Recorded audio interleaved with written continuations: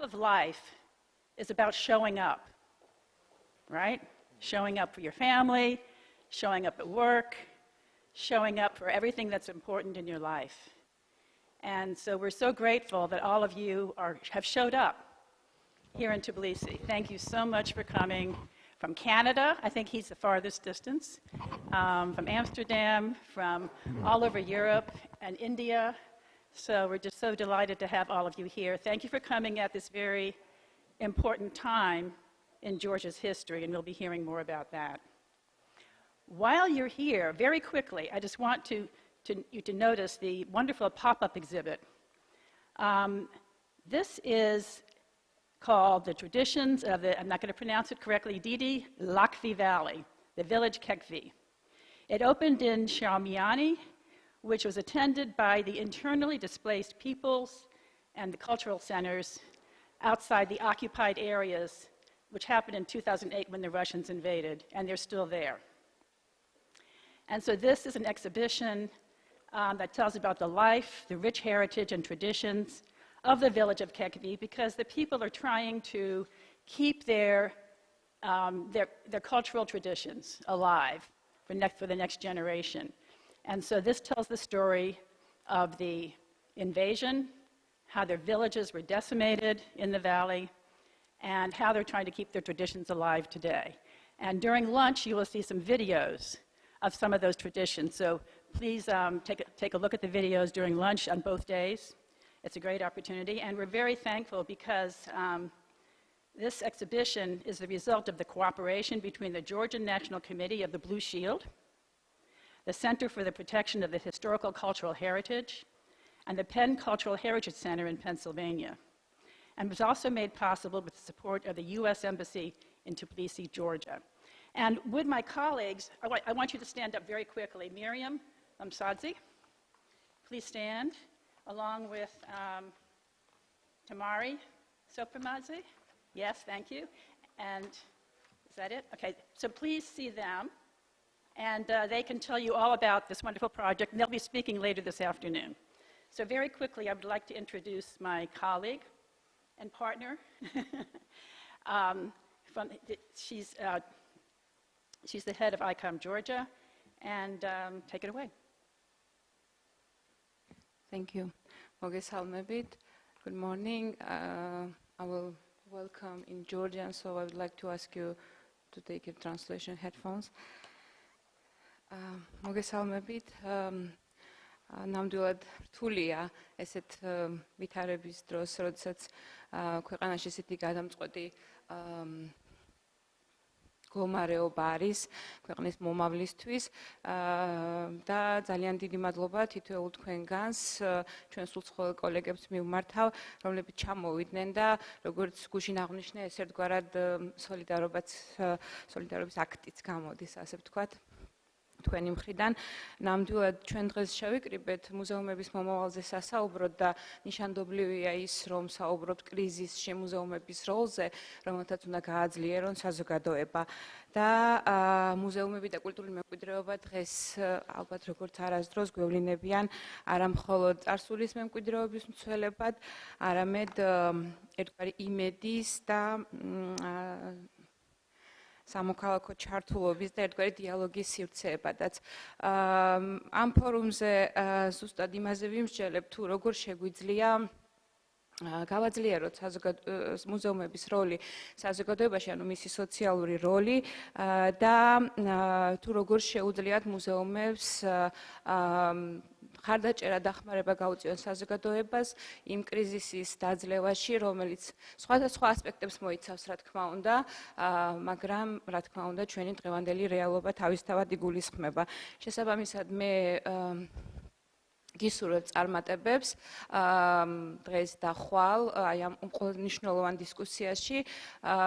მადლობას ვუხდი თითოეულ პარტნიორს ICOM MPR-ის თავისნობით ყველას აბსოლუტურად ვინც ჩართული იყო ამ პროექტის მომზადებაში, ნამდვილად ძალიან მნიშვნელოვანი იყო თვითონ ის პროცესიც, როგორ დაიგეგმა ეს კონფერენცია. შესაბამისად, მე ვფიქრობ, რომ ნამდვილად მნიშვნელოვანია დღეს და ახლა რომ საუბრობთ ზუსტად მუზეუმების როლზე კრიზისის დროს. წარმატებები თითოეულ თქვენგანს და წარმატებები ჩვენ და ჩვენს ქვეყანას აი ამ გადამწყვეტ მდგომარეობაში და ბრძოლაში. დიდი მადლობა. Okay. Thank you, Lana. And would the team from ICOM Georgia who's here today, would you please stand up? Miriam, they're probably out by the badges. You can pick, if you don't have your badge, you can pick it up during lunch. Don't worry, you're fine. And I'd just like to very quickly introduce the ICOM MPR team. We've all been a team for about a year now with ICOM Georgia. Luis Marcelo Mendez, you might have heard from him, and now you see him. Here he is. And he is working very closely with Anda D'Antoni on our board to have a beautiful program today. Thank you. And Natia, our other board member, who has been working tirelessly, so much so that she slept in this morning. But she's been working very hard around the clock. And so I will bring her to the microphone, Nadia Kolazari. Thank you for all that you've been doing. And she's going to introduce our keynote speaker today. Thank you.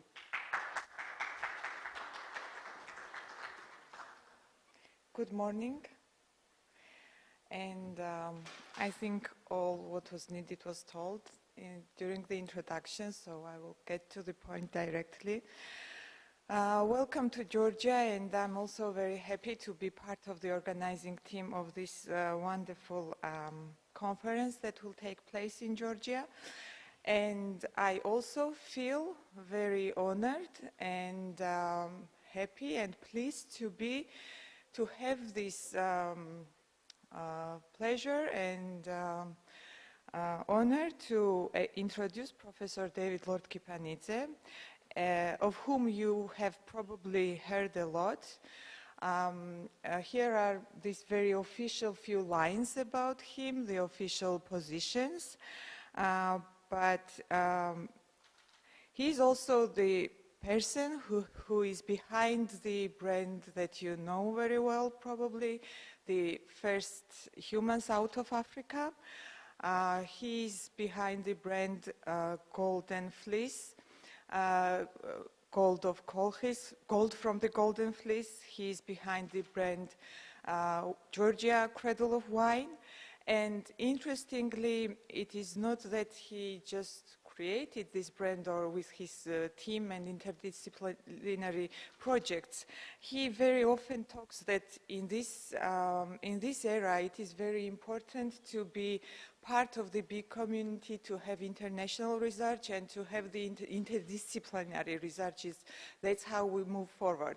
And I would say that with my experience of working with him since 2009, when I arrived in the museum very young and had this opportunity to be part of his team, he himself is an interdisciplinary person because he's a world-known and high-end scientist who is the member of the National Academies of Sciences, starting from US, of course, including Georgia.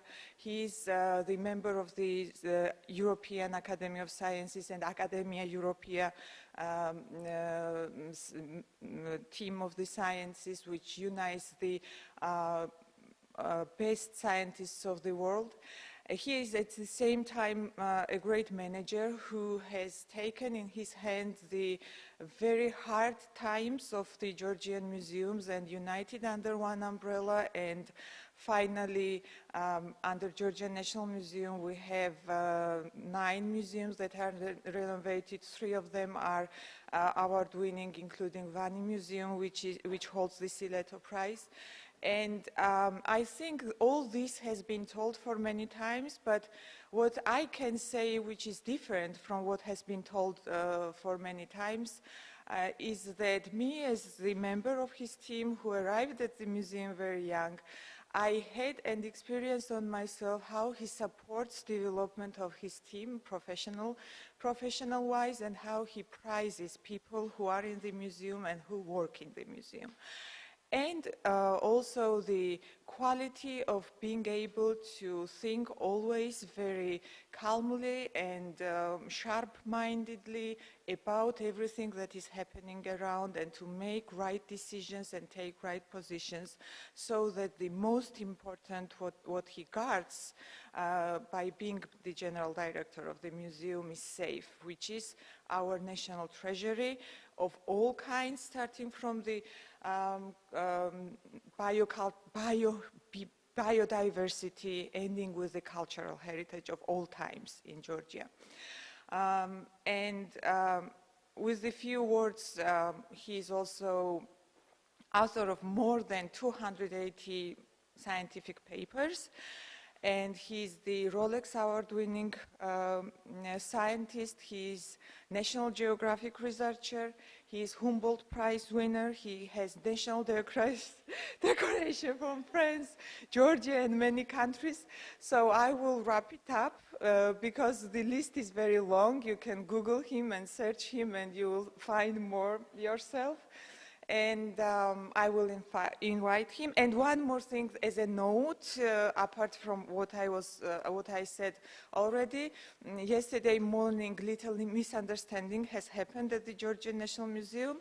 And please know that with this badge and ICOM card, you can visit all the museums during the conference for free. And one is over down the street, the Georgian Museum, another, the National Gallery is up to the street, and you are welcome there. And who is taking the West tour, which is Vani Museum, the award-winning museum, we will also have an opportunity to have their wonderful guided tour by a member of the Vani Museum. So please, Professor Lord Kipainze, it's my honor to introduce you. Good morning. I had a feeling somebody is reading my obituary, you know. But hopefully not before we will finish our work. Thank you very much for coming here. Very turbulent time, one way. But from other hand, you know, we have habit of it, you know, and I know that Georgia survived very complicated situations, but we will survive now, and we will go stronger further. It's not just words. I learned from history, I learned from our own examples, and so on. And I think the story of Georgian National Museum in some way is a story of modern Georgia too, on one hand. We are following what environment, what changed. We did, Natia mentioned big achievements, but there were not just achievements, were mistakes, of course. There are challenges. Last years were very challenging, but, you know, challenges are helping, you know. And I'm always thinking that you should always find solutions than complaining, right? And in our case, we are a strong team, I would say, and Natia mentioned one, but you can see it different. And Lana started to work in museum, Nino, Sanadiradze, Darejan, and many others. So in some way, we tried to create, maybe this is too strong word, brand, but from other hand, this is something more than just to have the classical museum. And when it happened, I will say a little bit on the story. It happened that after collapse of Soviet system, we had many changes, and it's usually changes starts in economy, politics, diplomacy, military issues, but not much in cultural institutions. And I think this was one of the challenges when we started to create it, this new, I would say it's a process of creating new, not new, I think, more efficient way of institutions. All we who are under this umbrella and trying to build it, and I will use several times this word, we are more a project for networks than just this vertical management. I think this vertical management in some way, I think it has been approached, and it's not this for our type of countries. So just to start, why we need museums, how it was created. Of course, number one always, and particularly national museums, it of course depends on resources, which kind of story you are building.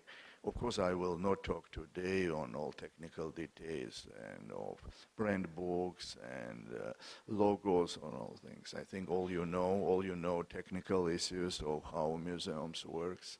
The question is how you are approaching challenges and where you can find new solutions and who could be your partners. So when I am talking about network, future is just network.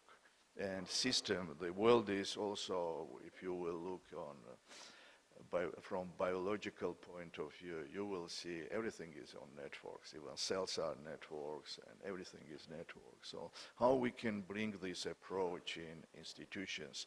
This is for me as evolutionary biologist and someone from science is that I think this is way, and I will try to show examples why we are doing it. And plus, of course, number one is what is our resources. So you heard Georgia, some of them you have been here, and I'm sure you will go from here. We'll remember, right? Georgia, what I would say, it's always interesting. What you saw yesterday, today shows that it's never boring, you know, number one. And I'm happy to say that I'm part of it. But always you are looking on your geographic position. And one way, you see, if we want to understand, we are always saying we want to understand present and future using past.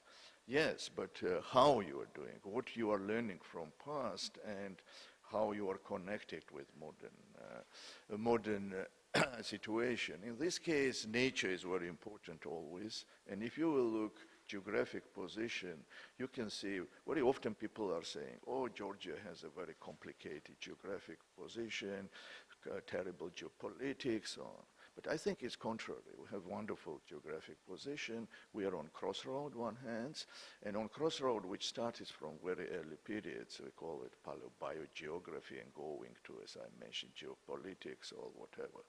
But this is where you are between these two seas. Here is Caucasus, and what it means that these water systems were one of the reasons why we have so diverse nature. So when you will go back, I think you should remember two messages. One, that in this small territory, you have very diverse environments, so big biodiversity, and you can see you will drive 1 hour from here, and you are in high mountains. In 2.5 hours, you will drive, you are on a Black Sea, which is completely different environment than Eastern Georgia, and very close you can see deserts. So what it means, you see. So this is that we have the world is divided by different segments. One is the biodiversity hotspots. Hotspots usually first feeling is something happened terrible, right? Yeah, it's a hotspot for biodiversity, but also it's rich nature. And one of them is Caucasus. That is 35, 36. And you can see there are much larger territories than Caucasus.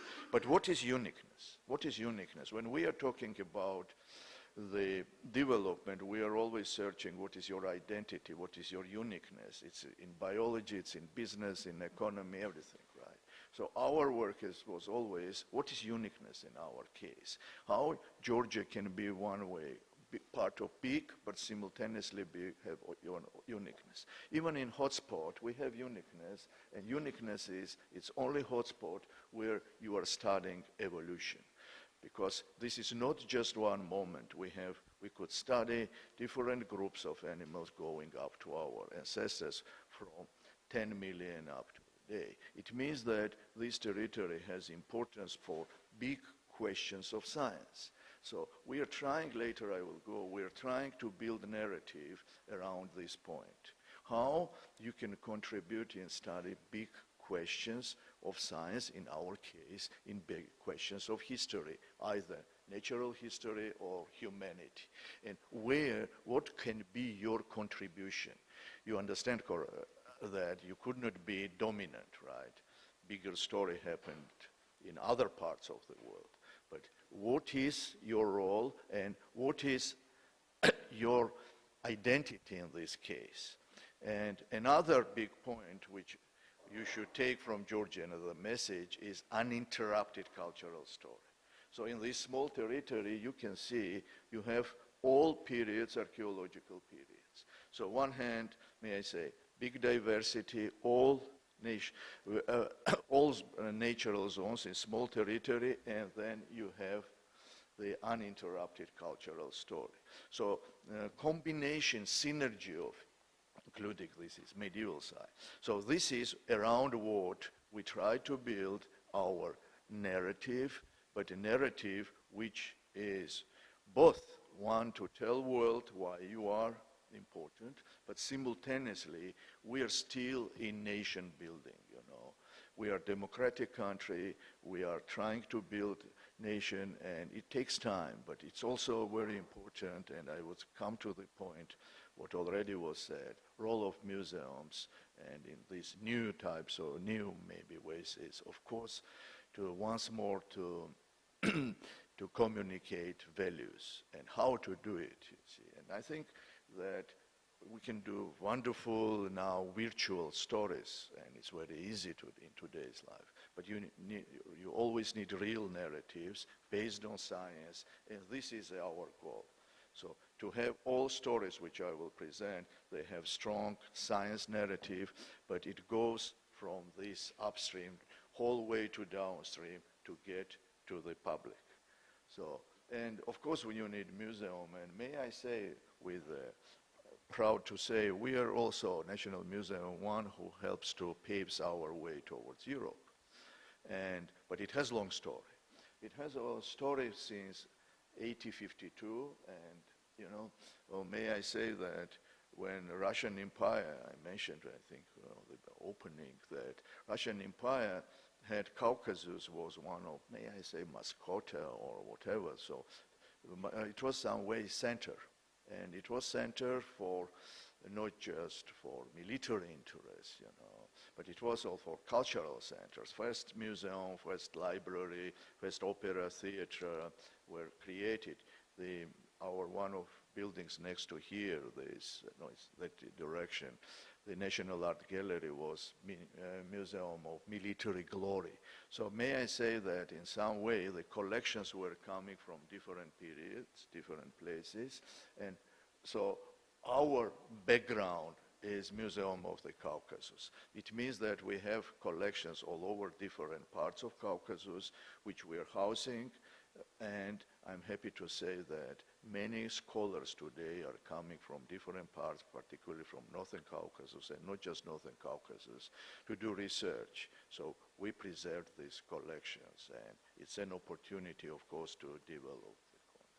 So this was Caucasian Museum. You can see this approach of ethnographic collection, for example, and zoology. And I'm happy to say that we have all these collections and even cases. I don't know if you visited our biodiversity, and it's the same. So one hand, we have all this background, and then in Soviet time, we had many museums, institutions, you see. We had 300 institutes of research, I don't know, hundreds, I don't know, you know better maybe, how many museums we had in Soviet time. Hundreds, several hundreds, but not with real KPIs, may I say.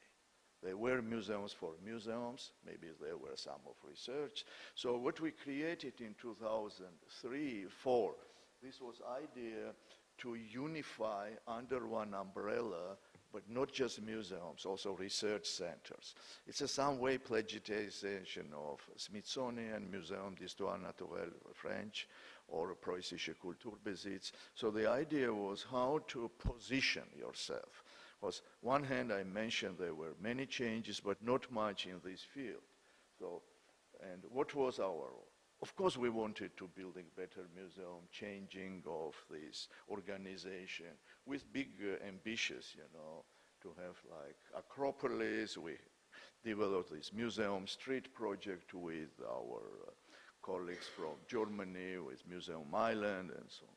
So it was a lot of, I think, emotions in 2004, maybe, big ideas. Not everything were possible to implement, but you know, if you have vision, idea, and project, one day it will happen. I want to tell all our young colleagues, never give up, one day it will come, and maybe during our next meeting, maybe in 1 or 2 years, I will show the projects which were hibernating now came back, you see. And that's why I'm still optimistic that we will do all these projects. So what we want to do, and well, you know, I like this word nexus, which we used, I don't know, many, first time maybe 10, 15 years ago, but this is exactly a philosophy. How we can be institution like smartphone.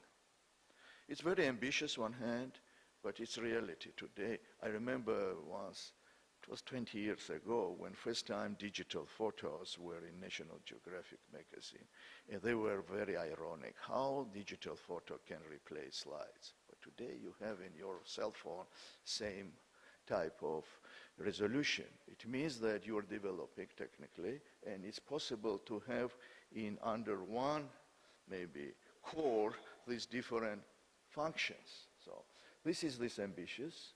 And of course, we looked what was before, and one hand you want to look futurist, but we are completely anti-futurist in these ways. So this was our, from 2004 to start it. But you can't do anything without, you know, your collections. And when I mentioned about this, our encyclopedic collections, we have really from dinosaurs going to Pirosmani or Kakavadze, whatever. So, and, you know, and also this approach to have 19th century collection, but with new technology, this is another way, our approach in general. And when we are talking about collections and connection with public, and one of very successful, I would say, project is with public broadcast. We plagiarized also, it's from Neil MacGregor, 100 Objects Telling World History, but here we are here on Georgian history, so public every weekend will learn about one object. So it's many of them from in different periods, but one of them, for example, is this one. Right? It's every periods, and we're telling, we published book will be another, but it's also ancient brand mark. So, see, we have brand signs around 2,000 years ago. So this was one way, with the way also explaining what is brand. You know, brand is commodity brand, we have institutional brand. But for us, what is number one, to develop, to be part of national brand index. And this is also a way how to make influence also on, may I say, decision makers, and how that you are not just a small group of scientists talking with each other, pontificating all the time, but how we can be useful in a big questions of nation. It's a very specific, you know, I imagine it's now several scientific article about how you can calculate national brand indexes, and I think the national museums, one overall, including with their network, exactly transforming heritage to make very strong contribution and influence. And I'm sure, you know, I don't know when it will happen. I told you already we went through difficult moments, sometimes up, sometimes down. Environment is changing. You are not always welcome with these big ideas, but I know it will work. And it will work, and it will continue. And coming back to our contribution is how the collections and scientific stories can be multifaceted brand product. And this is one of the case which Nati already mentioned, which is part of my life, may I say, since 91 when I started work there with large team of Georgians and my foreign colleagues. And this is big question, a big question of science, that who are the first humans out of Africa? We know that in Africa you have first humans, but when they spread out, it was a big question. And this is one of the issues which is very interesting for public, you know. Don't tell, nobody will tell that they are not interested in human evolution. Even in religious, you know, I had a pleasure to, honor to present talks in Vatican. So everyone is interested. The question is in which way they're looking on it. But anyway, so this is big question. And here in, it's also very close from Tbilisi, it's 1.5 hours under this medieval city. We found very early prehistoric traces of prehistoric culture. We have archaeological site. And this is time capsule. So it's a time capsule, not like Andy Warhol, right? But in reality, this really, we have one episode where we can study from different aspects. And it just, I used once, I was giving a lecture in Pittsburgh, just an example, you see, that how, in this case, one small episode can tell big story. Big story with beautiful preservation, different fossils, and we are getting, and these 5 skulls, which has a big, as I told you, scientific importance. But how it can be useful, beside of illustration, in National Geographic or exhibits on, big exhibits of natural history or human evolution stories, showing the story of development stone tools and so on. And National Geographic, for example, they used this story many times as even cover stories and so on. So this is one where you are getting the scientific recognition starting from science, nature, and then going to National Geographic and so on, and getting this that now Georgia's cradle and first. But how this is, or one is recognition when you are in big discoveries. You are now, when you are developing your brands, you have always partnership, right? And for people, it's very important to understand in which group, where you are. And when this discovery was part of 100 big discoveries in archaeology, you are not just, you know, in paleobiological scientific community, but you are together with Troya, the warriors from China, Pompeii, or, you know, Tutankhamun and so on. So this strengthens this brand, right? And to continue, and when I was talking about, you see, cradle of West Europeans. So now it's a like stamp. And for us, it's also a strong marketing tool after starting from a small piece of bone to get to the point to be first European.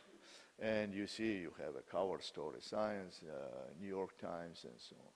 But let me come back how another options can be through these bones. This is one of our papers about one of skull who was no toothless. But you know, this, after it, the main topic was, this is a compassion. So this is first traces of compassion, scientifically shown. And when I'm talking about, and also it's on New York Times and so on, but what I wanted to say, you see, for one small bone from big scientific question, you are going to big humanities as you can communicate, including story of empathy, right?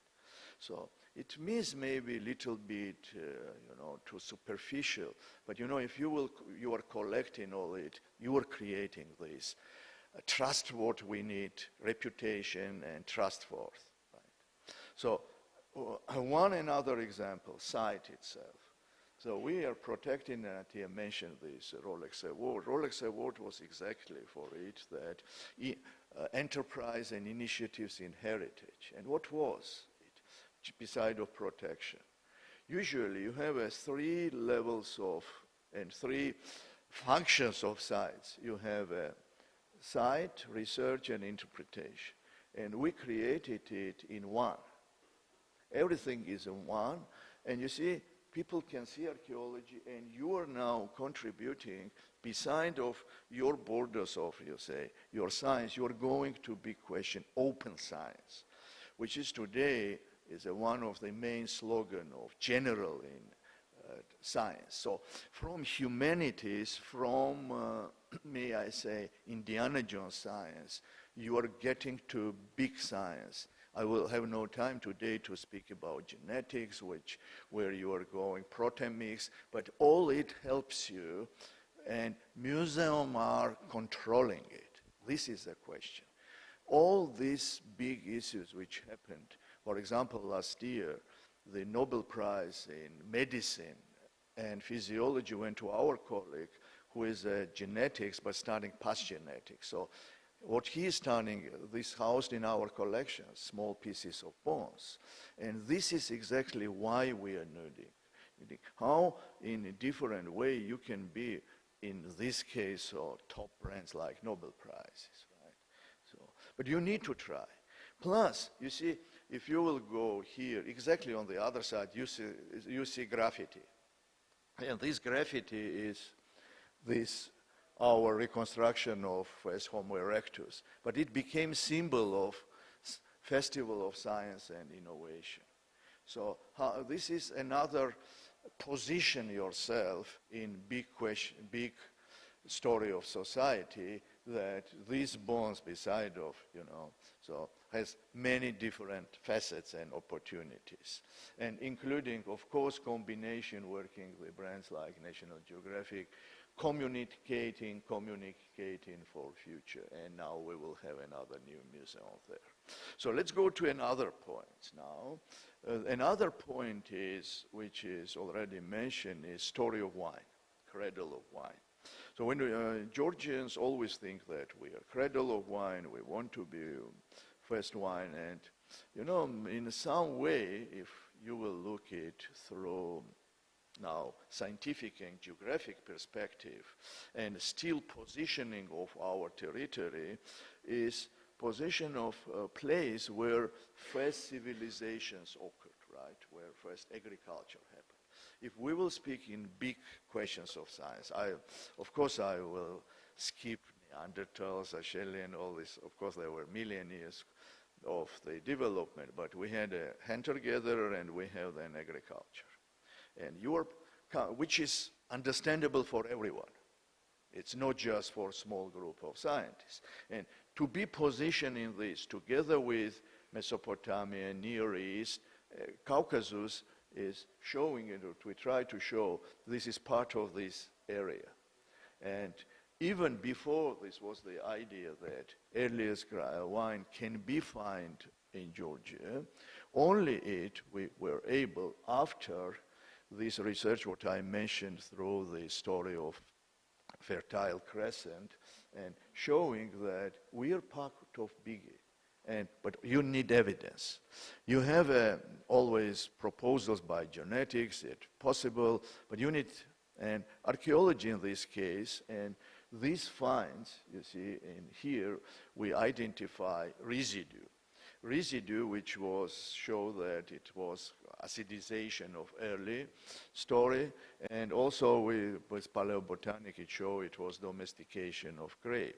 And then we published it in PNAS's American National Academy of Science. It's a very high-level interdisciplinary magazine. And what we'll end after, and where we presented all these results, we learned that now we're getting real recognition. Now in the world, it started after this exactly discovery, after these small pieces of ceramic which was housed in the museum, after this research, you are getting all this. Yeah, of course, we are snobs, we like name droppings, right? But it's good when you can see yourself in Guinness Book or CNN, but in this way. But still, may I say, this is one facet. Another is cultural facet. So how you are transforming it. And this was this message. One was biological discovery, which is important, but it doesn't change, it's not a new finding first DNA or penicillin all this way. It's important. But together with cultural story, and when I mentioned, you remember the beginning, we have uninterrupted cultural story. This is exactly which combines. And you see this exhibition we had in Georgia Cradle of Viticulture, also with our team. We did in Bordeaux, in this Cité du Vin, when we started the storytelling from 8000 to Pirosmani and Yosseliani's movie. So this is an opportunity for country, for museum to be positioned and communicate. And this is a way. And then, of course, we use this exhibition and story also. Bolnisi, I don't know if you are going to Bolnisi Museum, which is one of our new museums where we have the storytelling. So this is example, but it's continuous. You see, this is a object which was part of this exhibition and it's housed in one museum. Now it's in center of city, the symbol, and people are coming making photos. We created it. It was created by this piece of small sculpture which was in museum storage, which was found in Vani. And then you see it's a famous guy. It's like graffiti, which house next to you, and you are in city. So this is indirectly how you are using it. And let me repeat, it could happen only if you're housing objects right way, you're studying them, and then you can, if you will jump immediately to it, of course you will be blown up. So now how we can communicate it also higher decision makers. This is one of the now project which is in United States every year, called the Guino Forum, where the different aspects of wine is discussed, economy, geography, of course, story. We had last year this presentation in Washington, D.C. But what is important, after this article, you see it's a growth of wine export, of Georgian wine. So you need to identify these points. Not to say that we need just charity our institutions. We are contributors. We are contributors in nation building, in economy, and so on. That's a case. So another, I don't know if I still have time, if you are not bored, but I have some. You can stop me or ask me. So going to the brands, right, and who is creating brands, right? I think one of the biggest brand creators were ancient Greeks, right? They were very powerful. Their mythology, if we will speak today about storytellers, right? It started, we were discussing from Lascaux, Rogerie, in the first hunter-gatherers, they were doing painting, telling story. But if we are talking about systematic storytelling, it's ancient Greece. And science is ancient Greece too, I think.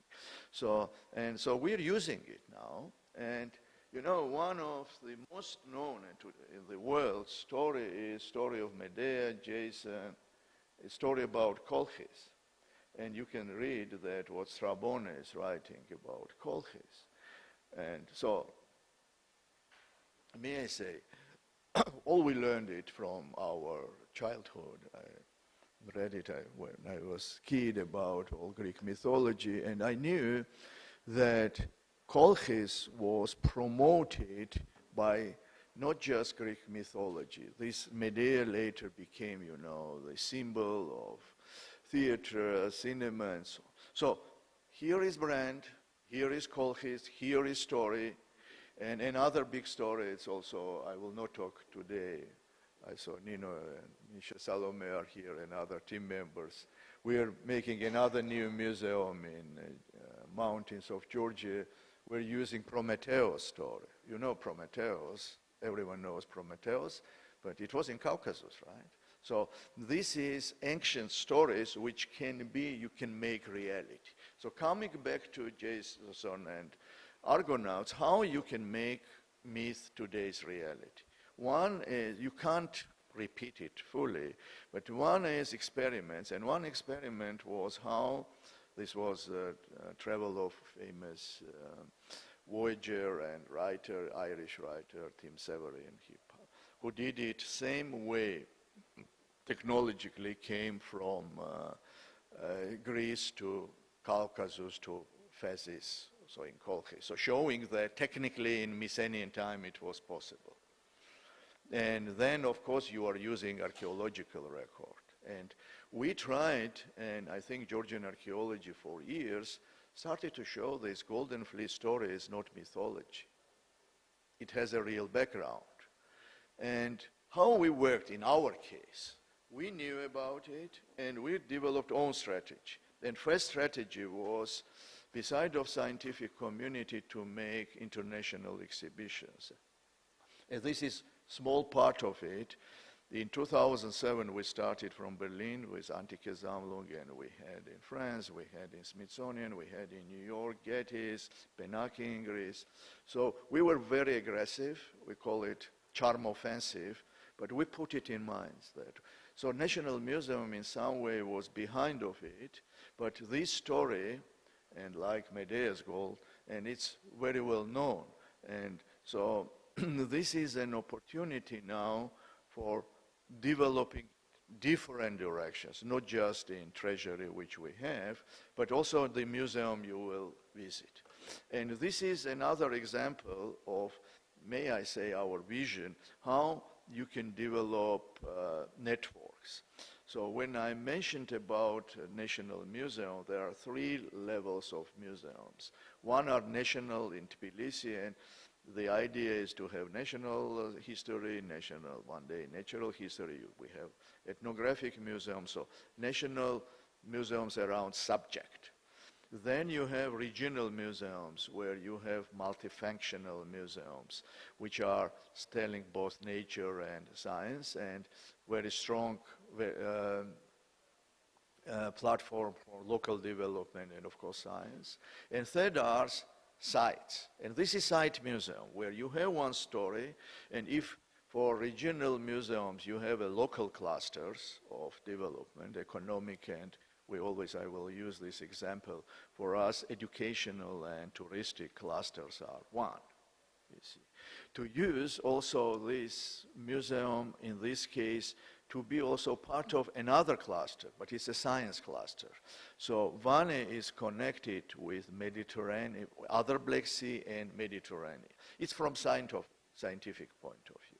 So this is a new museum which is based on research which started in 19th century, and you know, this is discoveries from 1960s, and you see these objects, you see. These beautiful objects, one hand, which helped us to develop all what I mentioned, scientific issues. But what we are doing now, you see, you build a beautiful museum, you have visitors, you are getting these prizes and so on, all this. What's next?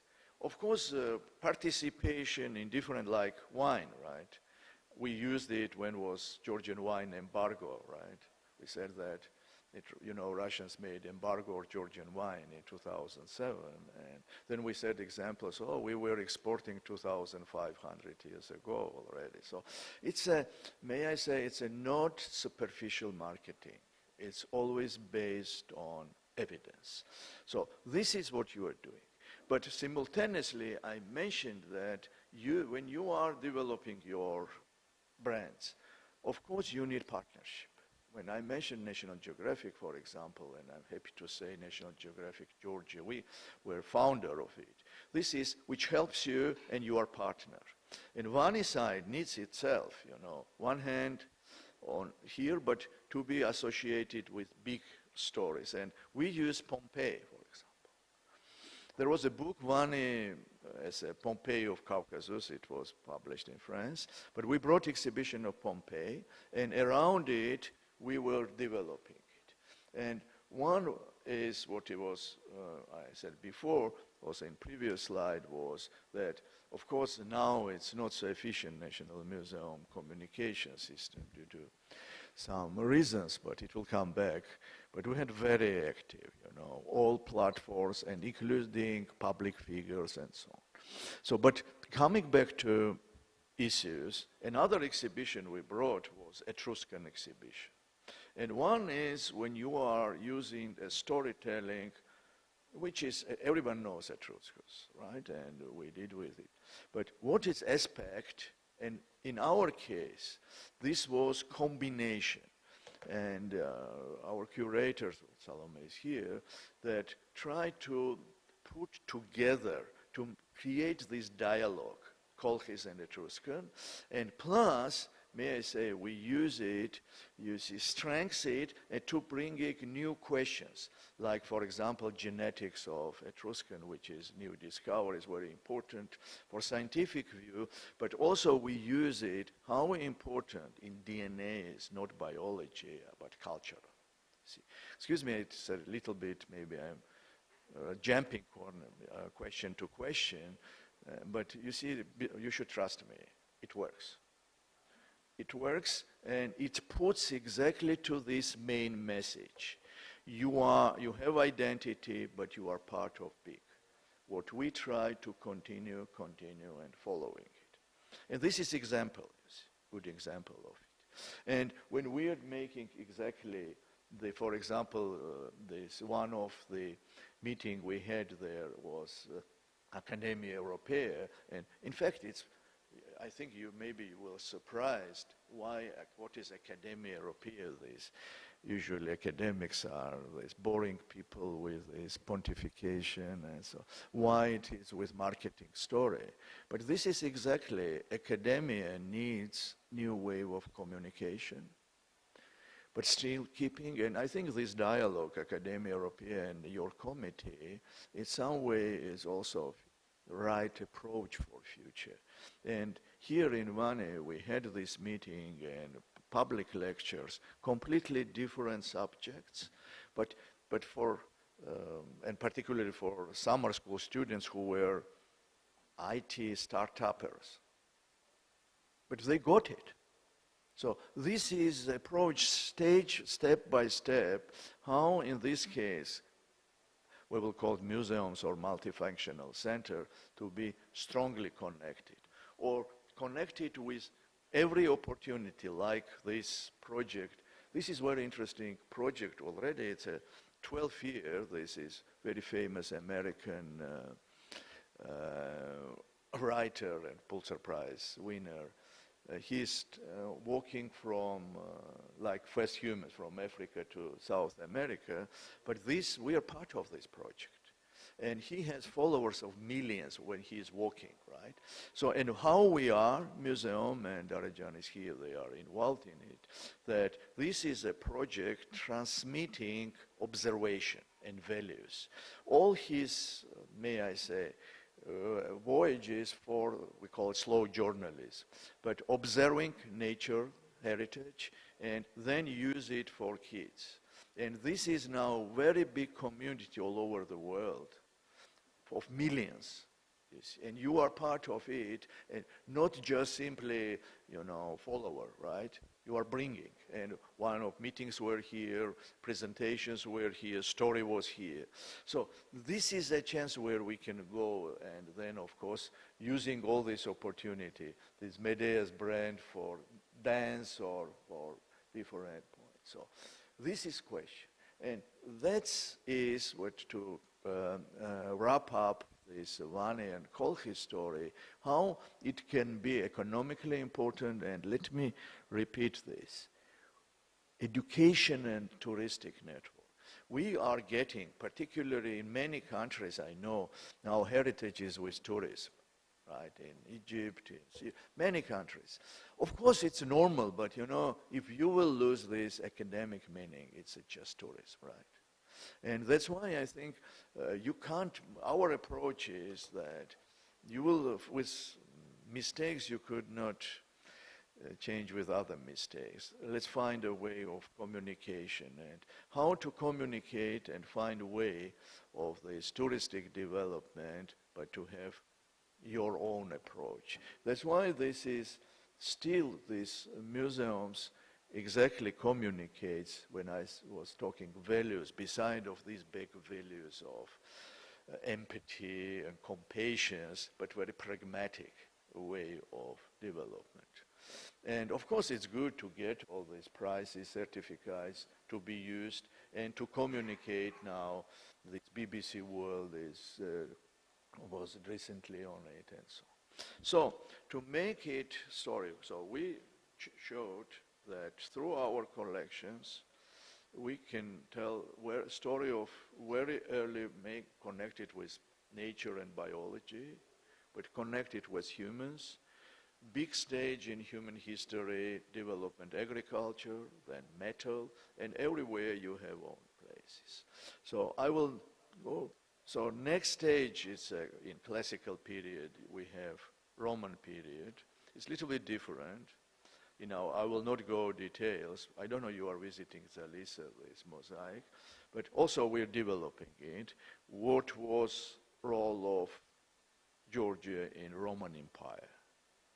What was in Greek world, Alexander Great, big world, and we show that Colchis has identity. It was part of big story. We're working on it and different, but still scientifically. I don't know if you know that the word Iberia, it's not just Spain. Another part was this Iberia, and we're working to show it right way with this is one of good example of the place from Iberia, the Caucasus we are telling you about, this from this site, Tbilisi, Dionys, gold, beautiful objects as always, but also what I want to say, how to bring it in museum. And this was one project we worked, archaeology and opera. And there is an opera of Handel, Radamisto, and story happened in Roman Empire and in Iberia. And we used it, and one is now a big star of it, the opera star, Anita. But this is a question, you see, how you can connect completely, you know, this one archaeological object and connect with opportunity to communicate. It's not new, you know, you saw in Met, you can have opera inside of building. Nothing is new what we are saying. Everything, there are no ideas. The question is, what is the background and what are your cases? And how this case is based on the reality. One hand archaeology and on the other hand opera of Handel, which can be used as another tool. Now I will go to last story. Last story, which is not least, of course, when Georgia is becoming Christian. And you know, in Georgia has strong roots with Christianity, and church played very important role, our history, our beliefs, but how we could be in 21st century.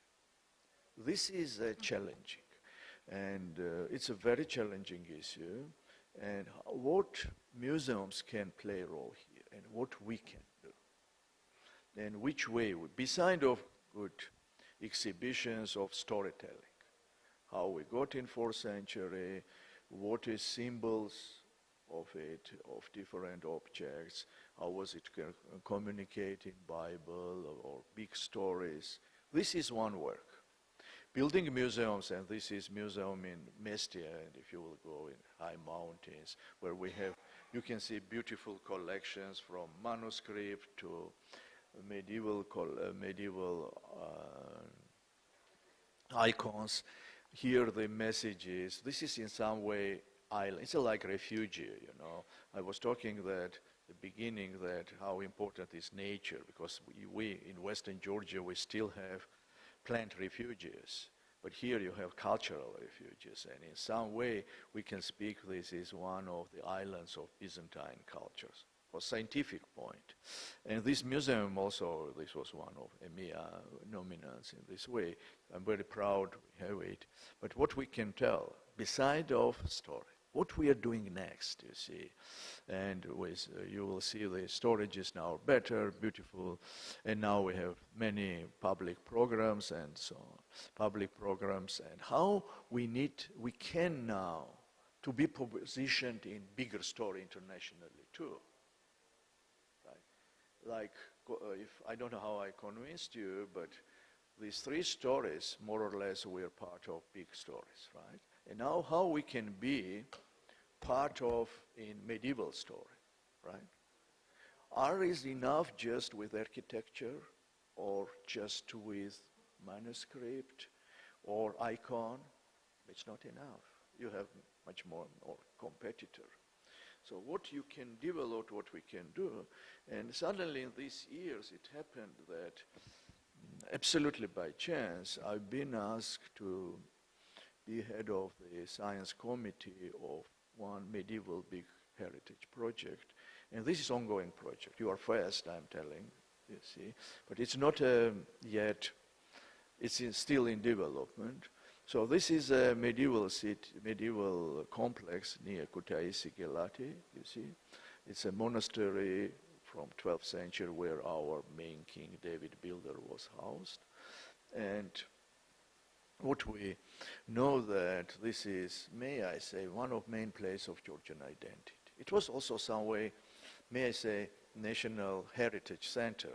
He was bringing different important icons which you couldn't say today in museums, manuscripts, which were housed there, and also it was a place where he was then buried. There is a beautiful mosaic which has a very high level scientific. But what is in nutshell, and for us what now we are working on new master plan, is this building D, which was in former time academy.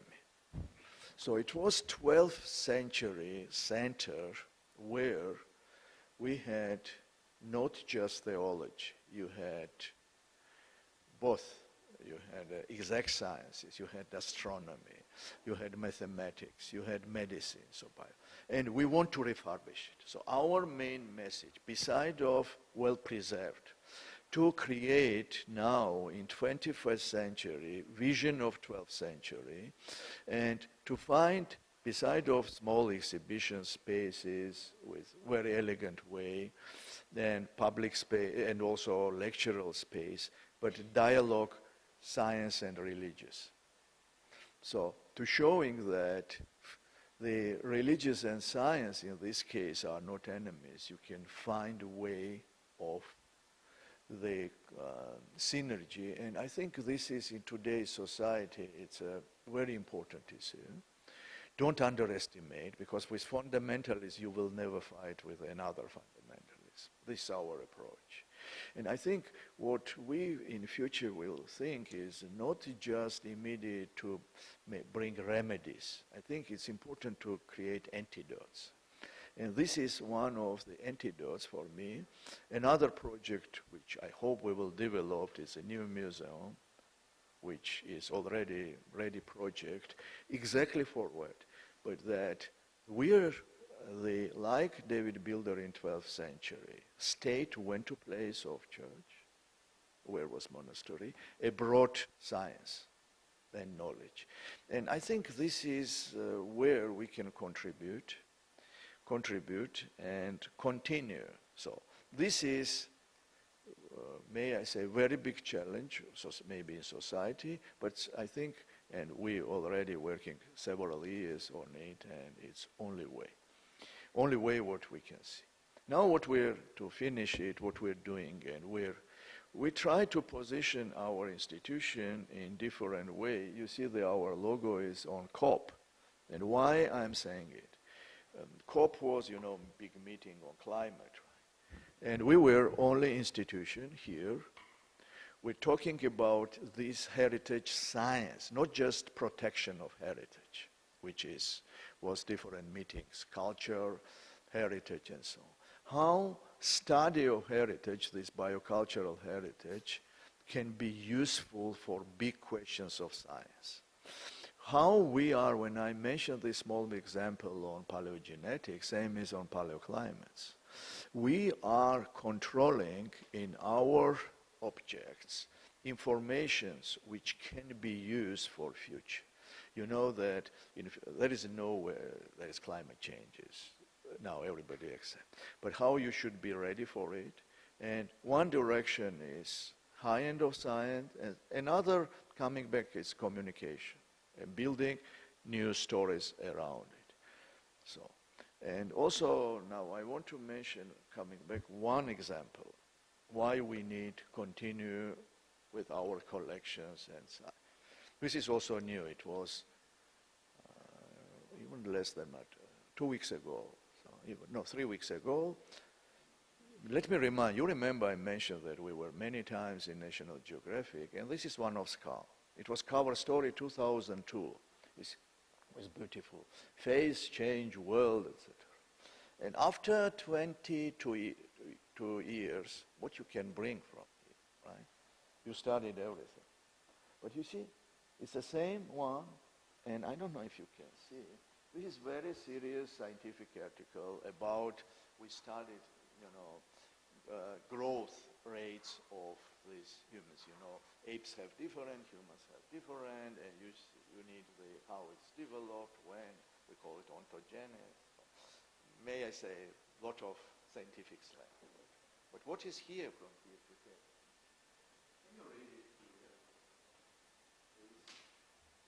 Really, this individual died 11 years ago. So we identified biologically. So first time in this whole story, we know exactly how old was individual. And now it's a wonderful opportunity in new marketing to this guy.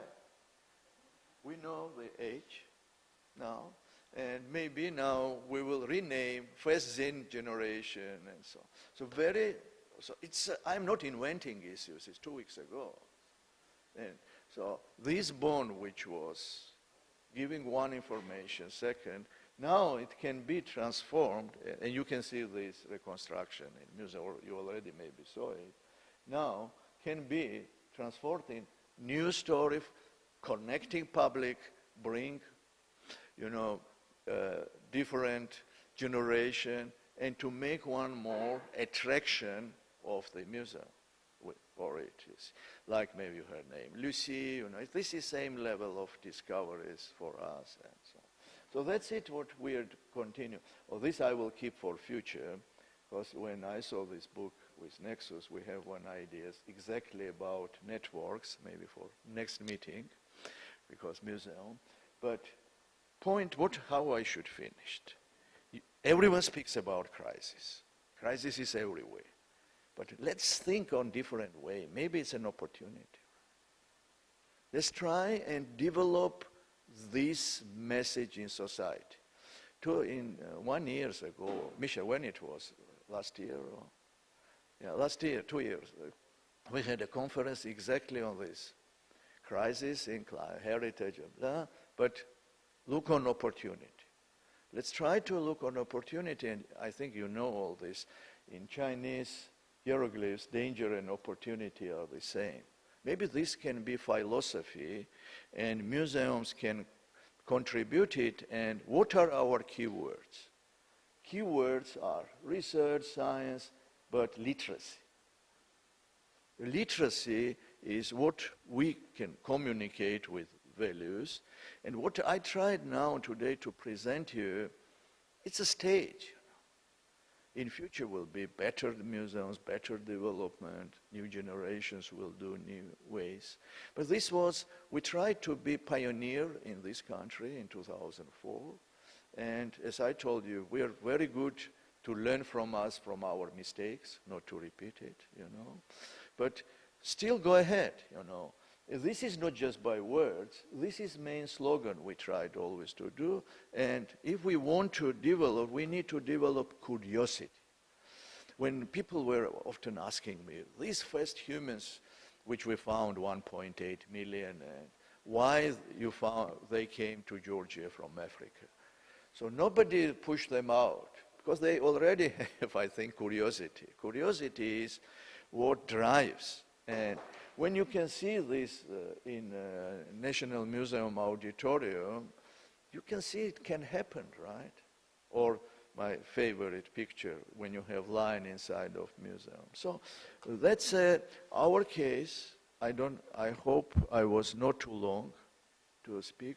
You are welcome to ask me any questions. And what I would like to stress, it's a processes. And what we learned, you are never finishing anything. You are getting one stage and you are continuing. Same we're doing now. And this last case, which I told you, it will take a few years, but it's challenging, and we have this ambition that Georgia can be case of it. Small case, which can be later, can be multiplied. Thank you.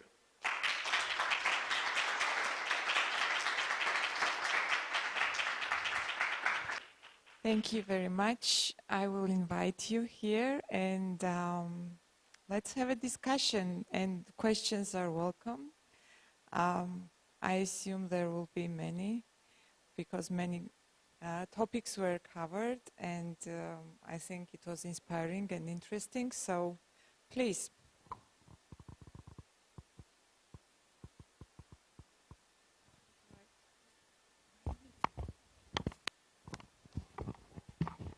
So I first, so many concepts that you covered. Thank you. I can't wait to look at the video. By the way, this is live on YouTube, everybody. The link is on our Facebook page and our Instagram page. So please pass it along to your colleagues. And we are videotaping everything with this wonderful professional crew. And we will be posting everything on YouTube as well afterwards. But back to our wonderful keynote.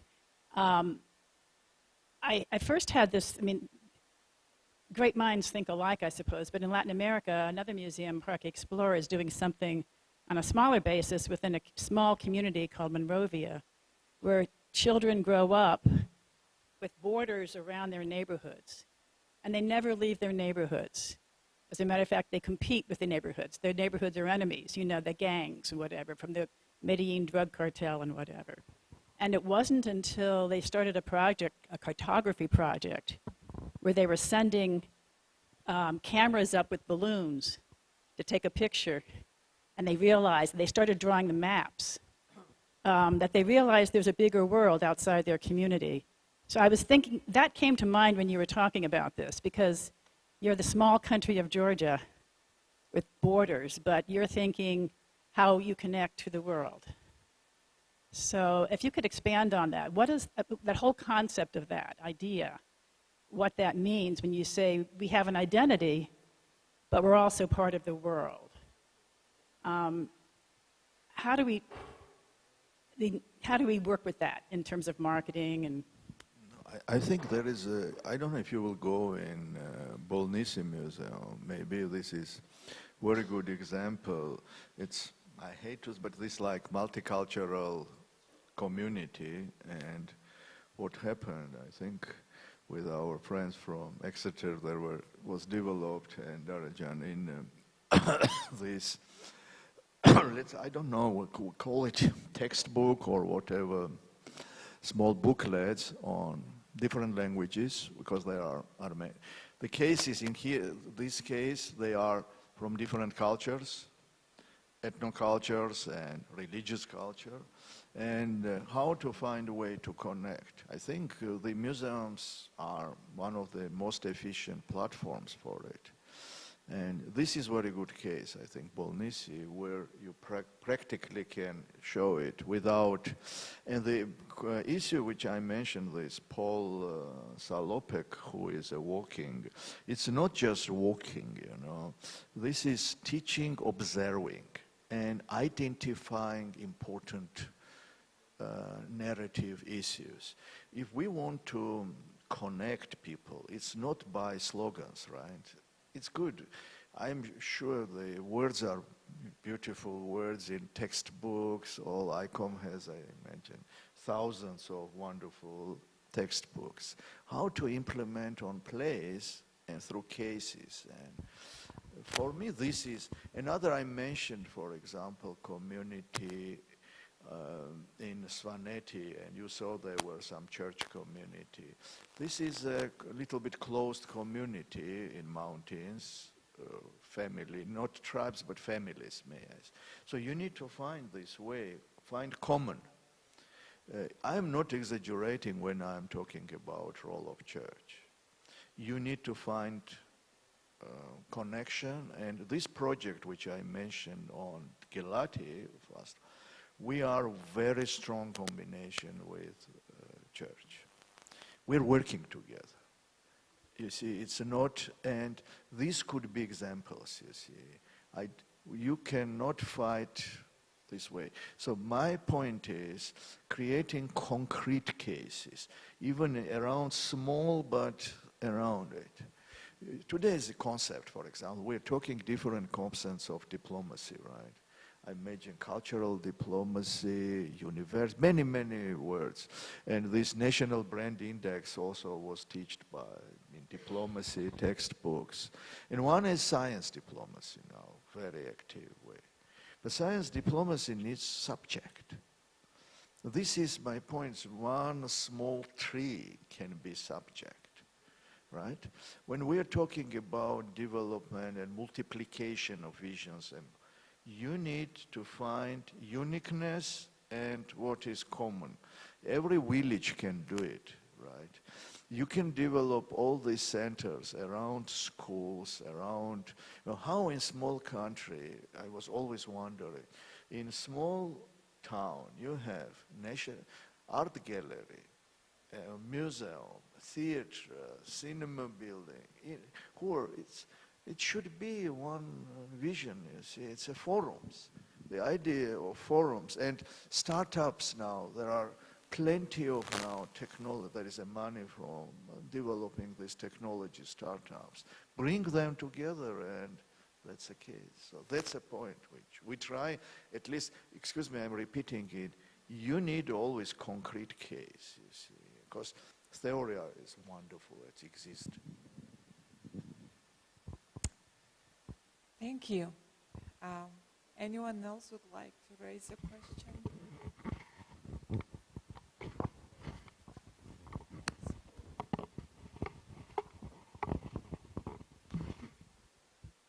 Thank you for your presentation. I was wondering, you have 3 topics that you're showcasing in the museum.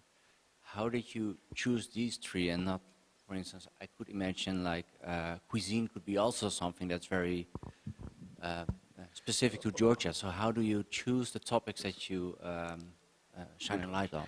Very good question. You see, but who tell you that? Who says that we are not working on cuisine?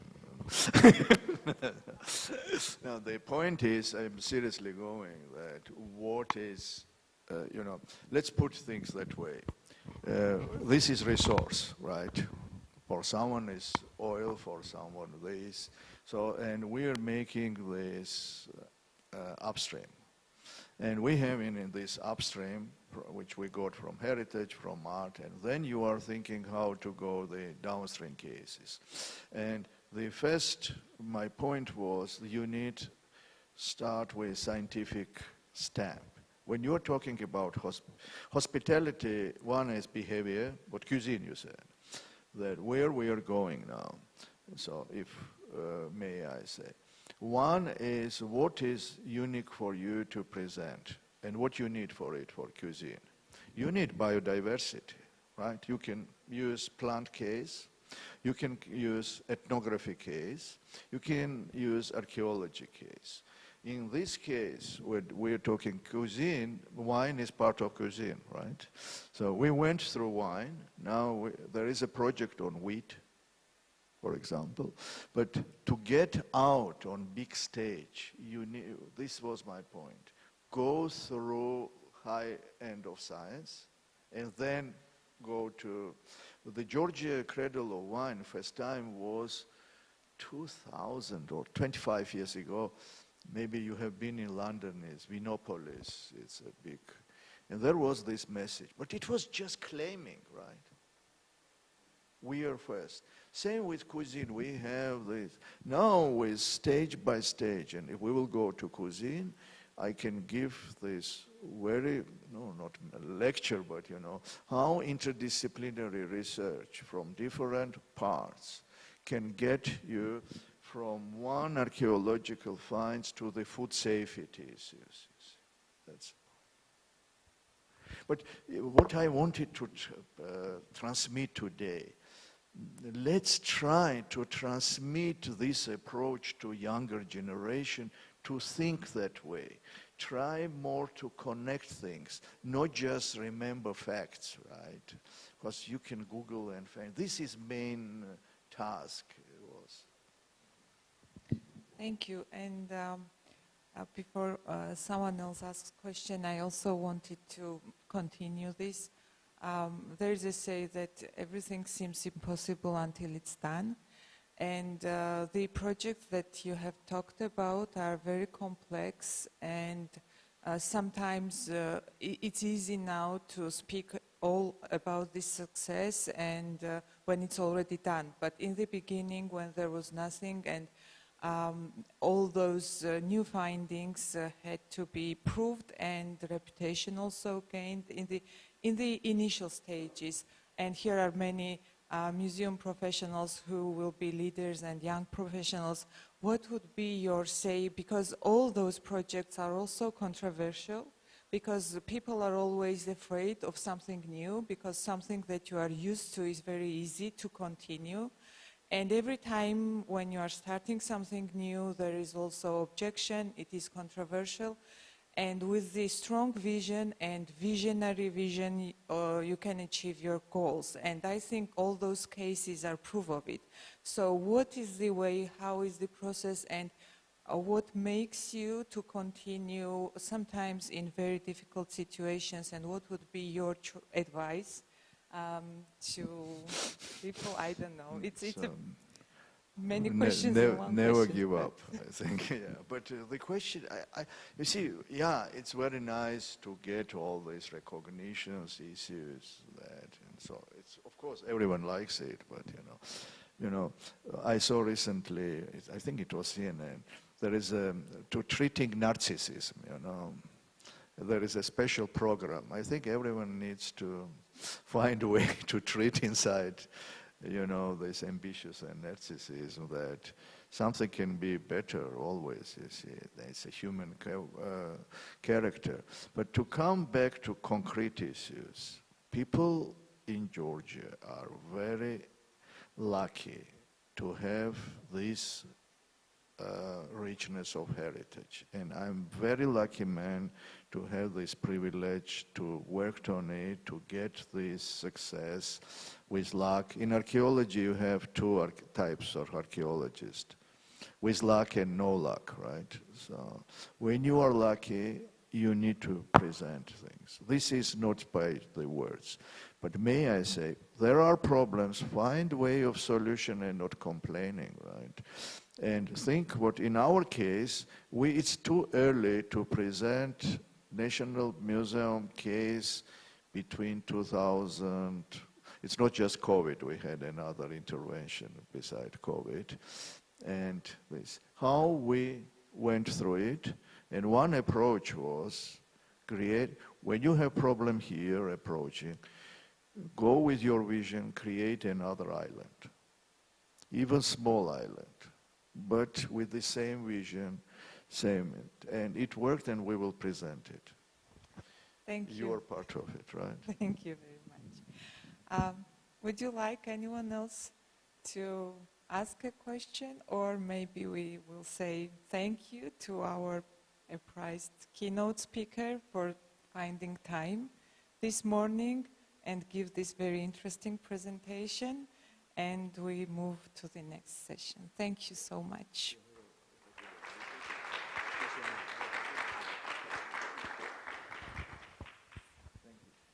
Thank you.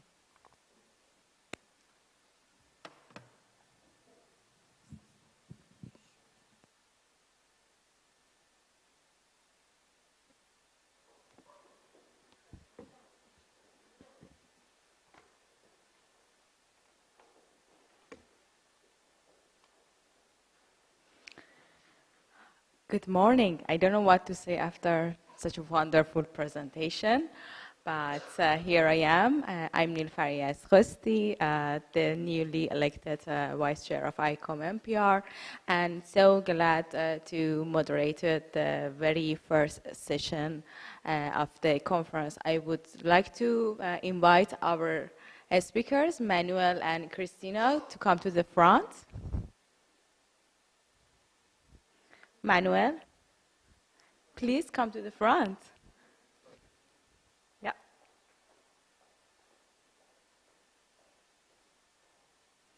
As someone who has recently focused on digital heritage and museum communication, I am so passionate about this topic and pretty sure that we are going to have a great session.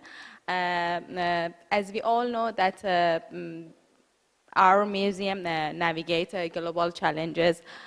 Digital projects, I assume, have become essential tools that foster inclusivity and even sharing community voices.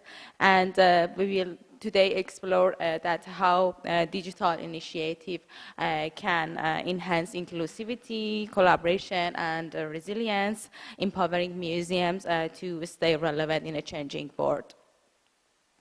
I encourage you to definitely engage actively at the end of the session for the Q&A. And first, we have our first speaker, Christina Kazako from Greece and the UK. And I cannot read it from here, Luis. Okay. She will discuss transformative framework for sustainable future, the role of curators as systems designers in the fourth industrial revolution. Christina will explore how curators are reimagining their roles to design systems that ensure sustainability in this era of rapid technological advancements. Over to you, Christina.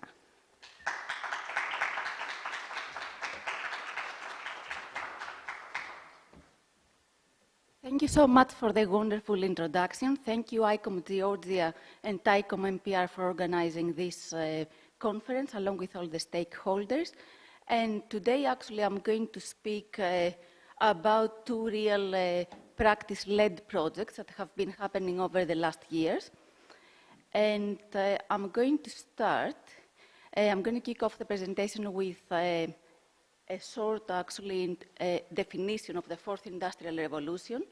Is a fusion of technologies that blurs the lines between the physical, digital, and biological spheres.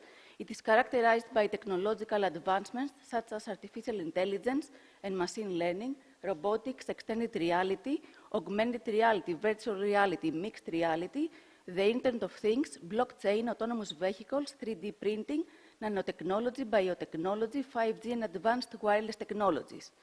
So the first project is called AUGE Next. It is actually like the short version of Augmented Europe. It is a project that has been co-funded by the Creative Europe program and the Citizens program of the European Union for 3 times, making this like a cultural brand. And the whole idea of the project is to engage with young and creative people to navigate the challenges of the future of Europe in times of pandemics, climate change, digital transformation, economic transformation, and war. The project actually started during COVID, so this is the second iteration of the project that I'm going to refer today, which was funded by the Creative Europe program. And, excuse me, so AUGE embraces like twin-fold notion of augmented.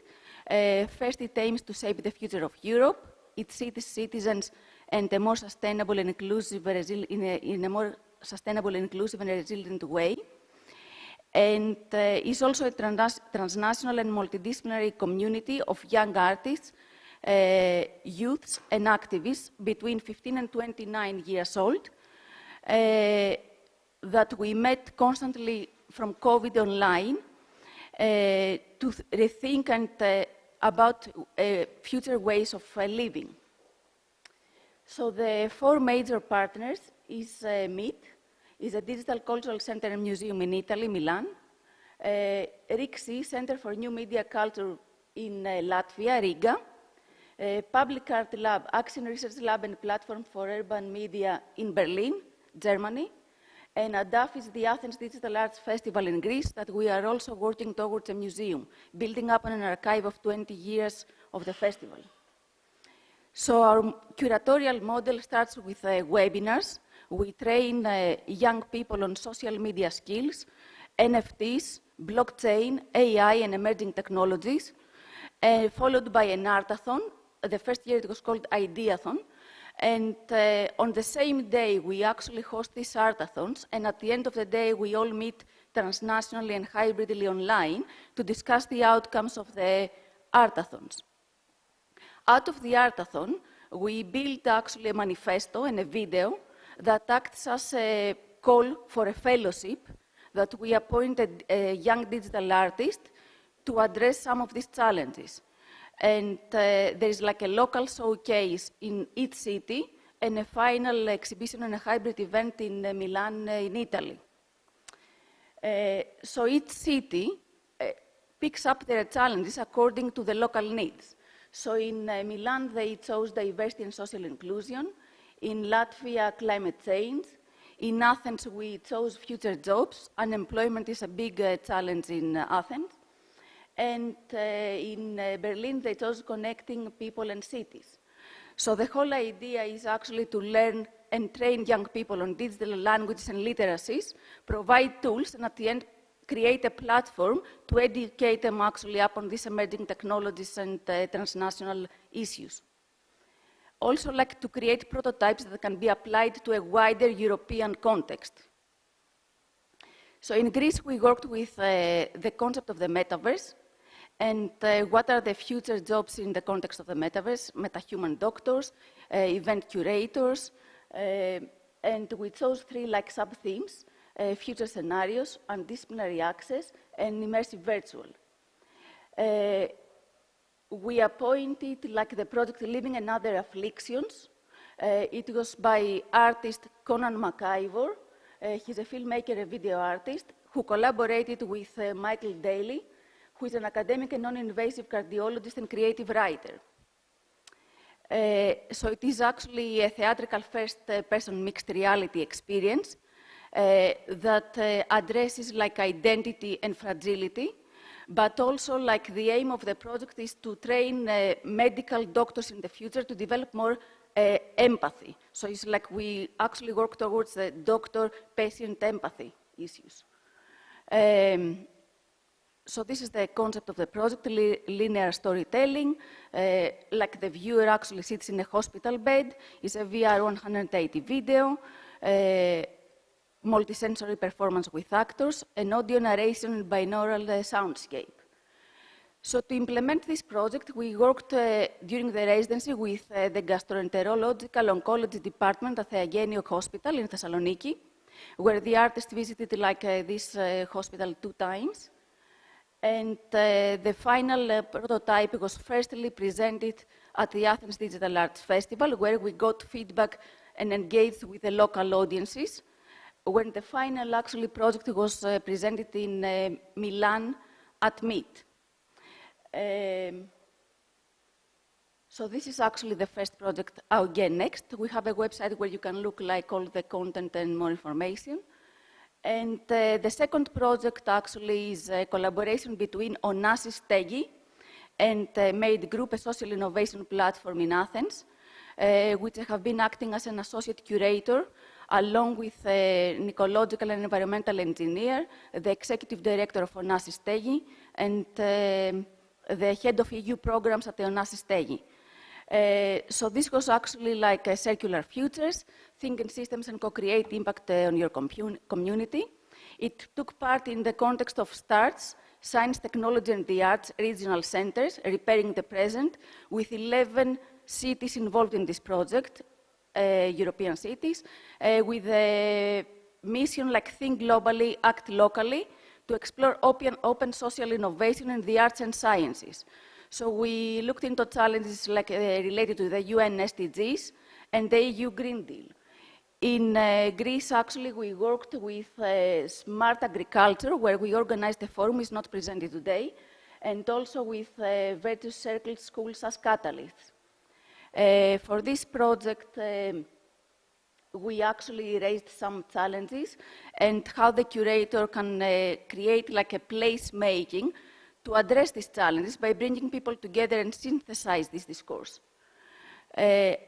So the outcomes could be actually like a cultural or educational program, a platform app or game, process or research project, creative projects, or a product or service. So we kind of like to think about systems thinking that is based as a method, reasoning called synthesis, considering things in relation to a larger system of which they are part. Based on a number of case studies, 5 systemic design principles are opening up and acknowledging the interrelatedness of problems, developing empathy with a system, strengthening human relationships to enable creativity and learning, influencing mental models to enable change, and adopting an evolutionary design approach to desired systemic change. So we invited participants to rethink and redesign systems for circularity, artists and designers, thinkers and humanists, scientists, cultural practitioners, entrepreneurs, academics, technologists, NGOs, and policymakers. So we kicked off the program with a presentation from Mia Wipu, that she used to run the co-creation lab at VAG Society, and she has now been employed by the government in the Netherlands to apply her research into real life solutions. So her presentation was on co-creation for social innovation, and we also hosted a program on circular economy and the Industry 4, thinking out of the box is not enough, a framework for the joint implementation of the UN SDGs. We collaborated with the Research Center in Greece, circular creativity, creative circularity, Green Club inspiring the next generation to engage with circular futures, technology transfer process, and systems thinking. So the first day we actually hosted all the inspirational talks. The second day we went into co-creation and materializing futures. And the third day we actually worked towards the co-creation of the projects, presentations, and prizes. So the 3 prizes were Navanthus. It was a prototype for floating platform designed for intergenerational engagement, cultural events, and educational activities focused on sustainability.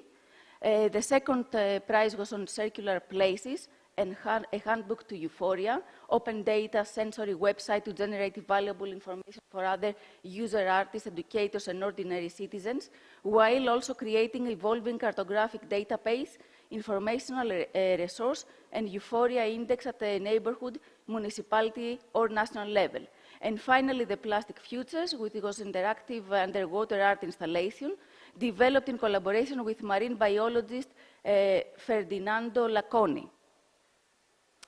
And I would like to conclude my presentation with some reflections and even actually statements, I would say. So the 4th industrial revolution is transforming the world, reshaping culture, economies, and societies globally. We need to rethink systems through social innovation to create sustainable solutions through collaborations. We need to reflect upon the evolving role of the museums as spaces for meaningful impact and knowledge sharing. Technology and the rapid development of AI are changing communication, presenting both challenges and opportunities. Curating as designing is creating dynamic frameworks, ecosystems, and environments for engagements. Thank you.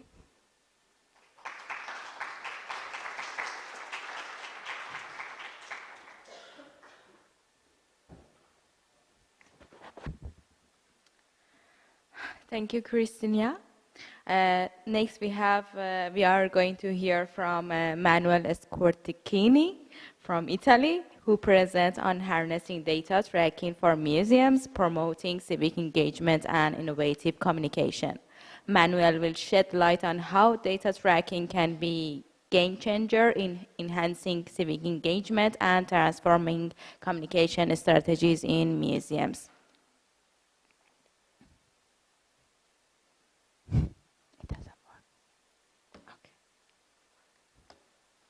Please, Manuel.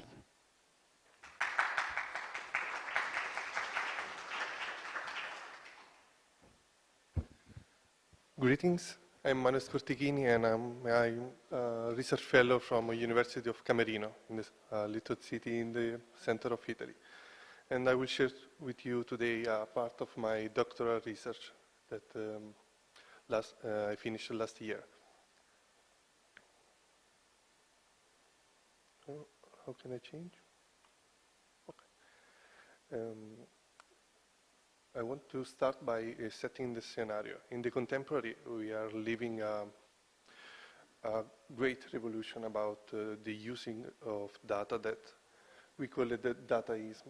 So data is new oil and profoundly change every sector and field of our society.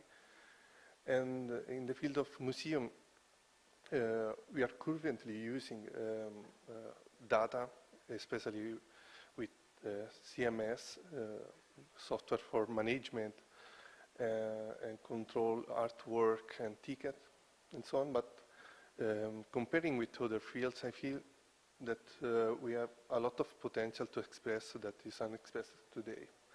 And my research discussion will talk about visitor studies in museum science.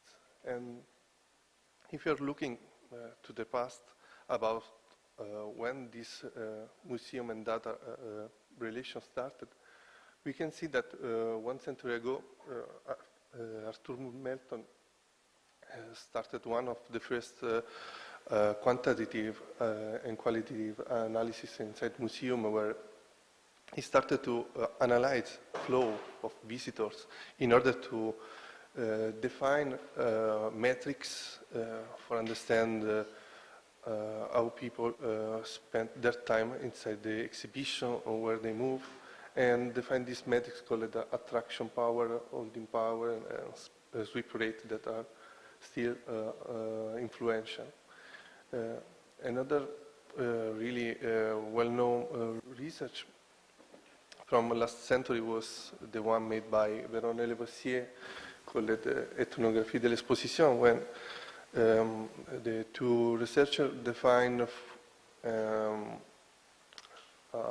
great studies in field, and they discovered that we can summarize different visit approach to exhibition by 4 main patterns.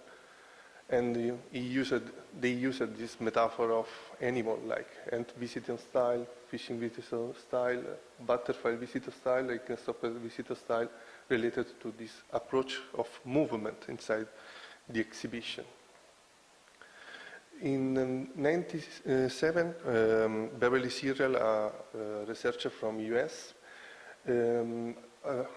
pushed forward this approach and made this scattergram model that combine 87 exhibition around science center, scientific museum, zoo, and he matched percentage of diligent visitors and sweep rate in order to understand by a data-driven approach different way of visitor explore this exhibition. More recently, in 2016, MIT research group made the same work, but by using contemporary technology like ultra-wideband and air feed inside the Louvre Museum Gallery. And today, the state of art is that we have application like the Exhibit. It's a New Zealand founded company that analyze and create this heat map of visitor flow inside museum, and extract statistics, real time, movement pattern. But this approach is still related to improve revenue and to control the management of the exhibit. And my idea, the topic of this discussion is to how we can move forward to this perspective and how we can create something else. One example I discovered was during the COVID pandemic. I was working on my PhD in this museum. It was Museum 9 in Mestre, an ethnographic museum that applied this interactive technology called EMA tracking by RNB for Culture startup. And this was a great example of resilience, because during the pandemic, museum had this struggle to deal with visitor flow and maintain social distances. So thanks to this technology, it was possible for museum management to have control of the exhibit space and guarantee social distances by haptic feedback by this smart nickel lace.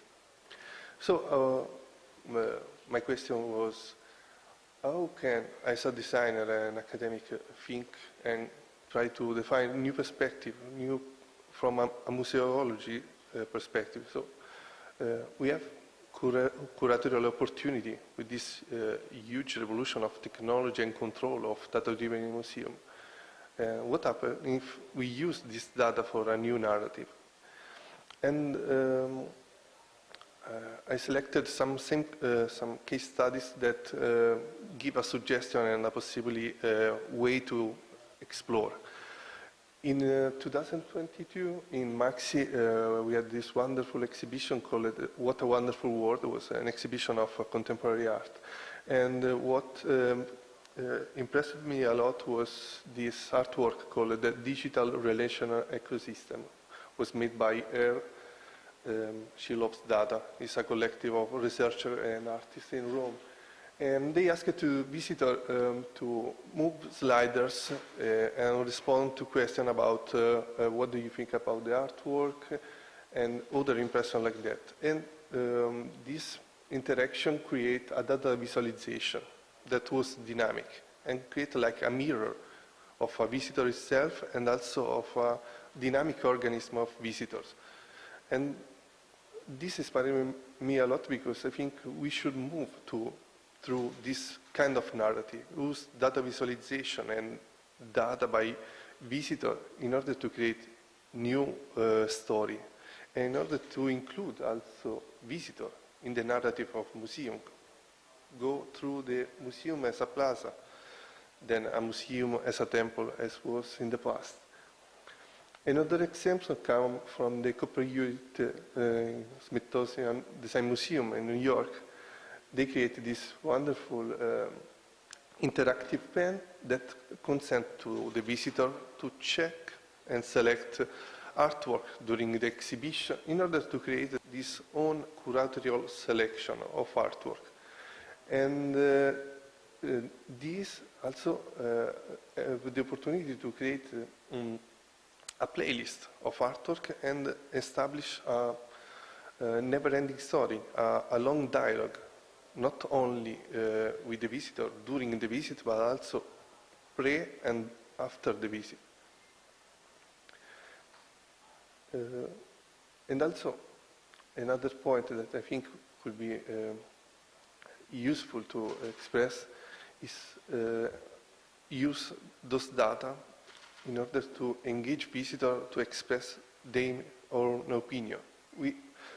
During the last century, we had this approach with science that was completely top-down and divided by pedagogical and experiential approach. But today, accordingly, also with Emilia Pedretti, Science Museum and Science Center are dealing with science in a more mature way because we need to approach it with different perspective and to also involve visitors in open discussion about science and not something that is only top-down and linear. And I think also this idea to use data could be useful to facilitate this dialogue. Another point is go through a tailor-made experience. Use data could push interactive exhibit to a future where you don't need a trigger. Your movement in space is a way to trigger exhibition. And the exhibition, like label, are interactive and responsive to your necessity. If you are impaired and you have a visual impairment or audio impairment, interactive label could be shaped to your necessity or to your taxonomy. And I think this could be the next future in museum. But I want to end with a reflection. What is common for us is a use of data that is extractive, that is made by a huge company, and it's a black box for us. We don't know the algorithm behind it. We don't know who will use our data. And it's important for an institution like museum to ground this new approach with data by fundamental of trust and transparency, because it's with the artwork and the people work inside the museum, I think trustability is the main value of institution museum in a chaotic moment like the contemporary is. Thank you for your attention.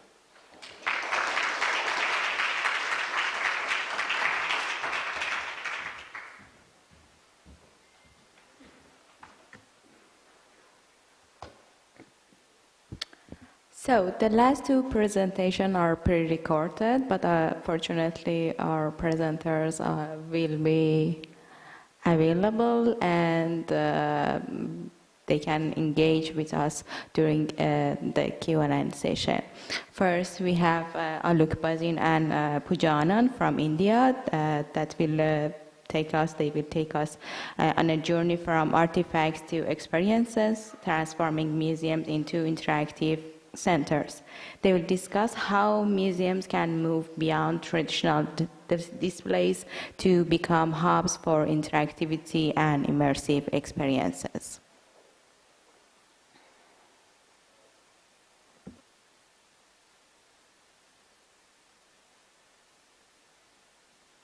Good morning. I'm here to present my research paper titled From Artifacts to Experiences, Transforming.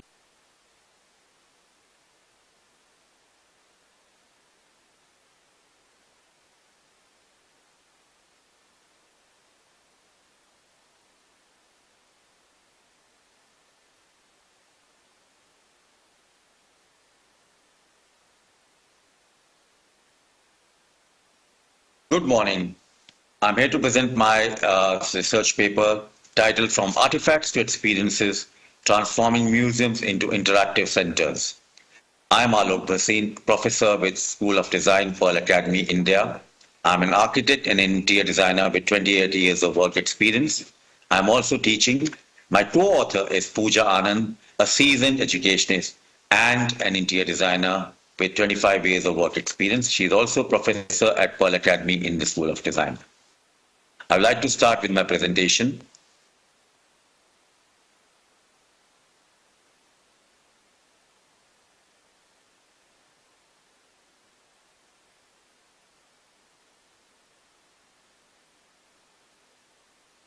The title of this paper is From Artifacts to Experiences, Transforming Museums into Interactive Centers. Traditionally, museums have been the keepers of history and culture, preserving and showcasing artifacts that tell the stories of different civilizations. They have played a vital role in education, offering insight into the past and fostering a sense of cultural continuity. Modern museums, however, are moving beyond mere static displays, evolving into interactive spaces that encourage dialogue, collaboration, and community engagement. This shift aims to make cultural heritage more accessible and engaging, drawing visitors into an immersive experience. This research seeks to explore how museums can serve as a platform for community empowerment. By integrating innovative techniques and experiences, museums can maintain cultural relevance while promoting understanding, inclusion, and active engagement across diverse populations. The purpose of this study is to explore how museums are evolving from traditional spaces into dynamic, interactive experience centers. It examines how such transformation can foster greater tolerance, respect, and cultural cohesion by encouraging engagement among diverse audiences. The study also investigates how innovative approaches within museums can act as a bridge between generations and cultures, creating inclusive spaces that highlight shared histories and experiences. The goal is to emphasize the role of interactive museums in not only preserving heritage, but also promoting understanding across different communities, making cultural history accessible and relevant to all. For the purpose of research, we have conducted and examined literature review of existing studies on conservation and cultural heritage. We also conducted field visits and we had interviews and surveys with the people who are visiting museums and the younger generation to gather first-hand insights. For the purpose of case studies, we chose 2 design projects. The first one deals with the preservation of a traditional craft from northern India, and the second one deals with the preservation of a language script, again from North India. So the first case study deals with the Fulkari craft. Fulkari is a traditional embroidery craft from northern India, deeply rooted in cultural history. The project repurposes a historic heritage haveli as a living museum and craft community center dedicated to Fulkari, blending traditional craft within an authentic heritage space. The center serves as a living museum, keeping the craft's historical context alive while attracting contemporary audiences. The first visual showcases the glorious art of brick making, which is an integral part of northern India's architectural tradition. You can see some of the fabrics that have been embroidered being used as a prop in this space. The lamps are a contemporary rendition of the craft onto a modern application. The second visual here showcases the various motifs used in Fulkari, and that showcases the beauty of the craft.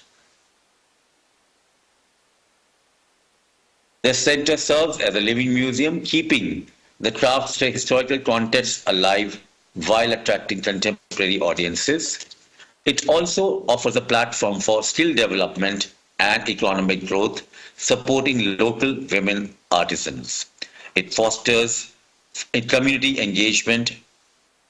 By this adaptive reuse encourages active participation and dialogue, making the museum a vibrant, community-driven space.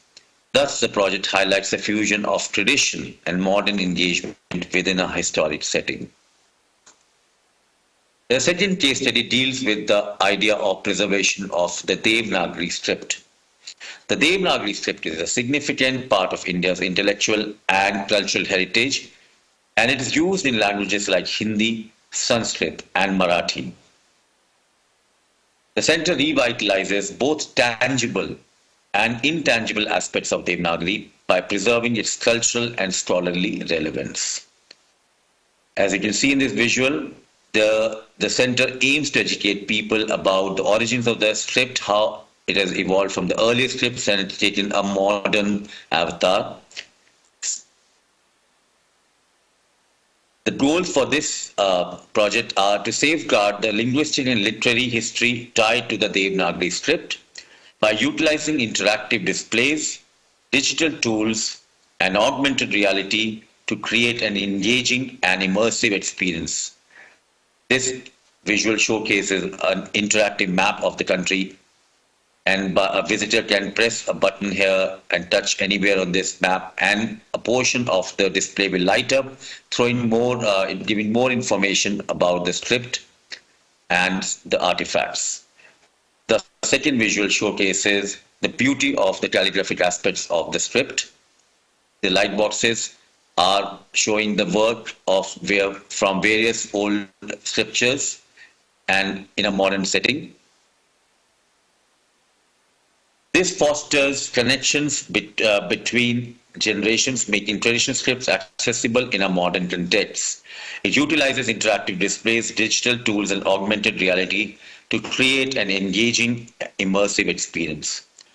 This project ensures that Devanagari remains a living part of India's cultural landscape, merging tradition with modernity. In conclusion, we would like to say that living museums play a vital role in fostering community pride by creating interactive spaces that engage people directly with cultural heritage. They encourage active participation, making history and tradition feel personal and relevant. Design is essential in preserving heritage by creating spaces that reflect cultural values while supporting community engagement. Through thoughtful design, museums can empower communities and highlight traditional crafts and stories. By creating such inclusive, sustainable, and educational spaces, living museums help build resilient communities. They foster learning, cultural understanding, and a sense of shared history, contributing to both social cohesion and cultural preservation. Thank you.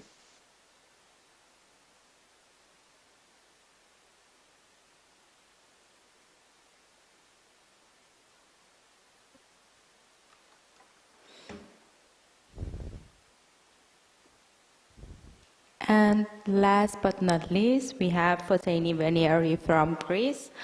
She will delve into enhancing inclusivity and dialogue in museum and theater through digital transformation. Foteini will share insights on how digital tools are reshaping museum theater, making it more inclusive and engaging for diverse audiences.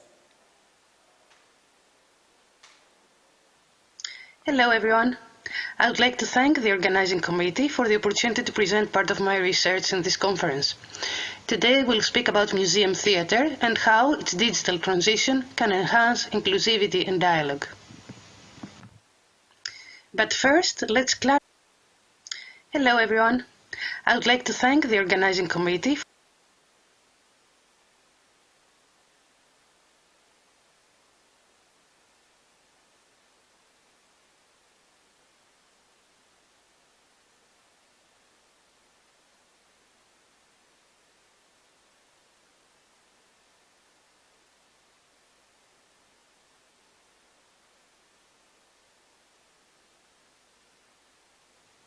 Hello everyone.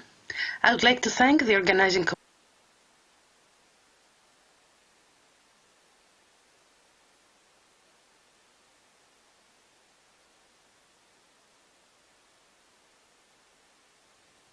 Hello everyone. I would like to thank the organizing committee for the opportunity to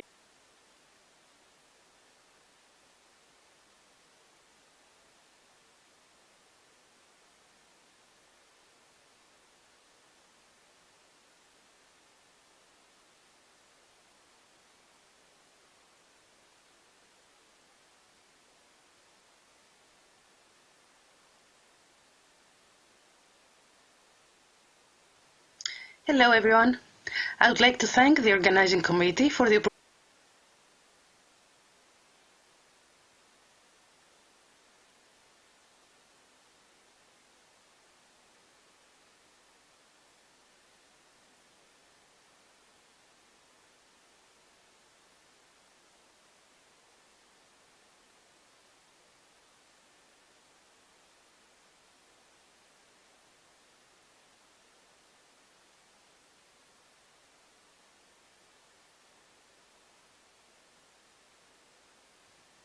Hello everyone. I would like to thank the organizing committee for the opportunity to present part of my research in this conference. Today we'll speak about museum theater and how its digital transition can enhance inclusivity and dialogue. But first, let's clarify what museum theater is. Museum theater, also known as costumed interpretation, live interpretation, living history, and first-person interpretation, is an interpretive strategy, a learning method, a form of public history and applied theater developed in the context of heritage interpretation. A museum theater performer assumes the role of a particular character in a particular circumstance in order to help visitors appreciate and understand the story at hand, and through this, some aspect of the host museum or site. For this encounter, either the character has moved forward through time to the audience's present, or the audience has traveled back to the past and joined the character in its assumed time. Museum theatre originated at Skansen, Sweden, the world's first open-air living history museum, in the late 19th century.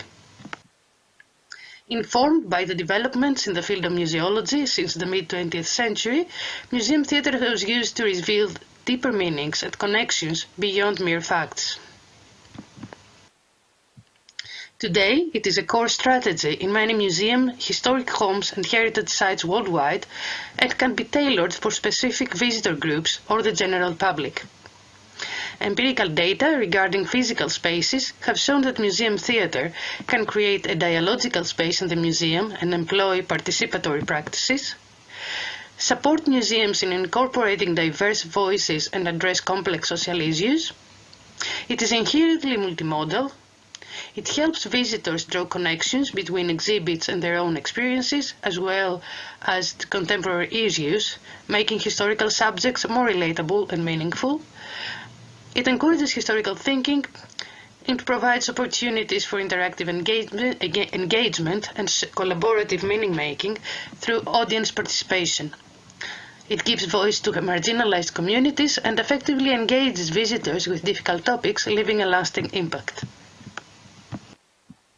But mainly museum theatre serves an essential function in conveying the intangible human remains of past societies, such as behaviors, attitudes and social norms within their specific historical, social and economic contexts. By shifting the focus from an object's intrinsic value to its broader cultural significance, it offers a multi-level contextualization that draws on intellectual, emotional, social, political, spiritual and aesthetic dimensions. In this way, it reframes objects and addresses the challenges of decontextualization by situating them within a framework of contrasting values and narratives. Museum theatre is now transitioning to the digital realm. Still, the question remains, can it be equally effective in promoting dialogue and inclusion? The museum theatre's transition to the digital realm manifests through various forms, and I will present here some examples of the most popular ones, including VR and AR experiences, interactive digital platforms, online live programming, and social media videos on platforms like TikTok. These narratives are often brought to life by actors, avatars of digital humans, characters designed with realistic human-like appearances. The narratives can follow linear or non-linear paths, with content either pre-scripted by designers or dynamically generated by artificial intelligence. Some experiences are live, allowing real-time interaction, while others are asynchronous, offering flexible engagement. First-person interpretation in VR can establish a strong personal connection to historical figures. For example, this VR experience, called Meeting Rembrandt, features a live actor playing Rembrandt, set against computer-generated environments that recreate his home and surroundings in 17th century Amsterdam. Using archival documents and artifacts, the production enables users to explore his house, interact with his studio, and even pose as models. It is accessible without additional sensors or controllers, and has received praise for its ability to make history tangible and relatable. During the evaluation of the experience, users highlighted the realistic atmosphere and the personal connection fostered by this carefully crafted environment. They also emphasized the emotional impact of such experiences. For many, the experience evoked a sense of time travel and close personal connection to the artist, while it was praised for making complex subjects accessible and engaging. These results are similar to research data from the evaluation of museum theatre in physical spaces. Augmented reality enhances real-world settings by overlaying digital elements onto physical environments, adding layers of historical narratives. In 2015, at the Hart-Clout Mansion in New York, an AR project allows visitors to play the role of a new servant in the Hart-Clout house during the 1850s. The servant is working on a first day of trial employment and has to execute specific tasks. Also, the England's Historic Cities app uses AR across 12 historical sites, featuring characters like Shakespeare as guides. Although current AR applications in this setting tend to focus on well-known figures, they highlight the potential for incorporating a wide range of voices, including marginalized perspectives. Interactive digital platforms and mobile applications also serve as versatile tools for delivering first-person narratives. An example of such a mobile application, Rev Athens, recreates aspects of the Athenian life during the Greek Revolution of 1821, allowing users to meet historical characters in the form of avatars. Users can explore revolutionary Athens from the perspectives of real and imaginary historical figures, enhancing the learning experience by highlighting marginalized voices and alternative narratives. Evaluation results revealed a high appreciation of the app's dialogues and dramaturgy that brought to the surface aspects of the everyday life of the era that are not included in the usual official narratives. Most participants indicated that the app provided a deeper understanding of historical events, particularly around interpersonal dynamics and the cultural diversity of the time. The app included elements of multilingual storytelling, which reinforced a holistic view of Greek identity and social relations. The study found that participants valued the diverse representation of historical experiences, yet some felt the need for deeper exploration of women's roles and other marginalized perspectives during the revolution. TikTok offers short videos and has become a popular platform for engaging younger users. Two notable examples are the National Archives of the UK and the Black Country Living Museum, also in the UK, both of which use TikTok to bring history to life through short, engaging videos that draws on first-person storytelling. Both initiatives are attracting millions of views and sparking dialogue among users. The National Archives of the UK shares stories from Britain's historical records, often bringing historical figures to life in a relatable and humorous manner. These short, first-person videos allow viewers to experience historical events as if they were hearing directly from the people involved. By presenting these stories through TikTok, the National Archives captures the attention of younger audiences who are drawn into history in a personal and relatable way, making it feel vivid and immediate. The Black Country Living Museum has also gained significant popularity on TikTok, with a total of 1.2 million followers in November 2024, by creating first-person videos that recreate daily life in Britain's industrial past. Staff and interpreters dressed in period costumes portray historical characters from the Black Country's history, including miners, factory workers, and shopkeepers, directly addressing the audience as though they were living in the 19th or early 20th centuries. These videos often feature humorous skits and use popular trends to engage viewers. For example, interpreters discuss life during the Industrial Revolution, providing insights into working-class life, social customs, and regional dialects. Audiences not only learn about the past, but also connect with it emotionally and culturally. Online live museum theatre uses actors to portray historical figures, guiding virtual tours, performing scenes, and presenting interpretive content. This digital museum theatre form fosters dialogical engagement with the past, enhanced by multimedia content.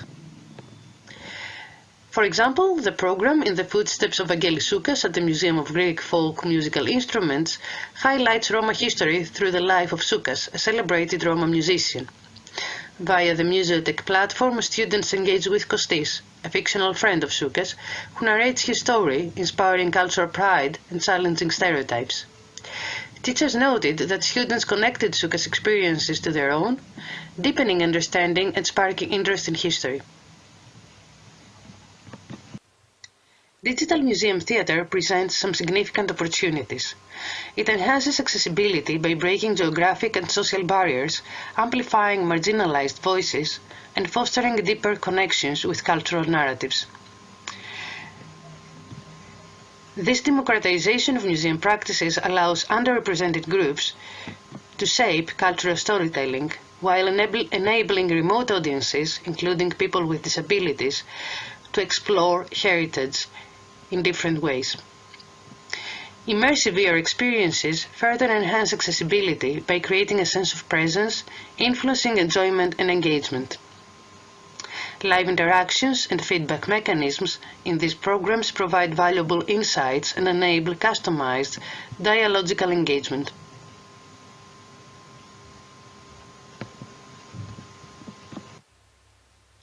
While digital storytelling amplifies diverse voices, it also raises challenges related to power dynamics and representation.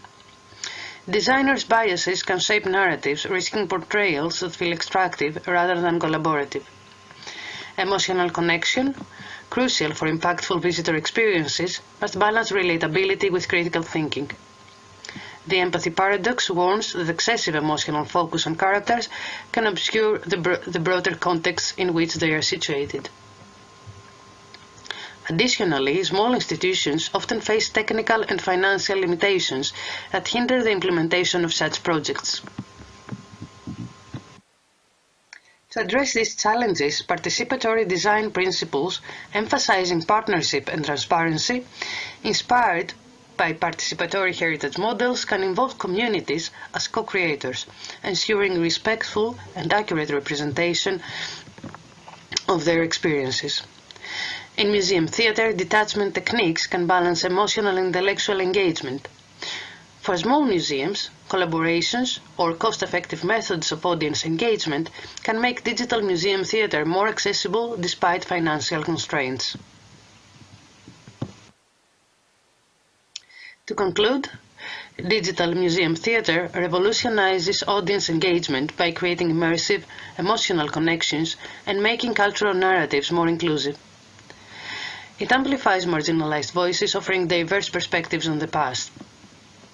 However, this approach requires ethical design to avoid biases and balance emotional impact with critical thinking.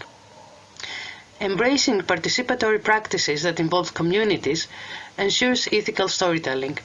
Scalable, cost-effective solutions can help smaller institutions adopt these innovations, fostering dialogue and inclusivity while building more representative narratives. Thank you for listening.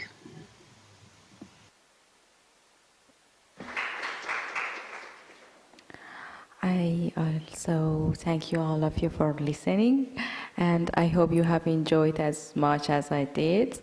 We are all open for any discussion, questions, and anything, comments. Anyone?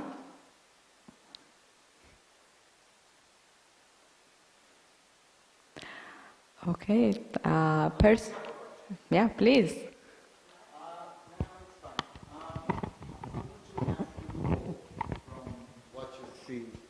From the other presentation, how do you think that visitor data could help your projects, and how do you think, for instance, things that Cristiano is working out, such as artificial intelligence, can help your project? How those two technologies can eventually enhance each other's studies and research?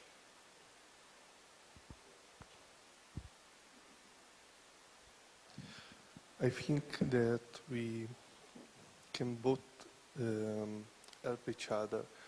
From my perspective, artificial intelligence, and especially machine learning, it's fundamental to analyze data.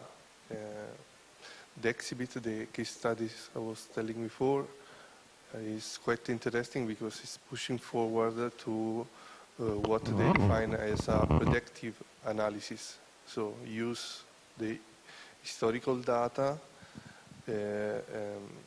put inside a complex algorithm to try to define future data, future visitor movement, ticket, and stuff like that. So it's crucial.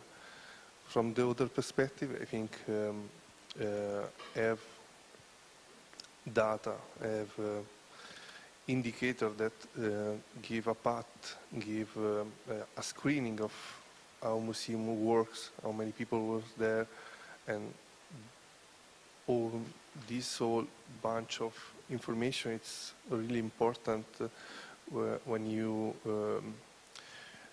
apply for a grant, when you deal with institution, because our facts are information that support your project and support your idea, make it more easy to disseminate, make understand how it's valuable. Thank you. So I think actually there's still lots of biased data with AI. And for EU programs, we're still relying on traditional methods of collecting data. So we're still relying on numbers, and evaluating actually these attendance numbers and reviews and quotations from participant audiences. So definitely it's like a work in progress, and definitely AI is going to help us on how to evaluate our current methods and think about the future in new ways and redesigning actually the future of those projects. But I think at the moment, especially for the projects that I have been working on, which are EU led, we're still relying actually on traditional methods. I have a question. To our colleagues in India, I'm fascinated with your project and how you've encouraged your wonderful women artisans of your region. And is your market what is your market for their handicrafts or for their art? Is it in India? Is it regional? Is it worldwide? And how do you connect the women artisans with those communities? So basically it is meant for Indian tourists, Indian students, and also international tourists who will be visiting that location, which is Punjab, in the northern part of India. And in terms of how to engage those women with the community, so there is, when you check the history, the way it was worked was that the women used to come together and work together, and that becomes the community. So in this center, there will be designers also who will be coming. There will be NGOs also who will be coming to further collaborate with the women artisans.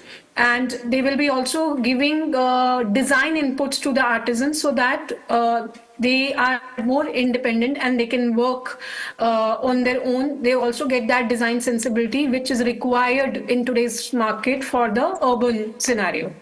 I'd also like to add one thing here, that about your question about the marketability of the product.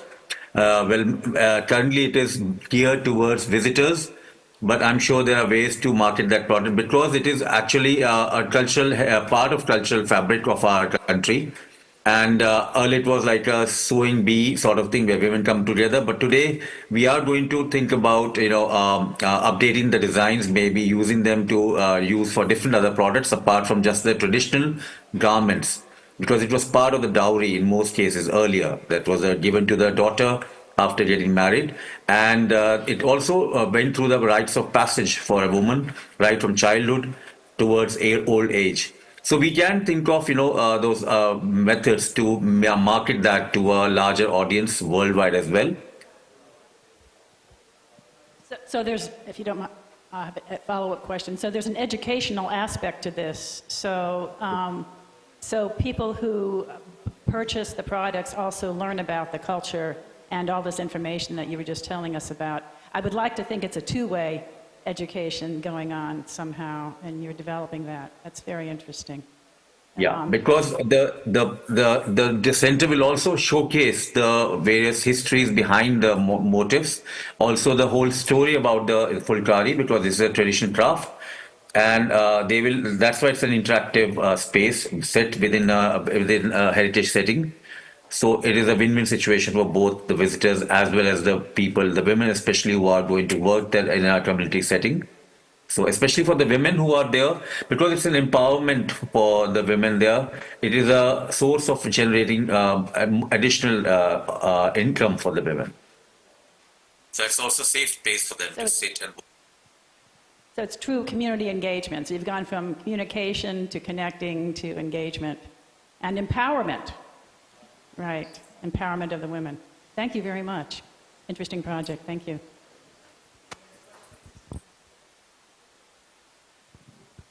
I think there's a lot of information here. And we need to look at the videos to digest it, because you've all done some very kind of cutting edge work, and we need to look at all of it.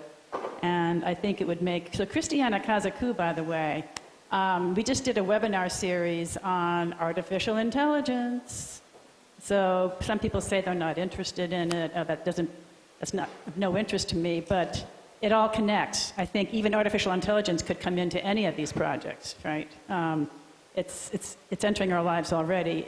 We know about it in terms of disinformation, but I think we're also thinking about anything you do with digital communication is going to be involving artificial intelligence one day. So we just started these discussions, and all of our webinars are posted on YouTube alongside this video. So we'll be continuing. We're getting ideas from your presentations today, and I think we'll be continuing these conversations. So thank you very much. To conclude this session, I would like to add that I believe these initiatives, help us preserve and share cultural heritage while enabling while enabling us, our museums, to adapt and thrive during crisis. Thank you all. So we have a few announcements for you. Do we have any? Okay, so thank you so much to our colleagues from India and the other, I don't see her, the other colleague. But anyway, thank you very much for, we'll continue that conversation. The digital conversation continues. It won't stop. Thank you. So clap, applause, or thank you. Thank you. So we have a couple of announcements. We're going to go to lunch, but in a few minutes. I just wanted you to take a few minutes. When you go to lunch, on your way to lunch, we need you to go by the table because we don't have an accurate, if you haven't signed up and signed your name on a piece of paper, we need you to do that. Some of you did it last night. We need you to do it today so we know you're here. We have an annual report we do for ICOM Secretariat, and we need to know that you were here in Tbilisi. So please do that on your way to lunch. In the meantime, I'd like to say we're going to have some presentations for you during lunch about the village Kekabi in terms of the intangible heritage traditions. And I would love for you to take time. We'll have it on both today and tomorrow. But to take a look at the exhibition and the videos and think about when crisis creates an opportunity in the professor's lecture earlier, and how these people have taken the worst crisis of all when your whole village is decimated and you're a refugee in your own country, you're internally displaced. And think of what they've done in this situation and what they're being empowered to do with the help of Blue Shield, and they're recreating their museums. In some cases, their collections were looted. So they have no idea what's happened to their collections. So they're recreating their museums, their cultural traditions in new territory. So I think it's something to think about how they're creating an opportunity out of crisis, and what all of us can do that. And with what's happening here in Georgia right now, with the young people of Georgia, they are creating opportunity out of a crisis. So I'll just take this next second to please Google, if you're not, how many people are members of ICOM MPR? Please raise your hand. Come on. Professor, you need to become a member of ICOM MPR, an honorary member. You can become a member of ICOM MPR, Marketing and Public Relations. That's who we are. Yeah, you. You're a communicator. So what I'm saying is I would love for all of you to join, because we have a lot of platforms, a lot of exciting projects. If you go to our website, look at our strategic plan, and our goal is to become more diverse, which we're doing, to attract more members from more regions of the world, but also to create more platforms, more opportunities, not just through webinars and workshops, which we've been doing in Mexico, Italy, and now Georgia. New ways of doing workshops, participatory workshops, where you have discovery and interpretation. But also, we're trying to create more conversations, and we're also looking to Dubai 2025, which everybody should plan on going to, because it's going to be an exciting time. So we have a lot of plans we're looking at right now. And are there any questions about ICOM MPR or anything so far this morning? Okay. So lunch will be ready at 1 o'clock, maybe 5 minutes before. And so please, enjoy the lobby, and we'll let you into lunch shortly. But please sign up, get your badge if you don't have a badge, and sign on the piece of paper. Thank you very much. We'll see you. Bon appetit. Thank you.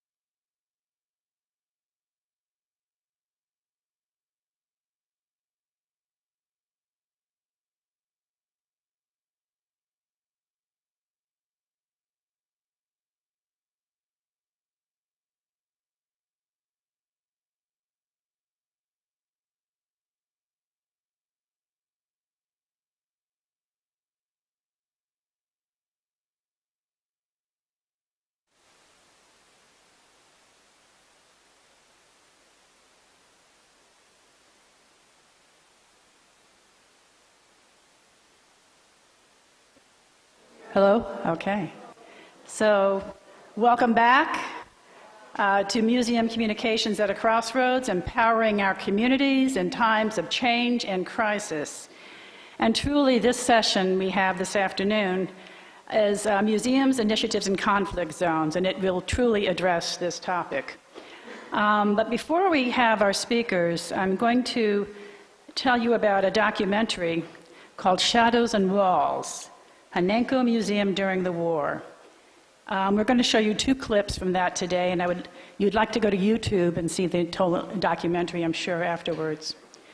But it's a short film about an empty museum is documented, where tours, concerts, exhibitions, and performances used to take place. Museum staff share how the museum continues to operate during the war and describe the initial days and months of the full-scale invasion of Russia in Ukraine. So we can go ahead and play the 2 clips.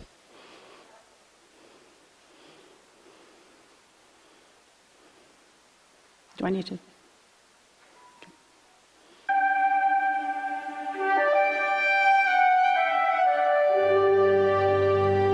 Maybe start over?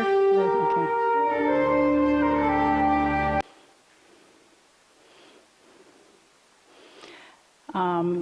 So Daria, who's going to speak right after this from Ukraine, when I saw her, I did some, here we go.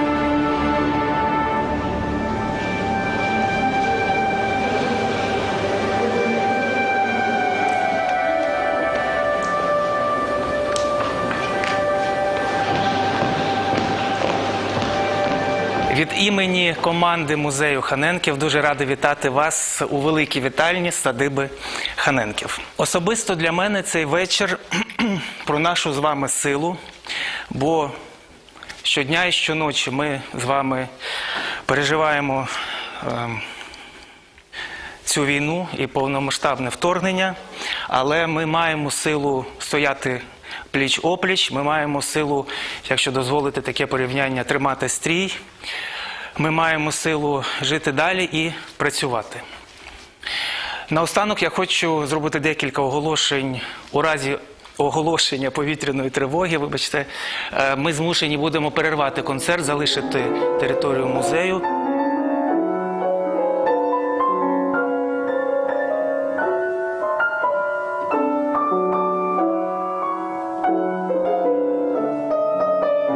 Насправді евакуації можуть відбуватися, і ми знаємо історично, і є рекомендації в різний спосіб. Коли країна дійсно розуміє, що перед нею величезна загроза, вона заздалегідь готується до таких речей. Наша країна публічно до цього не готувалася. Жоден музей не отримав жодних рекомендацій від Міністерства культури чи від органу управління щодо того, чи потрібно музею готуватися до евакуації чи ні. Крім того, були такі теж неприємні дзвоники, як один лист, який прийшов нам на офіційну пошту від китайця, про те, а це було десь за 2 тижні, напевно, до початку повномасштабного вторгнення, про те, що не збираємося ми продавати свою китайську колекцію, насамперед порцеляну. Це було дуже важко переконати команду, що нам потрібно складати ці списки, що нам потрібно думати, де нам взяти пакувальні матеріали, думати про те, що може бути евакуація колекції, про те, що може статися, що нам потрібні будуть якісь скрині. Просто мозок майже всіх не пускав туди думати, не пускав помислити взагалі таку ситуацію, що може бути евакуація, що може бути знята експозиція, що потрібні пакувальні матеріали. У нас була нарада І ми вирішували, що ми будемо робити. Ми мали створити якісь плани, да? Я тоді точно сказала, я буду музей.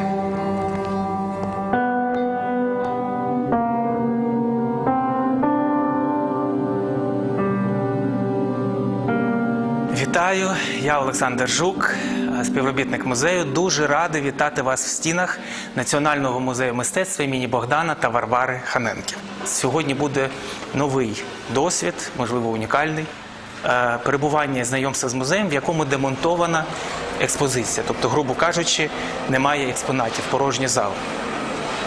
Ансамбль музею Ханенків складається з двох будинків – номер 15 і номер 17 на вулиці Терещенківській. І, власне, нашу екскурсію ми починаємо в будинку номер 17, це так званий будинок Сахновських.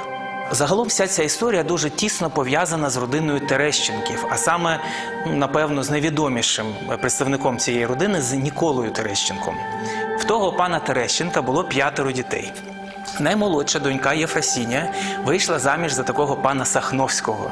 І от цей будинок на весілля своїй доньці та зятю Нікола Терещенко дарує як весільний подарунок. З 2004 року музей Ханенків працює в Києві на вулиці Терещенківській, в будинках 15 і 17. Перше враження було дуже важким, тому що все було затягнуто чорною плівкою, все це виглядало, гробова тиша, гробова пустота. Такими ми наші музеї точно не бачили. Я пам'ятаю дуже добре, коли ми проводили першу екскурсію «Тіні і стіни». На цій екскурсії було десь половина, може трохи більше, ніж половина цих відвідувачів. Була повністю ця група зібрана на першій екскурсії, і там декілька відвідувачів плакали. Зараз у нас дійсно є один експонат, який ми не можемо ніяк запакувати в мікалентний папір і сховати від всіх, тож ми не маємо права його ховати від всіх і не пускати до нього. І таким чином ми можемо працювати з ним. І це будинок Ханенків.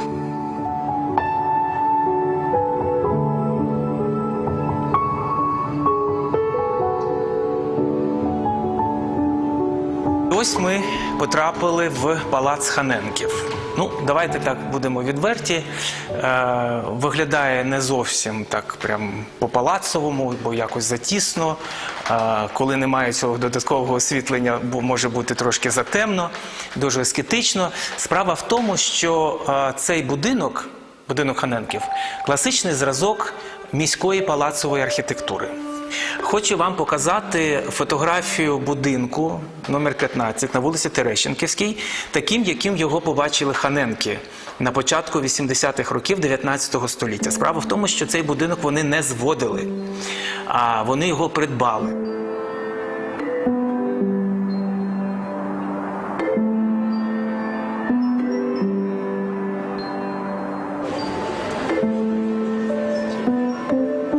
Росіян вже відтіснили від Києва і, в принципі, вже були звільнені всі ці північні території, Ірпінь, Буча, і потрохи поверталося, як нам тоді здавалося, мені, принаймні, таке звичне життя. Був величезний запит в суспільстві на те, щоб заклади культури, принаймні, починали працювати. Відповідно, ми почали робити спочатку вуличні екскурсії про те, взагалі, що є музей, історію музею і як він взагалі жив, як він взагалі як інституція розвивався. Потім ми почали відкривати дворик. Це частина якби музею, але вона не така канонізована, скажімо так. Ти ближче до людей. Людям класно у дворику. Отож, ідучи цим подвір'ям, ви не могли не помітити, що на стінах споруд довкола подвір'я бачимо мозаїки і стінописи. Все це роботи третього за рахунком директора цього музею Василя Федоровича Овчинникова. Близько 42 років був директором цього закладу. Овчинніков спочатку займався евакуацією, потім був відізваний на фронт, а потім відізваний з фронту, коли Київ було звільнено і колекція мала повертатися з евакуації. Я назавжди запам'ятала його рядки про те, як він біг з вокзалу до музею. Тобто він не побіг додому, він побіг до музею з вокзалу. Побіг до музею і побачив музей з відкритими вікнами, і побачив зали з порожніми стінами, з рамами, з яких були подекуди вирізані картини. І він пише, і листя каштану з сусіднього парку вітром роздавало по залах. Тобто він так це описав, що я цю картинку запам'ятала назавжди. Да? І у нас була нагода подібну картинку побачити ще раз у жовтні 22-го. And there's one more clip.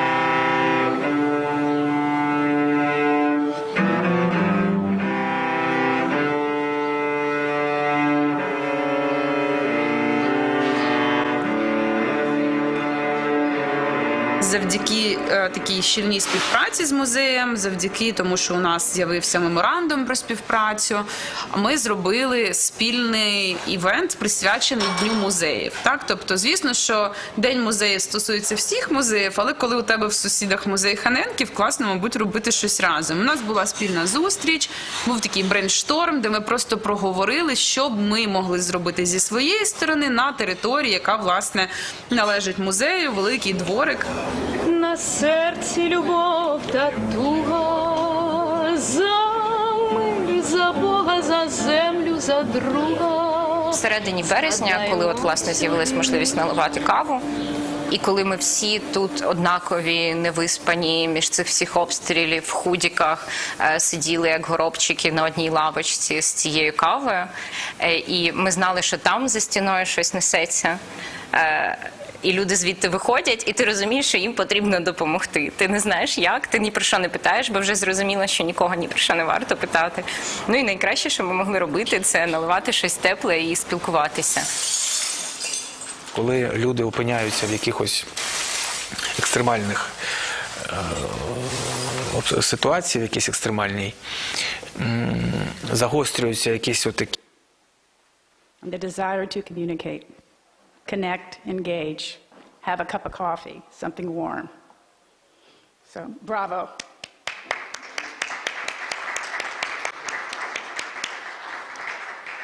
So, Daria, can you please come to the microphone?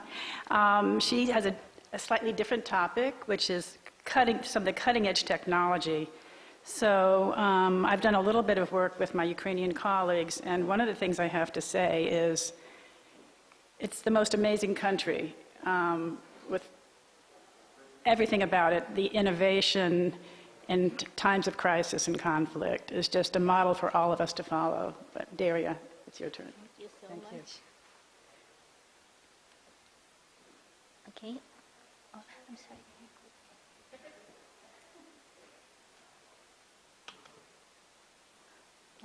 Greetings. My name is Daria. And I'm working in Hanenka Museum in Kyiv. Well, today we will start with this photo. I would like to show you this photo. It is the red living room in the museum house, and it is 1943. It was the first that our colleagues saw after liberating Kyiv during the Second World War, And it was the biggest fear in 2022. We afraid of lost everything again. That's why we try to deal with it. We try to do something with our fear. And then it's 2021, before the full-scale war was started. It's red living room, the same room as from the previous photo, and it's our excursion and our normal life. And it is 2022, our life during the war now. So we still have our interiors, we still have our visitors, and we still have something that we have to keep. The Hanenko Museum is located in Kiev. We have collection of European and Asian art. It is more than 25,000 items, and more than 1,000 items was presented in our rooms before the war. And then we removed all our artworks through the one day. It was 24th of February 2022, when Russia invasion started to be full scale, exactly. But we can't cover all our objects, as I told in our movie. We still have our house, and it is still the part of our collection. So we realized how fragile it is. In October 10, 2022, after the full-scale missile attack on Kiev, all that we saw that day in this red living room, it was glass. And also it's not only our window, it's also the part of our walls and our ceilings and so on. So we're still in a reconstruction part of the work, but we are still working. We're still working for our visitors. We are still doing lots of programs, but it is kind of other story. Today we will speak about how to save everything and how to deal with it. Well, our first losing part starts, we have three periods when we lost our artworks. All three periods was because of Russia. Even after Second World War, when we came back everything, it came to Russia, and then they decided what they sent to Kiev. It was the Soviet occupation in Ukraine, so still in Russia we have a lot of our artworks. Well-known website, Lost Art Database, you can find there 474 our objects. But it's not all of them, it's not of all our lost objects, but we know this one because of some kind of photos and some kind of information in our archive. So what do we do with this? How we have to deal with this? Also we have one happy story about the returning, but it's also about the European society, about American society, not about Russian society, because three artworks came back in Kiev 2021 from the Europe.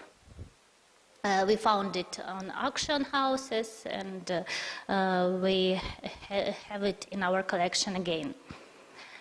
So we decided that accessibility is a security.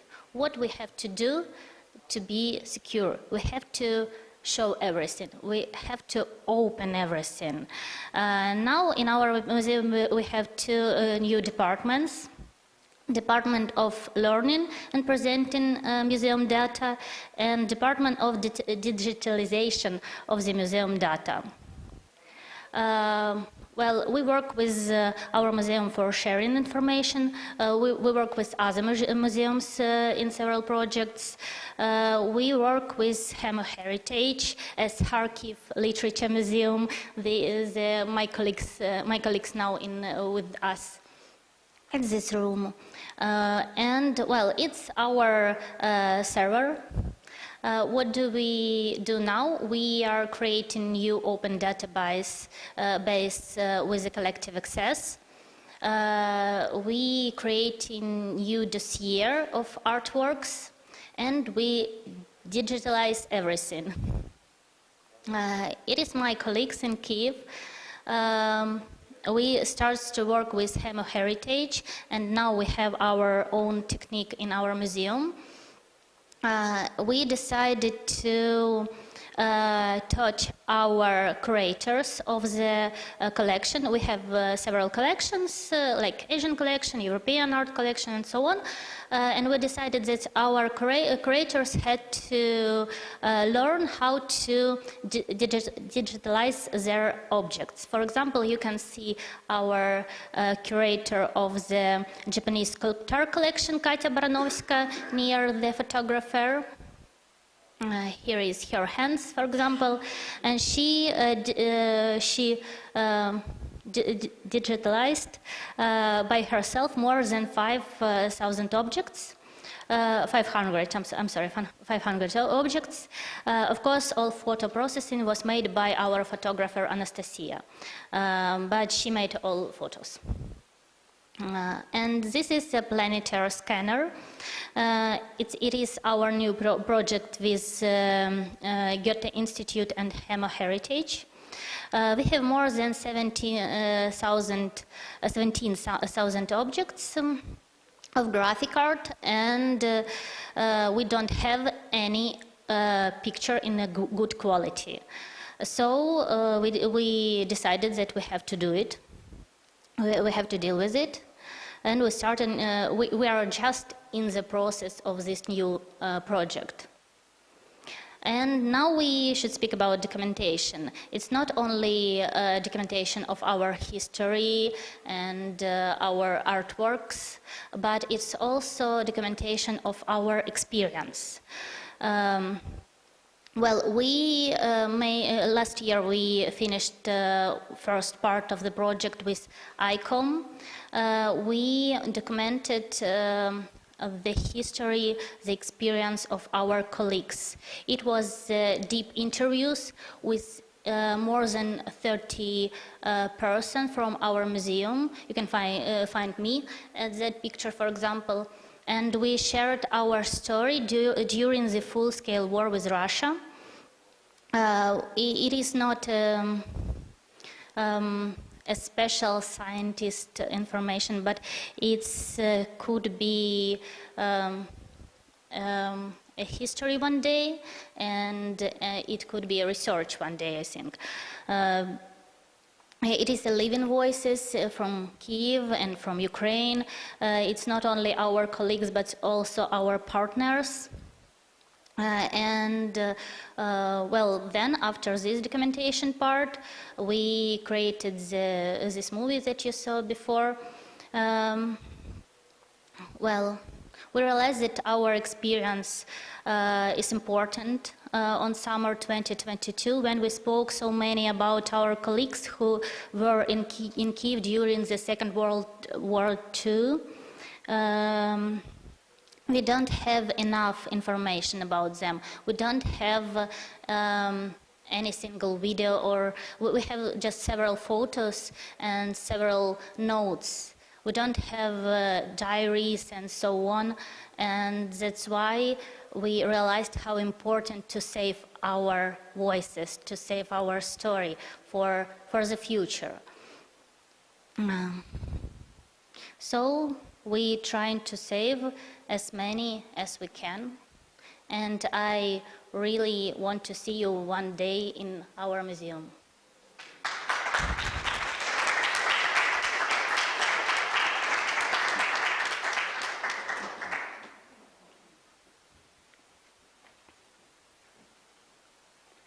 Thank you, Daria. And I think an important point, when we talk about documentation, it's for so many reasons. It's not just for preservation.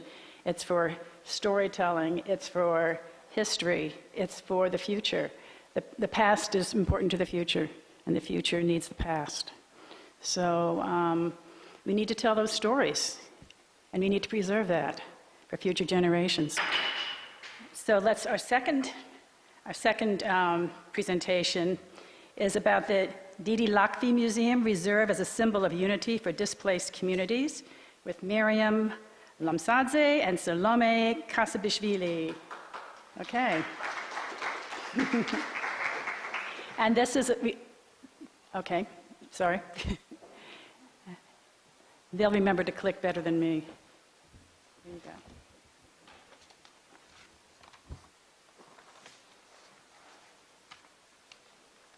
მოგესალმებით, ძალიან მიხარია თქვენთან ერთად რომ ვარ და ამისთვის ძალიან დიდი მადლობა ორგანიზატორებს. ჩვენ წარმოვადგენთ დიდი ლიახვის ხეობის სახელმწიფო მუზეუმ ნაკრძალს, რომელიც 2008 წლის აგვისტოს ომის შემდეგ გახლავთ დევნილი მუზეუმი და ის მდებარეობდა 2008 წლამდე ამჟამინდელ ოკუპირებულ ცხინვალის რეგიონში, კონკრეტულად კი სოფელ ქურთაში. 2008 წლამდე მუზეუმის ძირითადი საქმიანობა გახლდათ ადგილობრივი ძეგლების, კულტურული მემკვიდრეობის ძეგლების მონიტორინგი, სხვადასხვა სარესტავრაციო სამუშაოები და პასპორტიზაცია. ხოლო 2008 წლის ომის შემდგომ იქიდან გამომდინარე, რომ შეუძლებელი ადგილზე შესვლა და ადგილზე სხვადასხვა სამუშაოების ჩატარება, მუზეუმმა შეიცვალა საქმიანობა და ახლა მისი ამჟამინდელი საქმიანობა ეხება ძირითადად კვლევით საქმიანობას, სამეცნიერო მიმართულებას, ასევე საგანმანათლებლო პროგრამებს.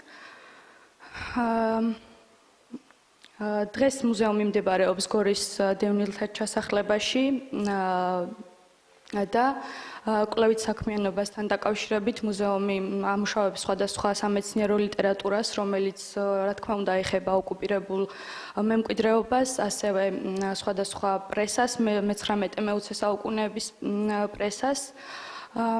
ასევე უწყვეტ რეჟიმში მიმდინარეობს ვირტუალურად მონიტორინგი კულტურული მემკვიდრეობის ძეგლების მდგომარეობის დადგენა ხდება, რომელსაც ვადგენთ სხვადასხვა რუსულ და ოსურ ინტერნეტ საიტებზე განთავსებული ინფორმაციის საშუალებით და რაც შეეხება საგანმანათლებლო მიმართულებას, რომელიც მოხსენების ძირითად ფოკუსს წარმოადგენს და ჩვენი მოხსენების სათაურიც სწორედ ეს გახლავთ, მუზეუმი როგორც იძულებით გადაადგილებულ პირთა ერთობის სიმბოლო. ჩვენთვის ჩვენთან მუზეუმში დადიან ბავშვები, რომლებიც გახლავთ სწორედ 2008 წლის აგვისტოს ომის შედეგად გამოდევნილი ახალგაზრდები და უკვე 10 წელია არიან ჩვენი ბენეფიციარები. ბავშვები სხვადასხვა საგანმანათლებლო საქმიანობას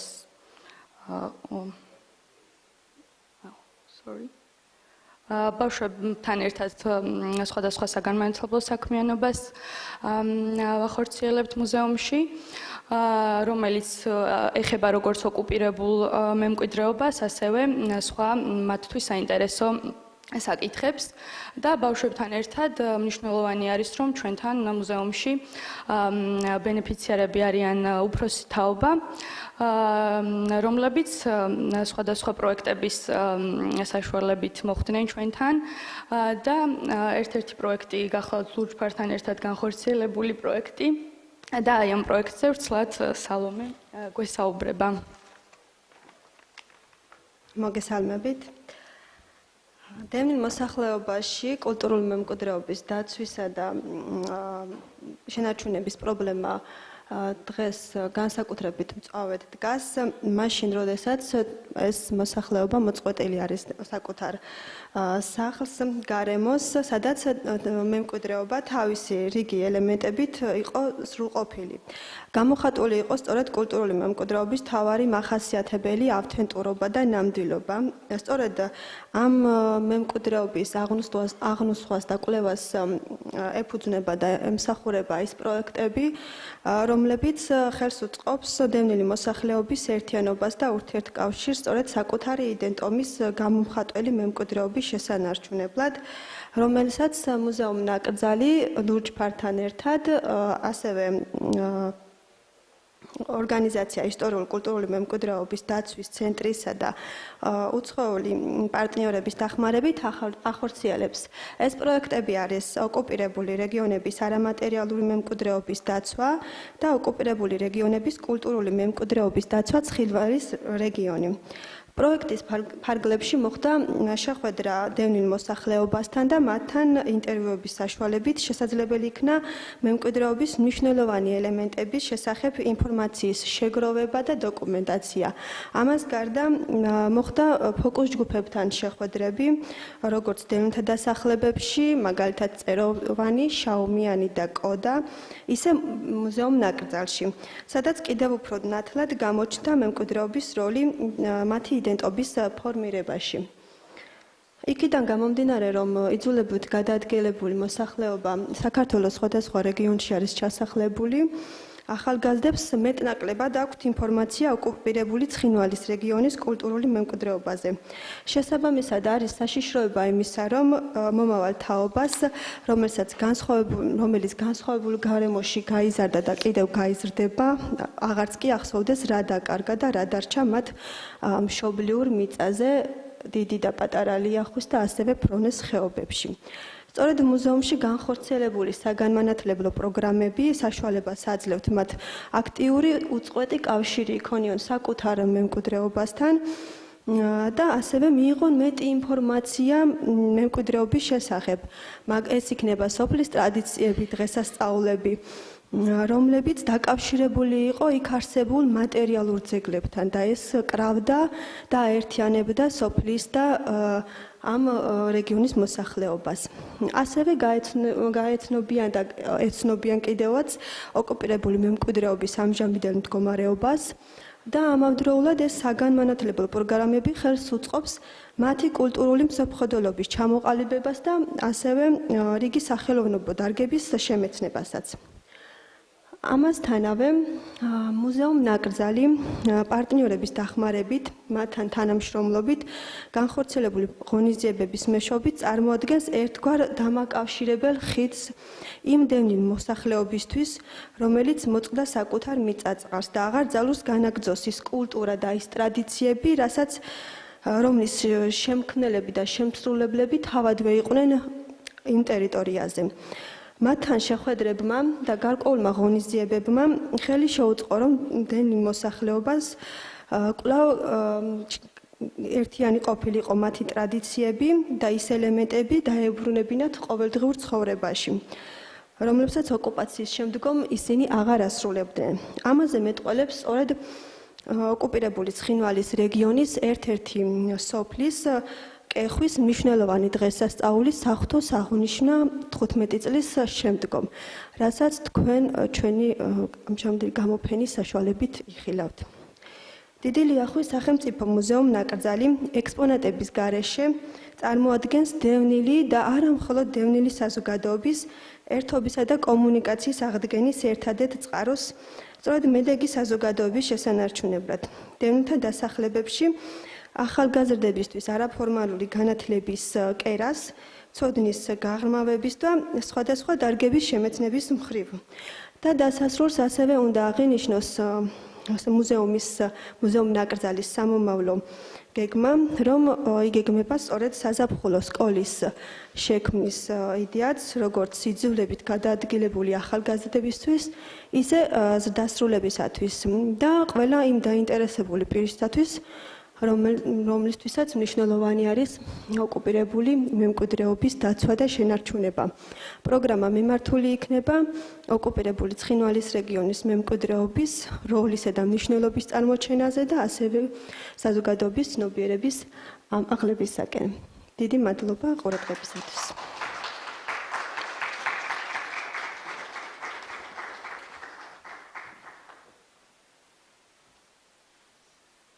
Okay, so we're continuing the conversation, right, with Tamari. Sorry. So here's the clicker. Building bridges, collaborating with museums and community centers to safeguard intangible cultural heritage. So we're continuing the conversation on this topic. Thank you. I'll speak in Georgian, so I'll give you some time too. მოგესალმებით მეგობრებო, მე ვარ თამარ სოფრომაძე და ფაქტობრივად გავაგრძელებ იმ საუბარს, რაც წინა მოხსენებით დავიწყეთ. პირველ რიგში მინდა რომ ის თემა გავაგრძელო, რითიც ლანამ გახსნა დღევანდელი დღე და ვიცი რომ ყველა ქართველისთვის, ვინც დამსწრეა, რთულია სხვა რაღაცაზე ფოკუსირება და წინა კვირას გამართულ კონფერენციაზეც იგივე ვთქვი და ახლაც იმავეს ვამბობ, რომ განსაკუთრებით უკრაინელი კოლეგების საქმიანობას რომ უყურებთ, უფრო ხვდებით რომ მაინც ბრძოლა და ამ სფეროში ჩვენი სიტყვის თქმა მაინც მნიშვნელოვანი არის ყველაფრისთან მიუხედავად. თუმცა ასევე მინდა რომ უცხოელ სტუმრებს ესე თხოვნით მიმართო, რომ თვალყური ადევნეთ რა ხდება ამ ქვეყანაში დღესდღეობით, იმიტომ რომ მნიშვნელოვანი მოვლენებია და მნიშვნელოვანია თქვენც აქ ხართ ჩვენთან ერთად და რაღაც ეს ეტაპები ერთად გავიაროთ თქვენი სტუმრობის დროს. ჩემი დღევანდელი პრეზენტაცია ეხება იმავე თემას, რაზეც გოგოება ისაუბრეს, ჩვენს ერთობლივ პროექტს. ოღონდ განვიხილავ ამას ჩვენი, როგორც არასამთავრობო ორგანიზაციის მხრიდან და არა როგორც მუზეუმის მხრიდან და ვცდილობ შევეცდები წარმოვაჩინო თუ როგორ შეუძლია თანამშრომლობას მუზეუმებს და სხვა ორგანიზაციებს შორის მიგვიყვანოს დადებით და წარმატებულ შედეგებამდე. როგორც ნახეთ ეს პროექტები, რომლის ფარგლებში შეიქმნეს გამოფენა, რომელსაც აქ ხედავთ და ფილმები, რომლებიც ლანჩის დროს იყო ჩართული, ეხება არამატერიალურ მემკვიდრეობას და ყველა ვიცით, რომ ეს მემკვიდრეობა არის ის, რაც ფიზიკურად ვერ შეეხებით ადამიანს თან დააქვს. შესაბამისად, როდესაც ამ მემკვიდრეობის დაცვაზე ვსაუბრობთ, უმნიშვნელოვანესია თვითონ ადამიანებთან კონტაქტი, მათთან საუბარი, თემთან კონტაქტი და ამისათვის უნიკალურ საშუალებას გვაძლევს სწორედ მუზეუმები, რომლებიც ამ თემებში არსებობს. მე წარმოვადგენ ლურჯი ფარის საქართველოს ეროვნულ კომიტეტს და ჩვენი ორგანიზაციის, როგორც საქართველოს კომიტეტის, ისე საერთაშორისო ლურჯი ფარის მიზანი არის მემკვიდრეობის დაცვა კრიზისების დროს. ამაში შედის, რა თქმა უნდა, ომგამოვლილი, ომის დროს დაზიანებული მემკვიდრეობის დაცვა და საქართველოს რეალობაში ასევე ოკუპირებული მემკვიდრეობის დაცვა. მაინც გაჩვენებთ საქართველოს რუკას, რომ უფრო თვალსაჩინო იყოს უცხოელი სტუმრებისათვის, სადაც არის გაფერადებული საქართველოს ოკუპირებული ტერიტორიები. 90-იანი წლებიდან და შემდეგ 2008 წელს საქართველოში არის ორი ოკუპირებული ტერიტორია, რომელიც ქვეყნის ტერიტორიის 20%-ს წარმოადგენს და 100,000-ობით ადამიანი არის დევნილი ამ ტერიტორიებიდან და ცხოვრობს გაუფერადებელი, რაც არის რუკაზე, ტერიტორიაზე, სხვადასხვა დასახლებებში.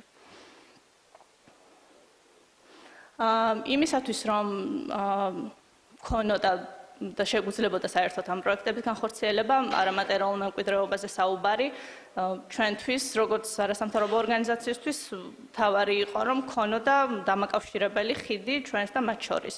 და ამ შემთხვევაში იყო ეს დიდი ლიახვის მუზეუმ-ნაკრძალი, რომლის წარმომადგენლებს ისაუბრეთ თავიანთ საქმიანობაზე და ეს არის უმნიშვნელოვანესი ორგანიზაცია თვითონ თემისთვის, დევნილი თემისთვის და იმ თემისთვის, სადაც ახლა მუზეუმი არსებობს დევნილთა დასახლებაში.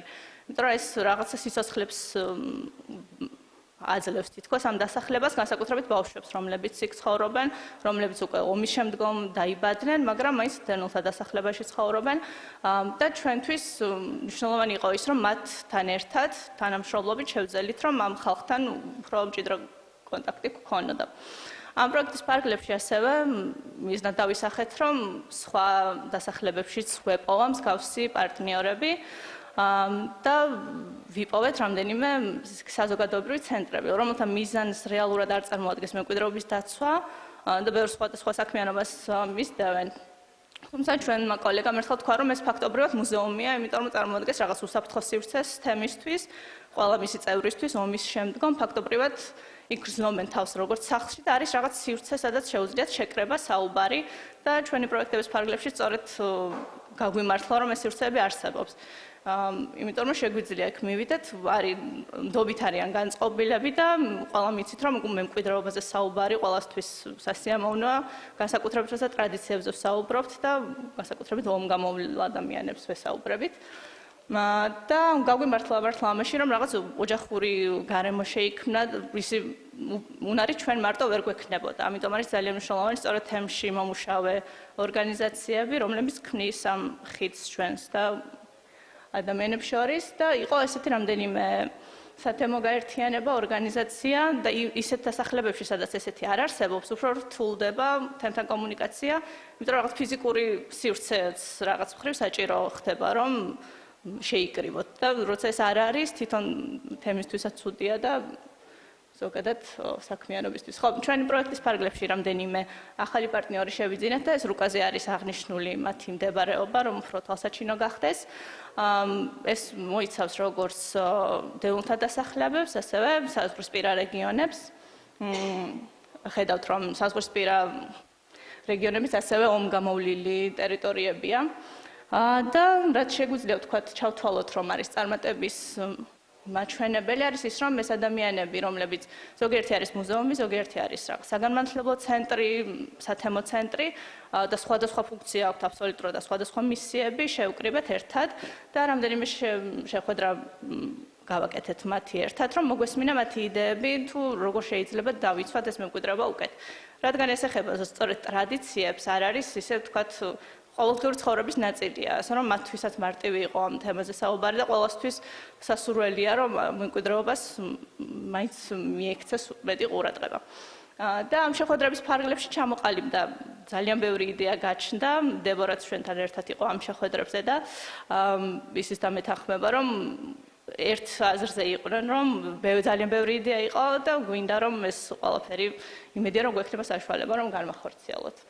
ასევე უნდა ვახსენო ისიც, რომ ეს გამოფენა, რომელსაც დღეს ამ ოთახში ხედავთ, მნიშვნელოვანი არის იმისთვის, რომ შეიძლება გამოფენისთვის ცოტა უცხო სახე აქვს, იმიტომ რომ არის მოძრავი და ესეც ჩანაფიქრში იყო ასევე ჩაფიქრებული, რომ შეგვიძლია სწორედ ამ ადამიანებისათვის მიგვეტანა და არ იყო თქვა აუცილებელი, რომ აუცილებლად მუზეუმში მოსულიყვნენ, არამედ მათ სოფლებში და დასახლებებში შეიძლებოდა ამის ჩატანა და მათთვის ჩვენება, რომ მათი მემკვიდრეობა მნიშვნელოვანია და იმსახურებს ყურადღებას.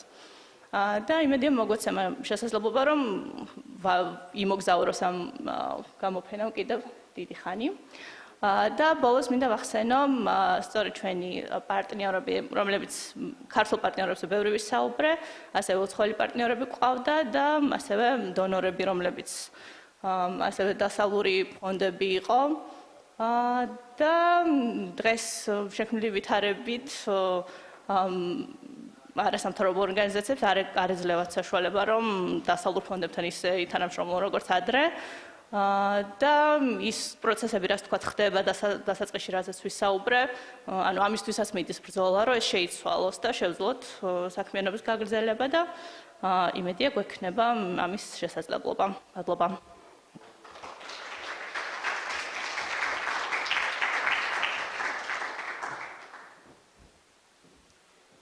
So I think before we go on to our last speaker, let's have a little discussion now on this topic.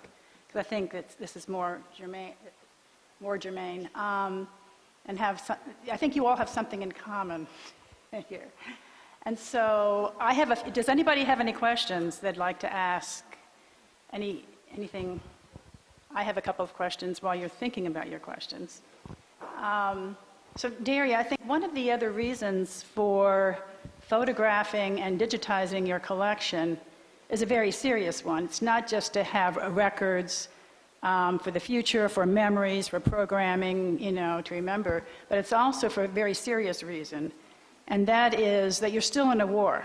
There's still wartime, and you want to come to the microphone, maybe. Oh, you have a microphone there. That's fine.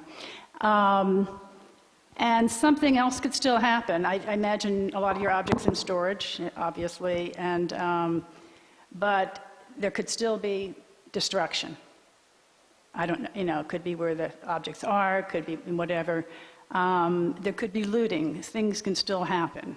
And so it's very important. There's a couple different reasons. So when you want to talk about that, I mean, I think why the serious reason why you're doing that? Well, it's really important to save everything, and now we can save everything only in digital.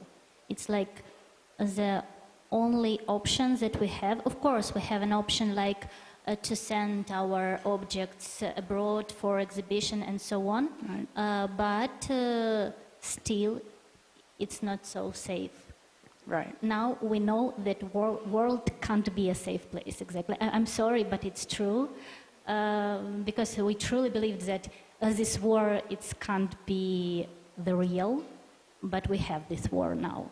And still, the other options that our colleagues have to work with with their collections. As I told you, we have several curators, and they have their own researchers, mm-hmm. So they have to work with these objects. But these objects at the shelter or at the exhibition abroad. Of course, we have a lot of partnerships.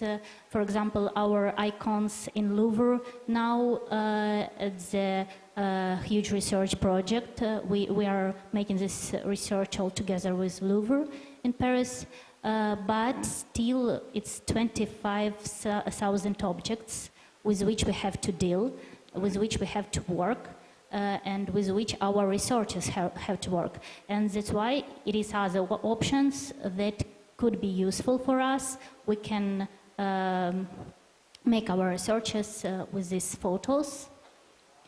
So it's safety, it's science work, and it is presenting, because still it's not our objects, it's a world heritage. It's world heritage. And we have to share it. We have to make it open for every single person all around the world, and now it's important to do it inside of the museum, but it's impossible to do it inside of the museum, but we can do it online. We can share our information. So it's not only photos, it's not only a database with short information, but it's also dossiers. What it is, a dossier, it's whole information about one object. For example, it could be our list of literature, our articles, every single information from the archives which our researchers had done and still doing. So we decided to collect the whole information, the full information that we have now, and make it open for everyone about every single object. Of course, it's like years, but we should start now. We don't have another time. Crisis creates opportunity, again. Yeah. And so another reason for that, another serious reason is in case something does happen to the object still. We should mention Vasil Rashko. If you were here in the workshop last week, I talked about the Heritage Emergency Monitoring Organization. And so they're doing work on two sides. And one is to get everybody to digitize their collection, and they've helped train you, and they know how to store the metadata. But also, on the other side, when something happens, they have a team of people that can go into a place that's been attacked, missile attacks, whatever, and they can assess the damage immediately. And if they have the photographs of the architecture, of the blueprints, of the archives, of the objects, of the displays, they can assess the before and after. And on top of that, they also have cooperative arrangements with organizations in the United States with satellite imagery from the air. And so they can also prove hopefully someday an international criminal court in The Hague of these crimes against humanity, actually cultural heritage. So I think that's a big thing that Ukraine is working on right now, and that's for all of us, and that it is a crime to destroy cultural heritage and cultural identity. We are exactly including in this process because our museum was damaged after the missile attack.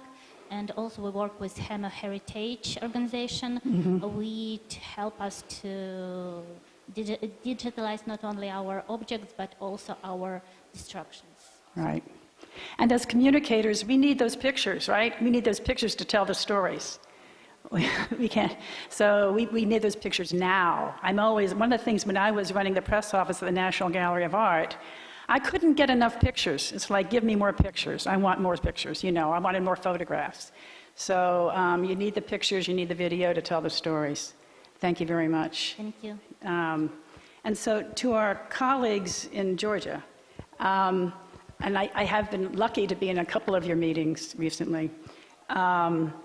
I'm going to ask one question. We still have some time for the other presentation. Just very quickly, so what has been, what is your next step? I know you're building bridges, but so what are there, you've made a lot of progress, but I know you're working with the youth in particular. You said you were focused on that.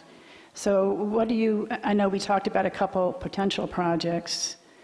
Go ahead. Okay, I'll say it in English, not to confuse the translators. We're hoping to continue the route we had started. It's fine. Okay, I'll say it in Georgian then. I'm sorry. ეს პროექტები სამი წლის განმავლობაში რაც მიმდინარეობს და ფაქტობრივად რაღაც თავისი ცხოვრება შეიძინა, ასე ვთქვათ. და ჩვენი გეგმა ისე დიდი ლიახვის მუზეუმთან ერთად არის, რომ გავაგრძელოთ იმაზე დაყრდნობით, რაც ვისწავლეთ, იმიტომ რომ თავიდან რომ დავიწყეთ არ გქონდა გამოცდილება და უფრო რთული იყო. და ახლა გვინდა რომ გავაგრძელოთ ეს პროცესი, რაც დოკუმენტირებასაც მოიცავს და ამ თანამშრომლობას ამ სხვადასხვა ორგანიზაციებთან და უფრო დიდი მასშტაბის მოცვას ტერიტორიულად.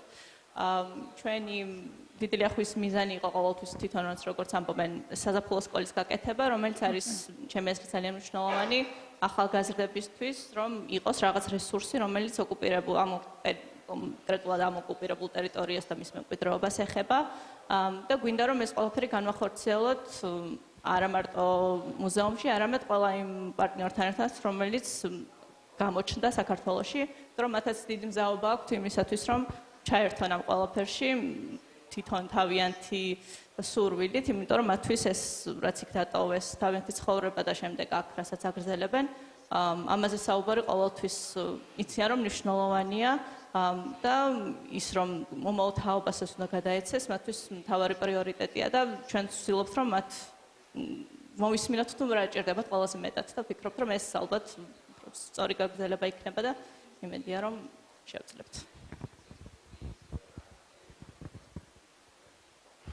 We also had, when you talked about cultural heritage at our ICOM Europe meetings, we also talked about mental well-being, how museums play a role in our mental health and our mental well-being. And so remembering and preserving your cultural heritage and keeping your programming going is essential for people's well-being. Perhaps Daria, you can talk about that. In terms of the community response. They haven't seen the full YouTube film, so maybe you can give us some sense of how the community, different people in the community have responded to what you're doing now in the museum. Well, we are a lucky museum. I think as the same as the Kharkiv Literature Museum. I want to tell also about my colleagues because it's one of the greatest museums in Ukraine, Kharkiv Literature Museum. It is the single museum which work in Kharkiv now, I think. It is the last one who stand in Kharkiv. Wow. Yeah, they also work without collection. They work with modern artists. Am I right? Yeah. Yeah. Yeah, and so as we are. And well, our museums had a community before the full-scale war.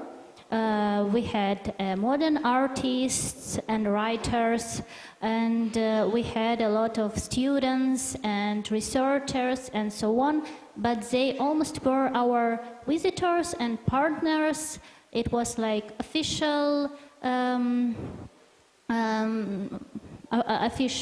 links, but then after the war starts, we realized that we can be not only partners, we can be friends. We can share our all our life together. And well, Museum Hanenko, as you saw at the first part of the video, you saw the volunteers It was the modern artists, Ukrainian popular modern artists, who came 24 of February 2022 when the Russian came to Ukraine, to the central part of Ukraine, because the Russian was in Ukraine till from the 2014, as you know, and well, they came, they left their houses, they left their families, and they came to museum to help us. They helped us to cover all our collection, 1,000 objects per one day. And well, it is our community, it is our strong link. And then we made, after the year of this event, we made an exhibition. It calls once again in Hanenka House. And these modern artists created their artworks after the year, like after their experience of covering our objects, experience of make a connection with our colleagues, and we created one exhibition. It was quite popular, exactly. And what else? We have a strong connection with the cafe near. It's quad 17B. You saw the girl with pinky hair. It is a director of the cultural space and cafe. We don't have the cafe inside of the museum. But we have this team. We have this community near, and we can share our community. We can share our visitors, if I can say that that way. And well, these people from this cafe, they were with us during the war, and they still with us. They helped us when we lost our window selling and so on. They gave us warm food and coffee. I know that it's some simple and some small thing, but it was so nice for us, and it was also nice for them. I think we shared that experience all together. And then we created a lot of events with them, with this quote 17B, before we had opportunity again work inside of the museum, because after the missile attack we have to cover all our windows, we have to deal with our buildings, because we didn't know if it's safe for visitors to be inside, and that's why we were working inside of this cafe, inside of this quote 17B, and it starts to be the part of our museum team, exactly, I think, yeah, at that moment. So we can share our community. We can be all together also with the Kharkiv Literature Museum, because we have a lot of links on conference and so on. And I know that they are always recommending our museum, as we can recommend our visitors to go to visit Kharkiv Literature Museum. And we are now in Ukraine, I think we are a great community of museum workers, because we can share our experience, and we can send journalists, for example, to visit other museums. So if one journalist come to Ukraine, to Hanenka Museum, we could ask him to go also to visit Kharkiv Literature Museum, or Odessa Art Museum, or Lviv, or so on. So now it's like one great big community. And for me always was so important that museums can't be like museums can't concrete with each other, because we have so special information, so different topics, so we can share. We shouldn't concrete, and now we can do it all the time. So now you've built a coalition, and you've got a network of exchanges and support, and additional programming that you never dreamed of before, I think. I think the programming, I'm familiar with the Kharkiv Literature Museum, and the programming is so, people are coming over the border from other countries for the festivals. It's such a phenomenal programming festivals that you have. And your director, who I know, is so creative and innovative and is dreaming big dreams. And not just in terms of programming, but in terms of challenging subjects, like you have a collection of Soviet or Russian literature, and it's how to, there's somebody, she was talking about, there's one of the museums has a collection of Russian literature, and how to integrate that in another museum. We were talking about the discussion, one of the difficult discussions is that part of the history and how that part of the history is integrated into Ukrainian history, how it's all, there are those hard discussions that are being had, but they're very intellectual conversations, as well as the Maidan Museum in Kyiv, that I think is cutting-edge topics that we would all be interested in. And I would love for all of your programming to be live on Zoom sometimes. So I think the topics that you're discussing in the middle of a war are just kind of amazing for the rest of us. I have some other questions for our other group, but I think I'm going to go on to our next speaker. And we have... Okay. And so we have a presentation from Akanksha Tathead from India, Engagement in Museums Dealing with Difficult Pasts, a focus on conflict and the Partition Museum. And I think here she is.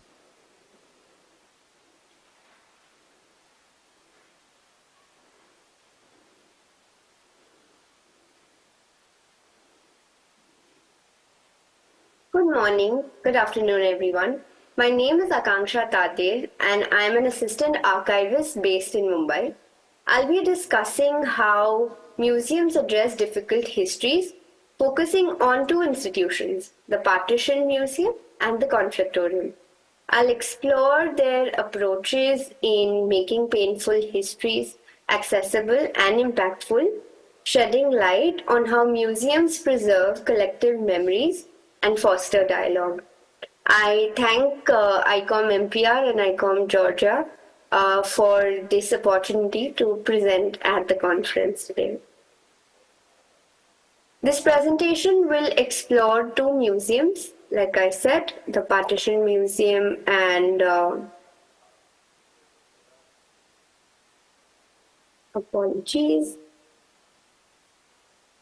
like I said, the Partition Museum and the Conflictorium. I will focus on how they address difficult histories using exhibits and engagement strategies. Through these examples, we'll see how museums can make complex and painful topics more understandable and relatable for their audiences.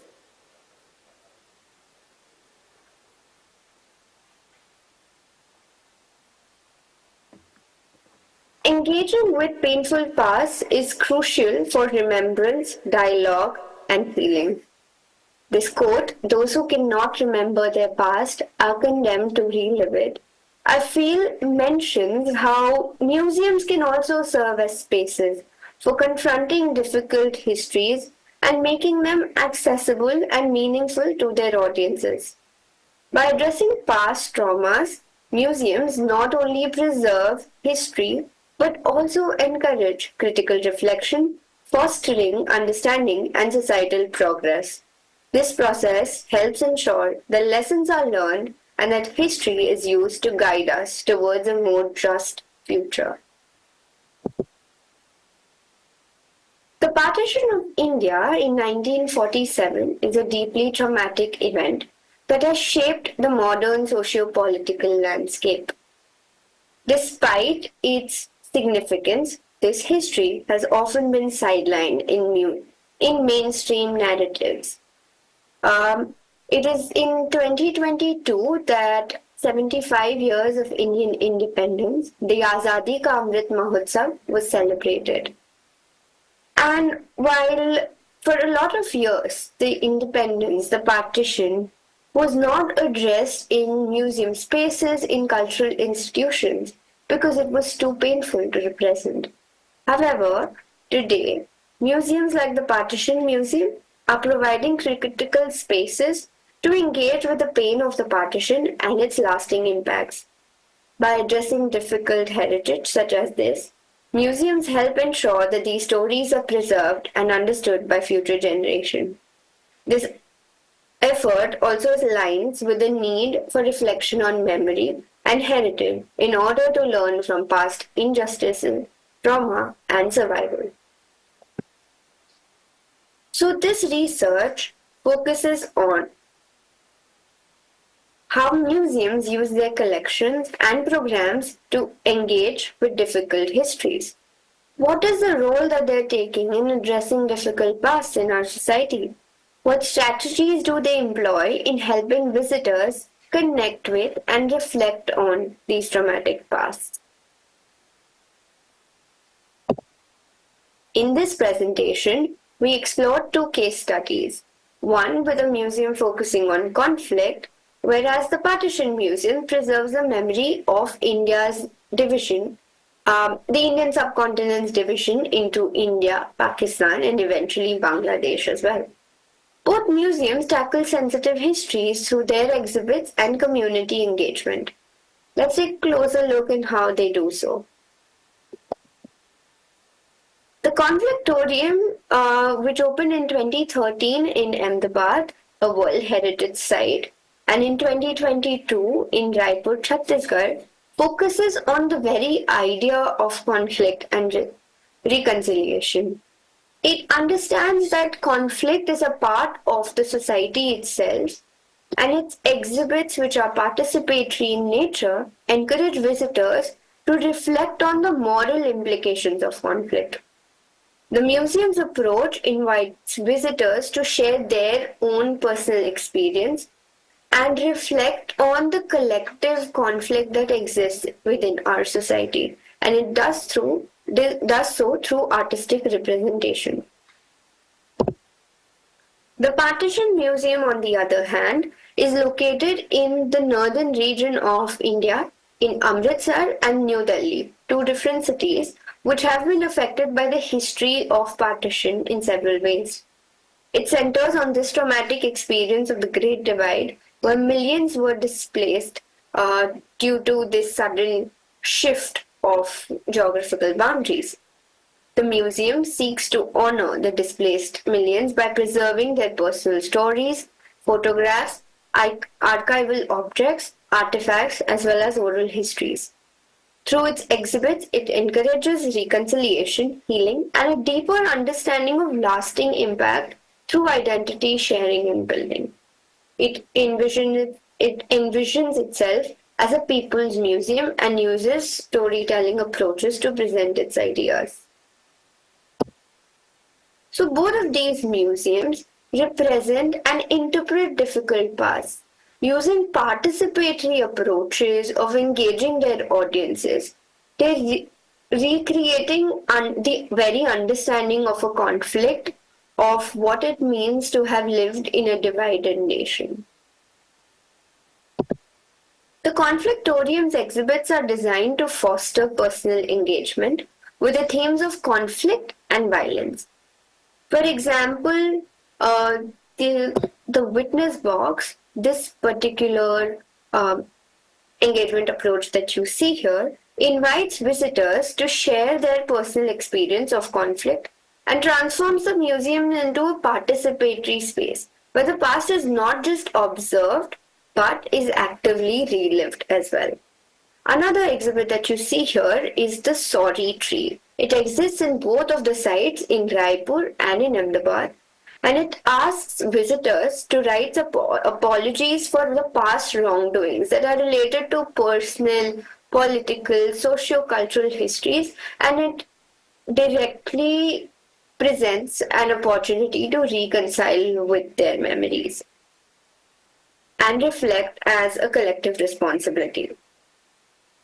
All of the images that you see here are from the Ahmedabad and the Raipur sites and are their permanent exhibitions of display. The museum also engages on a monthly basis and more in artistic residencies and support supports creative expressions of the understanding on conflicts in society. So through such exhibits, the Conflictorium is trying to create a space where people can confront with the human costs of conflict in a very meaningful way. And these are some of the highlights of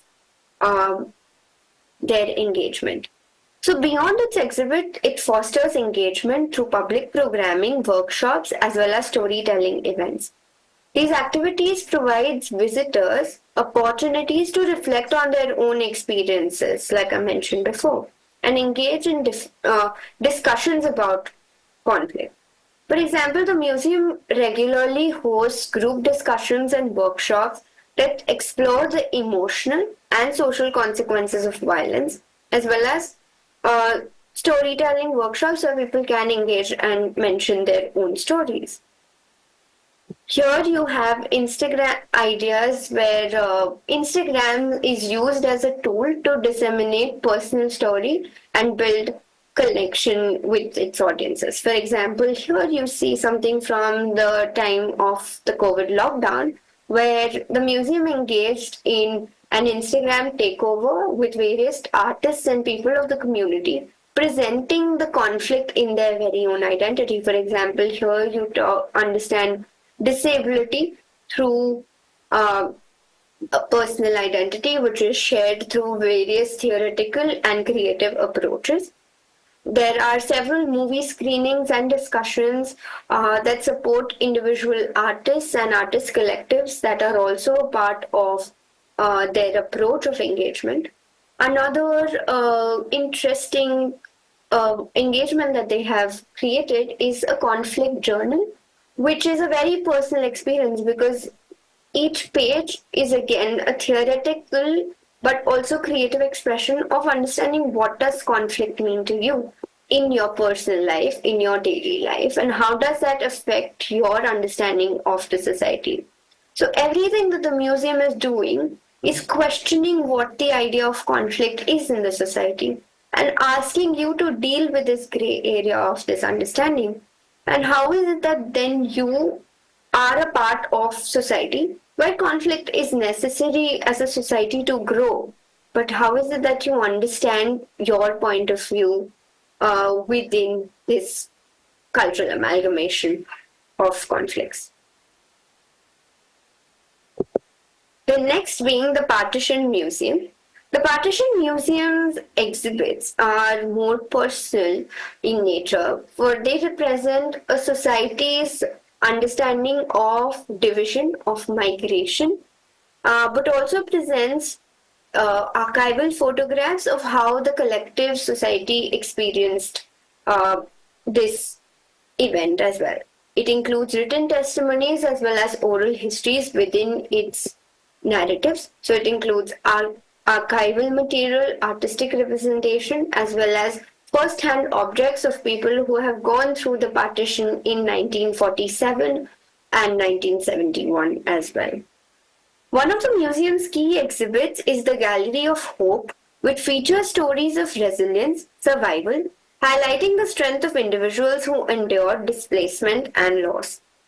These personal stories are told through several objects like letters, clothing, and family heirlooms, which they carried in their journey from one independent nation to the other to avoid violence. And they serve as poignant reminders of the human cost of partition. The museum's exhibits aim to humanize the trauma of partition and emphasize the enduring human spirit in the face of adversity.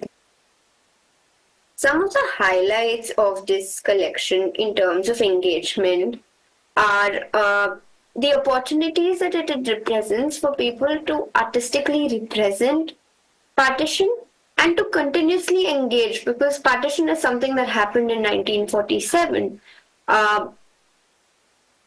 Today it is a second generation or third generation memory. And how is it that it's passed on generations in food, in culture, in habits, and the idea of lost homeland resurrects again and again through these narratives.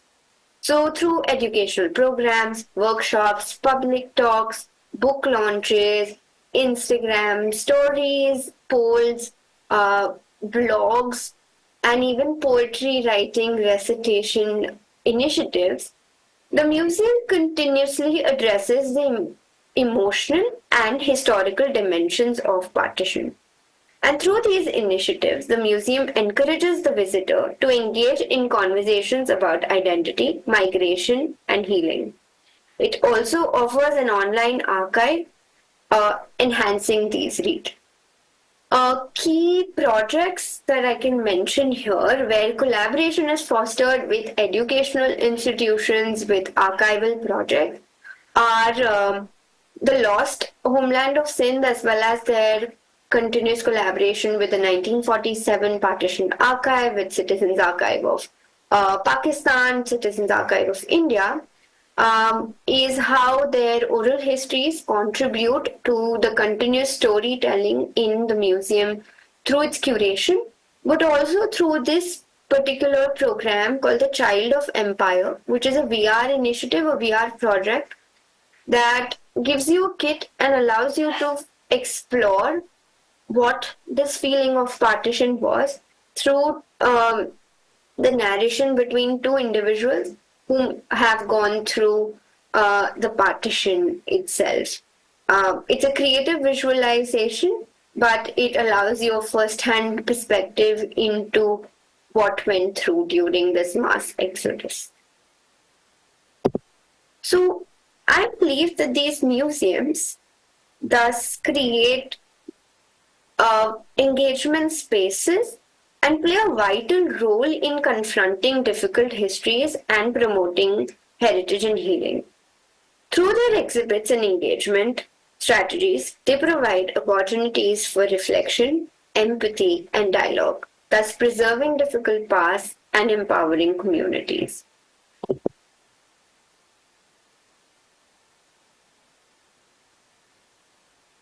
In conclusion, I think both of these museums resonate with the motto of Conflictorium, that is, Guftagu Jari Rahe, let the conversations continue. This message, I believe, underscores the importance of remembering the past, especially in societies where history is often erased, forgotten, or rewritten. These museums create spaces for reflection, engaging audiences with difficult, sensitive histories, allowing reconciliation, understanding, especially for those that may not have been through the violence, the partition, and these sensitive histories. With that, I would like to extend my sincere thanks to ICOM MPR, ICOM Georgia, the entire team for supporting this virtual presentation, for the team for hosting this insightful conference and providing a space for dialogue and learning. My appreciation to my university, the faculty and staff who supported this research first as a graduate thesis. And lastly, I'm grateful to the museums like Conflictorium and Partition Museum and other such cultural institutions which are continuously engaging in invaluable work for preserving difficult histories and for our shared recollection of such stories for our future generations as well. Thank you for your time and engagement with this presentation. I look forward to any questions that you have. Please feel free to reach out. My email and my LinkedIn has been added to the presentation for your reference. I look forward to other presentations within the conference and congratulate everyone on a successful conference as well. Thank you so much. Thank you for your time. Thank you. Thank you. Okay. So I want to apologize to my colleagues. I was talking about the Kherson Literary Museum, so I had, instead of not the other one, so I had was correcting myself earlier. I mixed up Kharkiv and Kherson. I apologize for that. But what is interesting, the common denominator, so Akanksha is with us online, I think she's live. She's coming on live with us. And so I think one of the common themes here is talking about dealing with difficult topics, these experiences that many of us haven't had that people are dealing with, but even in our own communities, we have refugees, we have people from other countries who are still dealing with these topics, and so I think we're all. It's not just where there's a live conflict going on, but they bring the conflict with them. So I think it's something that we should all be interested in right now. So, and you all have had interesting solutions and ways that you're dealing with this. So have you found, so my colleagues from Georgia, what did you find interesting in her talk?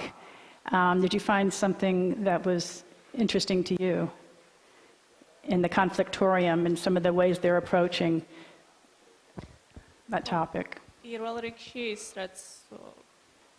go ahead. But sorry. პირველ რიგში ის რაც თვალში გვხვდება იმის მიუხედავად რომ რაღაც სამყაროს ორ სხვადასხვა ბოლოში ვართ ის რომ მუზეუმის იდეა როგორც ასეთი საერთო არის აქაც და იქაც და კონფლიქტის და რთული მომენტებისთან შეხება უფრო მარტივი ხდება ამ გზით. და ეს ჩვენთანაც ჩვენი პროექტის ფარგლებშიც ჩანს და ინდოეთის ფაქტობრივად იგივეა რომ ესეთი ინსტრუმენტი არის მუზეუმი და ესეთი სივრცე რომ საშუალებას გვაძლევს ამ პრობლემებზე უფრო თავისუფლად ვისაუბროთ ვიდრე სხვა სივრცეში გვექნებოდა ამის საშუალება. და მე მგონი ეს ჩემთვის ეს იყო მთავარი რომ რაღაც კავშირი მოკლედ სადაც არ უნდა იყო მაინც ეს უნივერსალური თვისება აქვს მუზეუმს რომ შეუძლია ამ თემებზე დააფიქროს ადამიანი იმის გარეშე რომ კონფლიქტური სიტუაცია არ დაამძიმოს პირიქით, გააუმჯობესოს და დაეხმაროს თემს.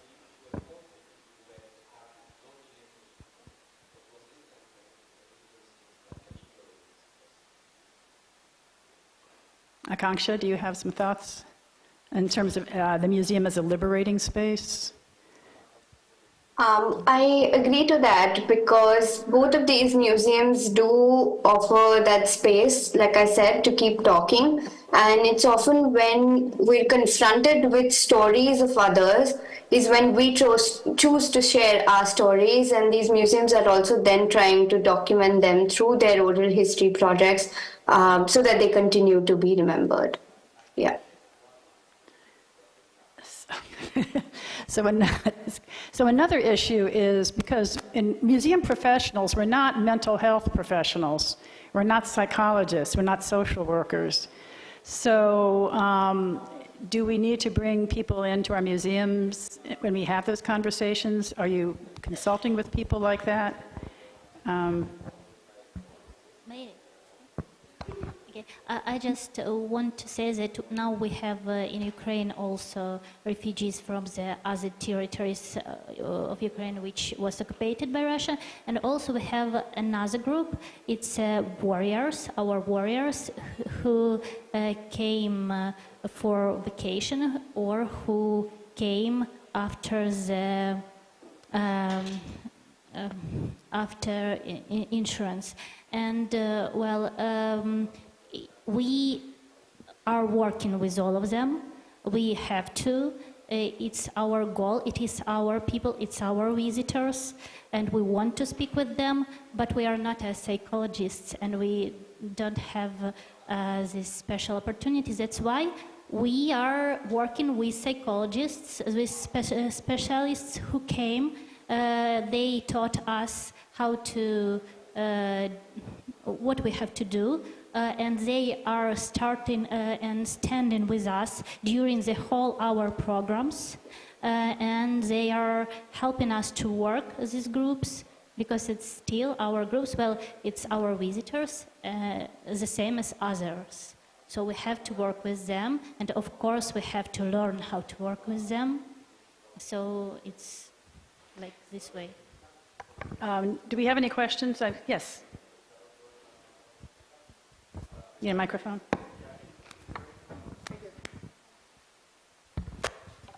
Thank you.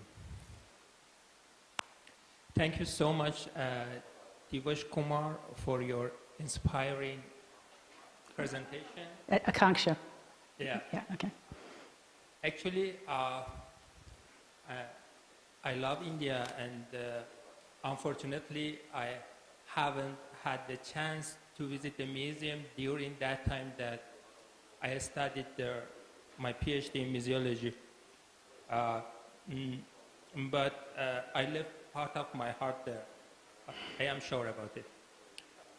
My question is, beyond the political issue between the India and the Pakistan, do you think, in terms of inclusivity of the narratives, is it possible to establish and run a branch of this museum in Pakistan or not? While I think the museum staff is better equipped to answer that question, whether there's a possibility, in a more socio-cultural space, it is happening.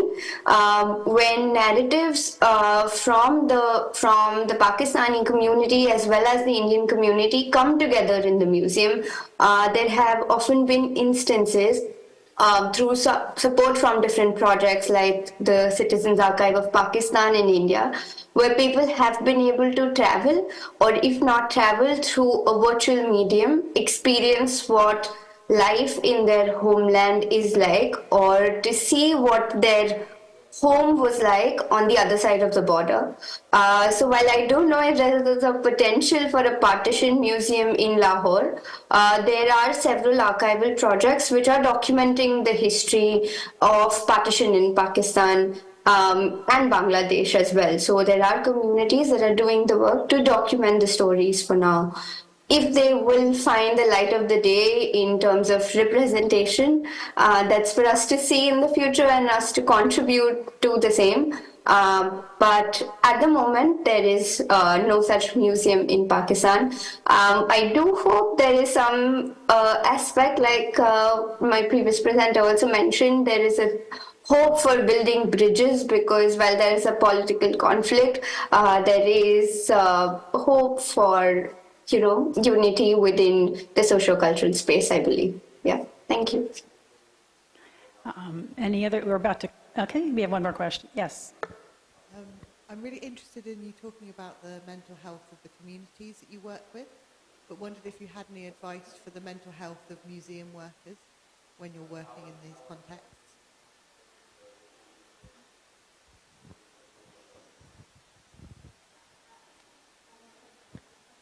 Is that a question for me or for the entire panel? I think it's for here, for... Yeah, so I would say maybe start in the room and then... For Georgia or for... anyone and everyone. Let's start with Georgia. Like to answer. Yeah, okay. There's so many similarities.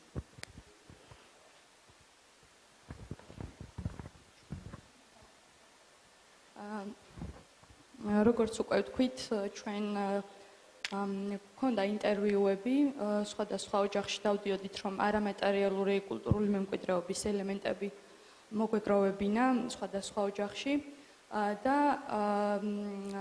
როგორც მათთვის იყო ძალიან რთული აი ამ ინფორმაციაზე მსჯელობა, ასევე ჩვენთვისაც ძალიან რთული იყო, იმიტომ რომ ზოგიერთ საკითხთან დაკავშირებით საუბარი ძალიან რთული იყო და აი თითქოს ბეწვის ხიდზე გავდიოდით, ასე რომ ვთქვათ, იმიტომ რომ იყო შემთხვევები, როდესაც ინტერვიუს პროცესი წყდებოდა, იმიტომ რომ მათ რაღაცა ემოციები ჰქონდათ და შესაბამისად ჩვენზეც გადმოდიოდა, რა თქმა უნდა, ეს ემოციები და ვწყვეტდით უბრალოდ ინტერვიუს და ვეღარ ვაგრძელებდით, იყო ან პაუზა, სრულად ვწყვეტდით ინტერვიუს, ან ცოტა ხნით ვისვენებდით და შემდეგ ისევ განვაგრძობდით. ვიცი, ძალიან რთული არის ნამდვილად მენტალურ ჯანმრთელობასთან დაკავშირებით.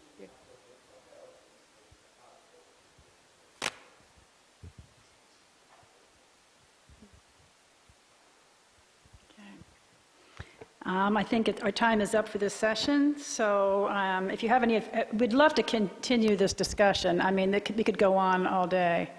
And I think an interesting area that we just started on talking about was this overlap, this cross-section between social work and museology and cultural heritage, cultural identity. It's so intertwined with our well-being. And thank you very much to our speakers today for sharing your experiences with this issue that we're all going to be dealing with, I think, all over the world. And we learned a lot from you today, and we need to continue the discussion. Thank you.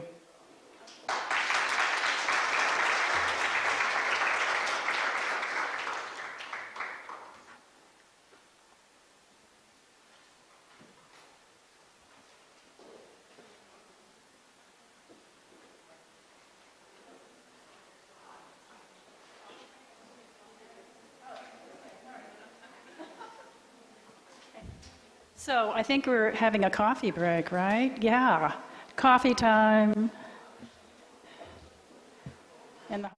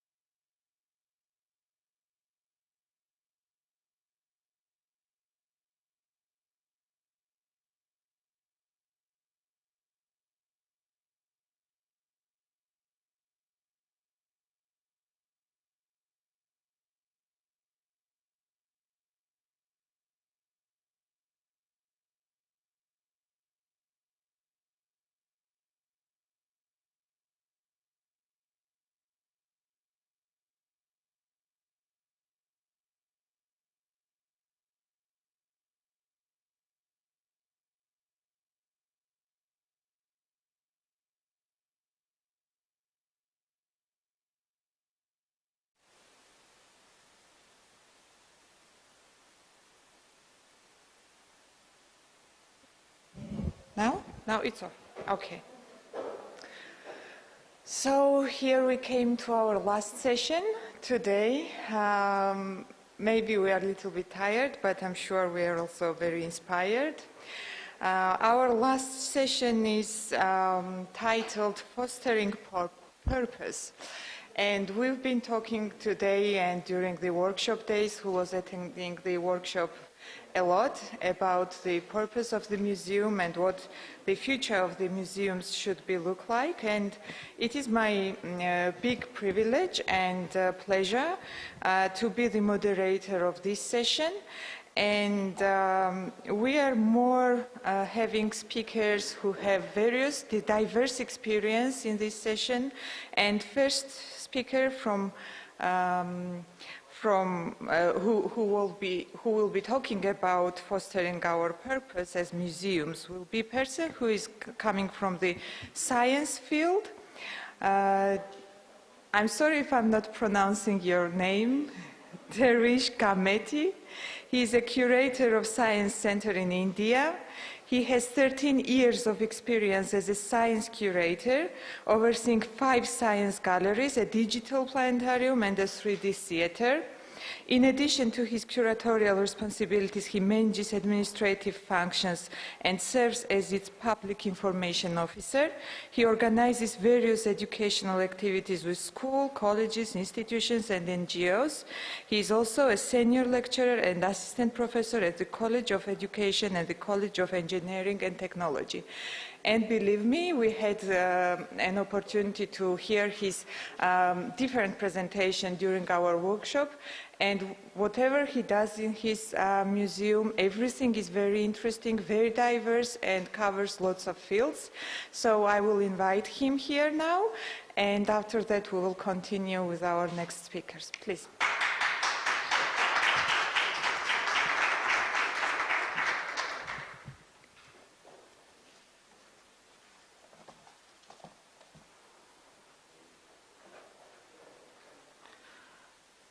Good evening, all of you. My name is Divyesh, and I'm going to present on my topic is strategies and practices to overcome obstacles in advancing sustainable and regenerative development. We all talk about regenerative development, we all talk about sustainability. So first we'll see what is sustainable regenerative development in context of museums and science center. If we talk about sustainable regenerative development, I divide it into 4 parts. The first one is environmental regeneration. The second one is cultural regeneration. The third one is social and economic regeneration. And fourth one, system thinking and long-term vision. So in these areas, if we want to enhance our museum or if we want to advance the development, we have lots of obstacles that museums and science center are facing.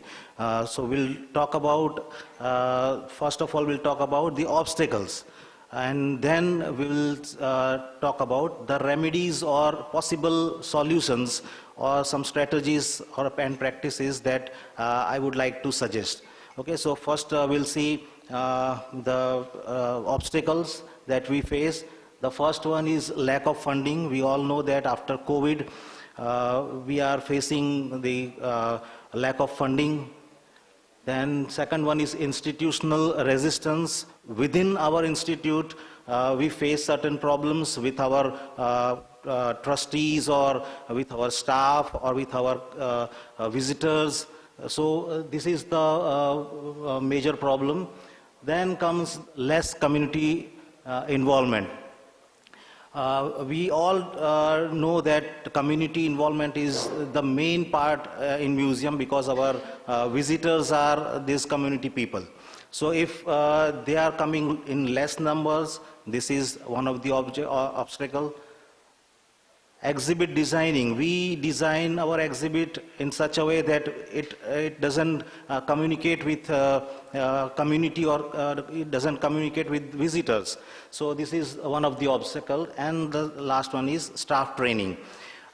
We have staff, but we don't enhance their skills. We have to enhance their skills. We have to give them a better enriched experience so that they can have good life skills as well as the content skill, so that they can communicate well and the fruitfulness will come in our museums or science centers. So these are the obstacles. Now we'll see about how museums and science center has to deal with it. I can say that I can suggest some strategies and practices so that we can achieve the effective regenerative development. So first I'll state this and then we'll see in depth. The first one is comprehensive sustainability framework. The second one is innovative funding resource mobilization. Third one is community-centric engagement. Fourth one is education and training initiative. Fifth, utilizing new technologies. Sixth, public awareness and advocacy. And seventh one is feedback and continuous improvement. So these are the points which we will discuss. The first one is comprehensive sustainability framework. We have to establish a dedicated sustainability task force composed of staff from various departments. This team can develop long-term sustainability strategies that align with the museum's mission and value. There may be lots of examples, but I have chosen one or two. So that I will discuss. The first one is California Academy of Sciences. They have the sustainability team. And they focused on sustainability that applies eco-friendly practices to its operations, exhibits, and educational program. So they work in that field. They are always thinking about the sustainability, and they work in the museums. And these are the examples. Their museums has this green building. So they focus on eco-friendly buildings, breeding programs, and many more things. So this sustainability team is focused on how to make our museums more sustainable, more eco-friendly, more environmental friendly. The second example is the Royal Ontario Museum. They call it as green team. It is made up of staff from different areas, and they work on saving energy, encouraging eco-friendly habits, and involving the public in sustainability efforts. So these are the team members, and they work for this sustainability program. Second point is innovative funding and resource mobilization. So we know that we have funding resources, but these funding resources are not enough. We have to enhance, we have to look for different funding agencies also. So looking into business ideas that make money and support sustainabilities, like selling eco-friendly products or hosting workshops, and also working to get grants from government and private organizations that we can do. The best example, I think, is Exploratorium, because they have the unique way of getting funds. They have membership programs which includes daytime and after dark also. Yesterday we were talking about, in the workshop, we were talking about the age group of 18 to 25. They are the left out people. They don't come generally into the museum. So after the dark program helps them to engage in a museum. So they have member benefits. So we can do such things. They have donor community. The donors, they have the levels, and they invest in programs, sponsors events, host events, and corporate volunteering. So the donors are giving money, and museum helps them and encourage them to come to the museum and involve in the events. Okay. And in the same way, the Natural History Museum has the program that states help us safeguard nature's future. So they have the garden, and the sponsor can sponsor 1 square meter area, one tree species, so so on and so forth. They can make your mark in the museum's gardens. Is also one of the point through which we can get funding. So this is the innovative funding methods. Now third one is community-centric engagement. We all know that it is very important, and we should have collaboration with NGOs, schools, and other corporate sectors also, so that we can get strongest community involvement. So the Field Museum Chicago, they have the concept of the Field Museum Chicago aims to connect people to nature and human history, and they organizes various programs for various age groups. See this, the mighty ICOMs, this is for kids from 3 to 5 years, and they acquaint with the local ecosystem. They have Chicago Green, this is for 15 to 19 years age group, and 18 to 24, they have the Fellow United for Environment Growth and Opportunity. So such type of activities we can engage local communities into our museum. Another thing is Seattle Museum, Seattle Aquarium, and they are focused in marine conservation and marine heritage or marine ecosystem. So they also organize this program for the communities that are underprivileged or they cannot come to the museum, so they organize such activities for them. So in this way we can engage community. Fourth one is education and training initiative. We all know that staff training is very important, and if we give staff training and we develop the skills in our staffs, they will explain, they will teach students and the children in a way that they will like to come to attend the museum. So there are many more museums and science centers. They do the staff training utilizing technologies as we all know that VR, AR and mixed reality. If we use these things in our museums, and we are already using this, so that we can give enriching experience, enhancing experience, so that visitors would like to come. These are some examples. The sixth one is public awareness and advocacy. We have developed a good museum, but if we do not advertise it, people will not know about our museum. So the public awareness is also very important. So nowadays we have Facebook, we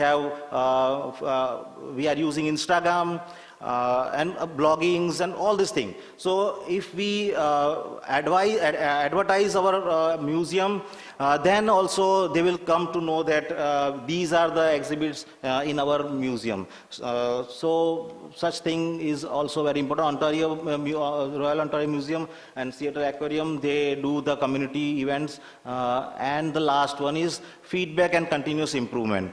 Feedback is very important. If we have developed our museum or science center, we believe that this is the one, this is the only one, and we cannot improve it. But after getting feedback from community, we can have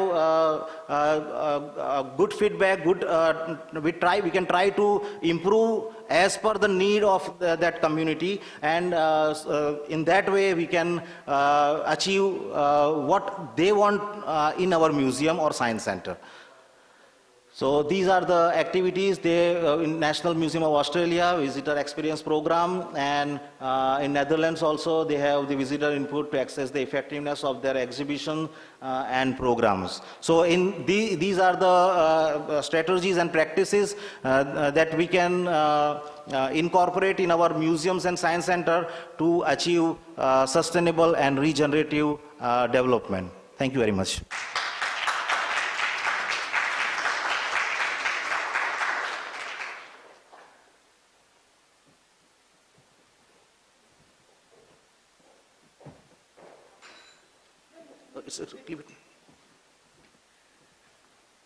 Thank you very much, and I also would like to ask Timothy to join the panel there because he's also part of this session and he's sitting in the room.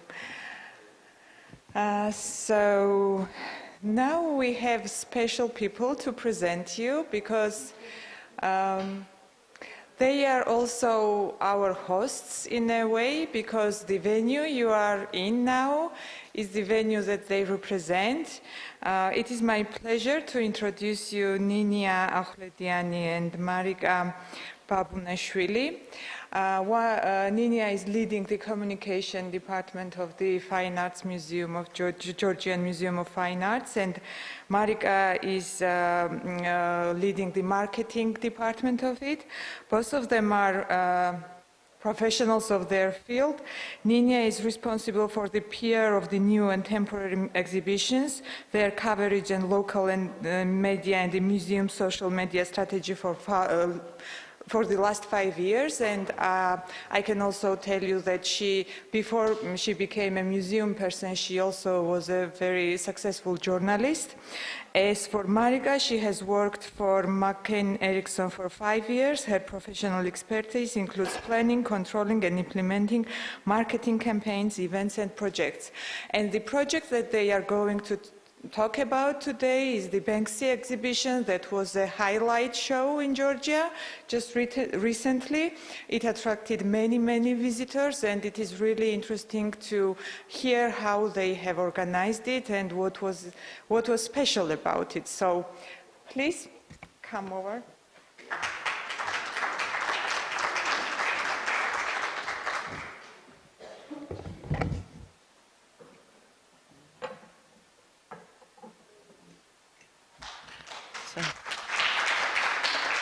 Good evening. I'm Nini Akhlediani, Communications Executive of Georgian Museum of Fine Arts. First of all, I would like to thank you all for coming. As a host, I would like to thank you all for coming and to attending the conference at our space. Thanks to ICOM and thanks to MPR for collaboration. So now in Georgia we have difficult times, and it's not easy for me to concentrate on our presentation. As you know, our museum is in the middle of the protest, so it's not easy for us to see thousands of people protesting, and so I don't know, it's very emotional for us. We could not sleep I think 6 or 7 days, and it's not easy for us. So our museum supports this fight for our integration to EU, which is in our constitution. So we defend only what's in our constitution. And thank you all for supporting us, Georgia, on the way to Europe.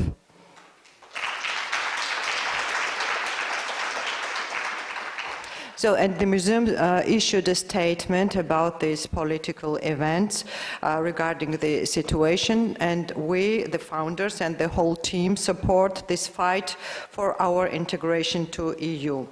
Now, let me start with our presentation. The topic of our presentation is from Soviet memory to Banksy, contemporary street icon.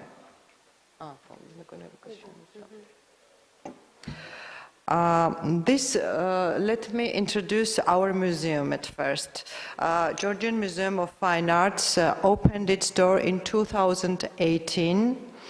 It's the largest private collection of Soviet period art, I think, not only in Georgia, but in the region and maybe in the whole world. So the museum is a family-owned museum, and founders are Manana Shevardnadze and Gzaჯvარედინze, and this family collected all the artworks during 30 years after the 90s, when Georgia had difficult times after the civil war, and this was the period when Georgian artists really needed to be supported. And the main goal of collecting this collection was to gather all this artwork in one art institution and to be allowed to see for many people, for many generations, for tourists, for Georgian people as well. I don't know, maybe some of you already were inside and saw already our permanent collection, but if not, maybe you can do it later today or tomorrow. So welcome to our permanent collection. Our permanent collection is spread on 3 floors. We have more than 3,500 artworks created by more than 100 Georgian artists of last 80 years. So I could say this is uniquely large collection of Soviet period art, and it's very interesting because on all 3 floors there are different narratives and different images created there. I mean in political terms. There you can see socialistic realism, the period of the Iron Curtain and the Cold War, the period of warming, the collapse of Soviet Union, the Civil War, and then independent Georgia. So each floor has its different narrative of how Georgian fine arts traditions were preserved during Soviet system and how they changed after. And now we are in the conference hall, so the museum has many beautiful spaces. One of them is this conference hall. We also have exhibitions, temporary exhibitions hall, museum cafe and museum shop, and we also have the museum invites you to the art house, which is important part of the museum. And now I would like to ask Marika, my colleague, to talk about art house. So actually, hello. This is very historical place we are at the moment, because even from 19th century, he was beautiful Hotel Orient, which was transformed into painter's house, actually it was destroyed during the Civil War in 90s. And after 30 years, we are very glad to announce that Georgian Museum of Fine Arts repeats its history, and it is still home for artists. So as for the art house, this is the extension of Georgian Museum of Fine Arts, which unites diverse, unique venues like Georgian fine dining restaurants, brasserie buvette, modern European restaurant, new American bar lounge, and of course conference and exhibition halls. So as for, this is our photos of our unique venues, and as for the exhibitions, you can go on. So during 6 years, we hosted more than 25 exhibitions, temporary exhibitions, many public events, presentations of books, classic music concerts, and so on. But I would like to emphasize 2 most successful and most important exhibitions for us, which we hosted last year.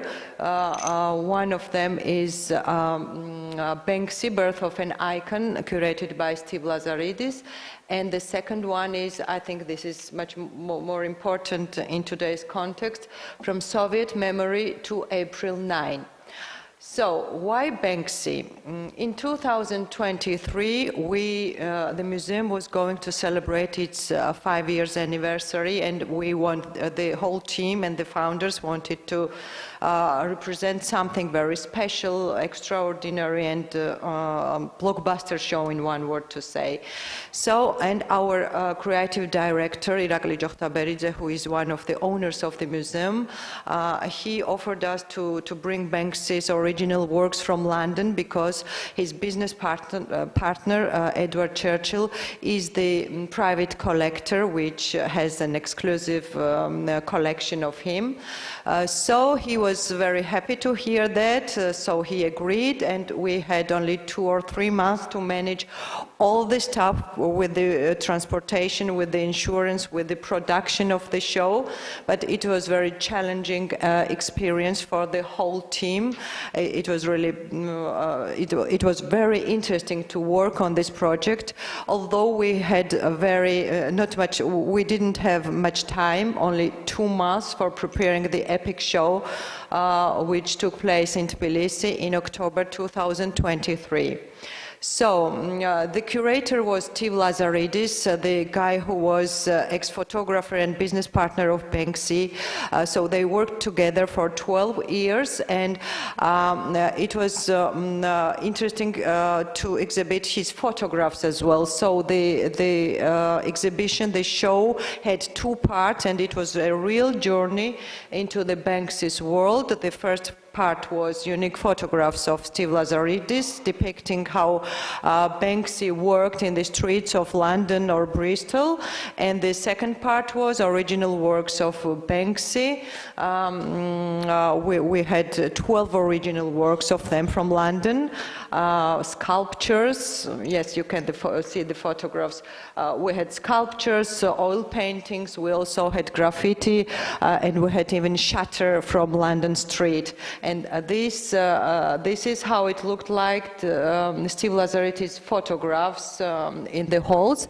And the curator and the team decided to involve Georgian street artists as well in this exhibition. And this wall was aimed to Georgian street artists, and 4 or 5 of them, they painted this wall exclusively for this exhibition.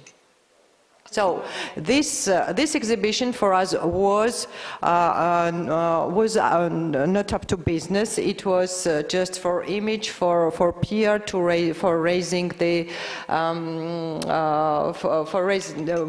to raise the public awareness of the museum. And I think we didn't have even much time for PR and marketing strategy. We just had only one word, and it was Banksy. So we had sponsors, so we had partners, and it was very exciting and interesting time for us, for all of us.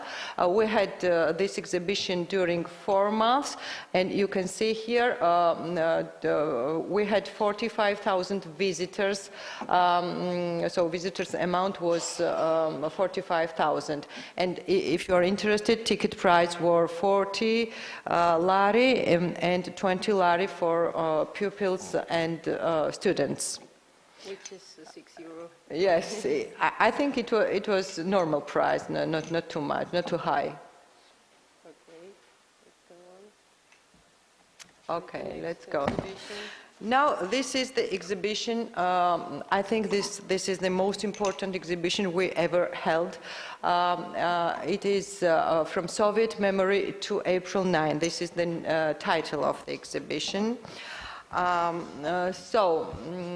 It was, I don't remember when what is this? 9th of April. This year, yes. This exhibition was, we hosted this year. Yes, and I think you see this red exhibition hall was all in red, but in Soviet red, if you know what I mean. It was really Soviet red, and the main idea was anti-Soviet art vs. Lenin's face, so bust, the sculpture. This was authentic sculpture of Soviet period. So the show was dedicated to the tragic events of which took place on April 9, 1989, when an anti-Soviet demonstration was crushed by the Soviet army, resulting in 21 deaths and hundreds of injuries, and my family members were injured as well at that time. So this exhibition, From Soviet Memory to April 9, is a kind of a reflection on the critical and objective portrayal of Soviet system. This exposition is an attempt to re-evaluate history of Georgia of 20th century. So in this exhibition there were 10 or maybe more Georgian artists from our collections, from Ketevan Magalashvili to Tato Akhalkatsishvili, but the main thing was to show the face of Lenin, which was in the center of the exhibition hall, and it was very impressive. And Lenin was transformed in this case to a historic fragment. I think the main goal and the purpose of this exhibition was to raise the public's awareness of the Soviet past, and of course with a critical eye to once again reevaluate the seemingly forgotten 70 years, the traces of which can be still seen in Georgia. And today this exhibition is even more important when we have still to defend our European future in Georgia from Russian Empire. Thank you.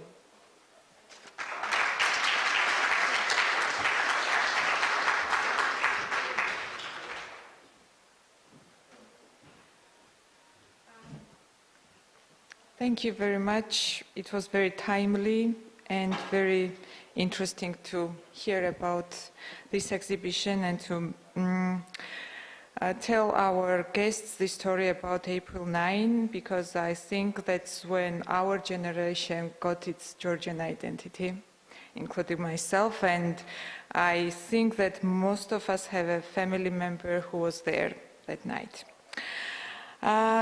To move to the next presenter, I would like to introduce you Timothy Debris. Is it right pronunciation? He came to us from Canada, Grants Associated Cardus. Timothy is responsible for the Foundation's program at Cardus, a non-Persian think tank. He is in the second year of his coursework towards a PhD in philosophical aesthetics at the Institute for Christian Studies. As adjunct faculty at Redemir University, Timothy will teach the arts to science and business students in the core program beginning January 2025.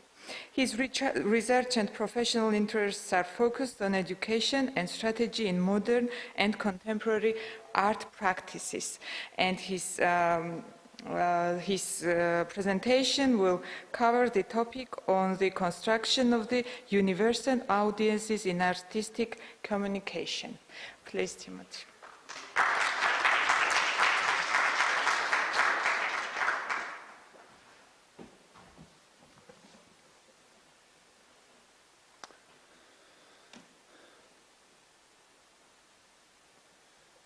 Good afternoon, everyone, and thank you to the conference organizers for this opportunity to share some ideas associated with the conference themes. This presentation is driven by the observation that contemporary art is inscrutable to large segments of the population today. My thesis is that the onus is on museums to represent artists and their work in ways that foster unity and understanding. During this presentation, I will be evaluating museum communications associated with two specific exhibitions at the Art Gallery of Hamilton in my hometown of Hamilton. To do this, I will develop a concept of what I am calling the universal audience to show how museum communications can attract audiences and provide important entryways into a particular artist's work. This is important when matters of unity, purpose, justice, solidarity, and hope are at stake. So regarding this slide, I understand the universal audience to be inclusive in much the same way that architects take universal design requirements into account when designing, for instance, a bathroom. A universal bathroom necessarily includes accommodations which make it usable not only by able-bodied members of society, but by those without such accommodations would be unable to use the bathroom with any degree of dignity or comfort. Such accommodations in no way lessen the utility of the bathroom for the broadest class of users, but extend the bathroom's usefulness as far as possible, thereby making the bathroom, from the perspective of utility, fully inclusive. Of course, regarding universal design, architects are referring to physical accessibility.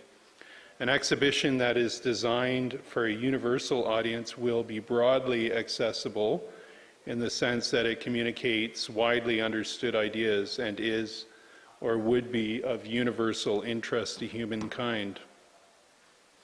Established in 1914, the Art Gallery of Hamilton is one of Canada's oldest public galleries and the region's largest. In this presentation, I examined two landmark exhibitions at the AGH.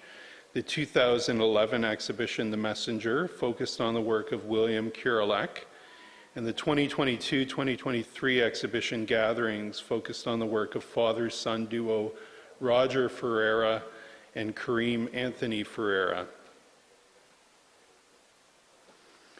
William Kurelek was a Canadian artist living between 1927 and 1977 and achieved widespread recognition in his lifetime. He grew up in the prairies in a Ukrainian immigrant family. In his late teens and early 20s, he struggled with mental illness and moved to England, where he was hospitalized in 1952 and treated for schizophrenia. He became a convert to Roman Catholicism, met the woman who was to become his wife, and moved back to Canada, where he had his first exhibition in a commercial gallery in 1960. The posthumous Messenger exhibition was the largest art exhibition ever held of Kurelek's work, making stops in 3 Canadian cities. The Hamilton exhibition received financial support from all 3 levels of government and was reviewed by one of Canada's largest daily newspapers, the Globe and Mail. Critic Robert Enright endorsed the show, noting that, quote, the open-ended plurality of current art making and a postmodern tolerance for aesthetic and personal eccentricity make Kurelek more contemporary now than when he was alive. In 2011, he seems like a prairie Hieronymus Bosch, his naivete replaced by a single-minded apocalyptic vision.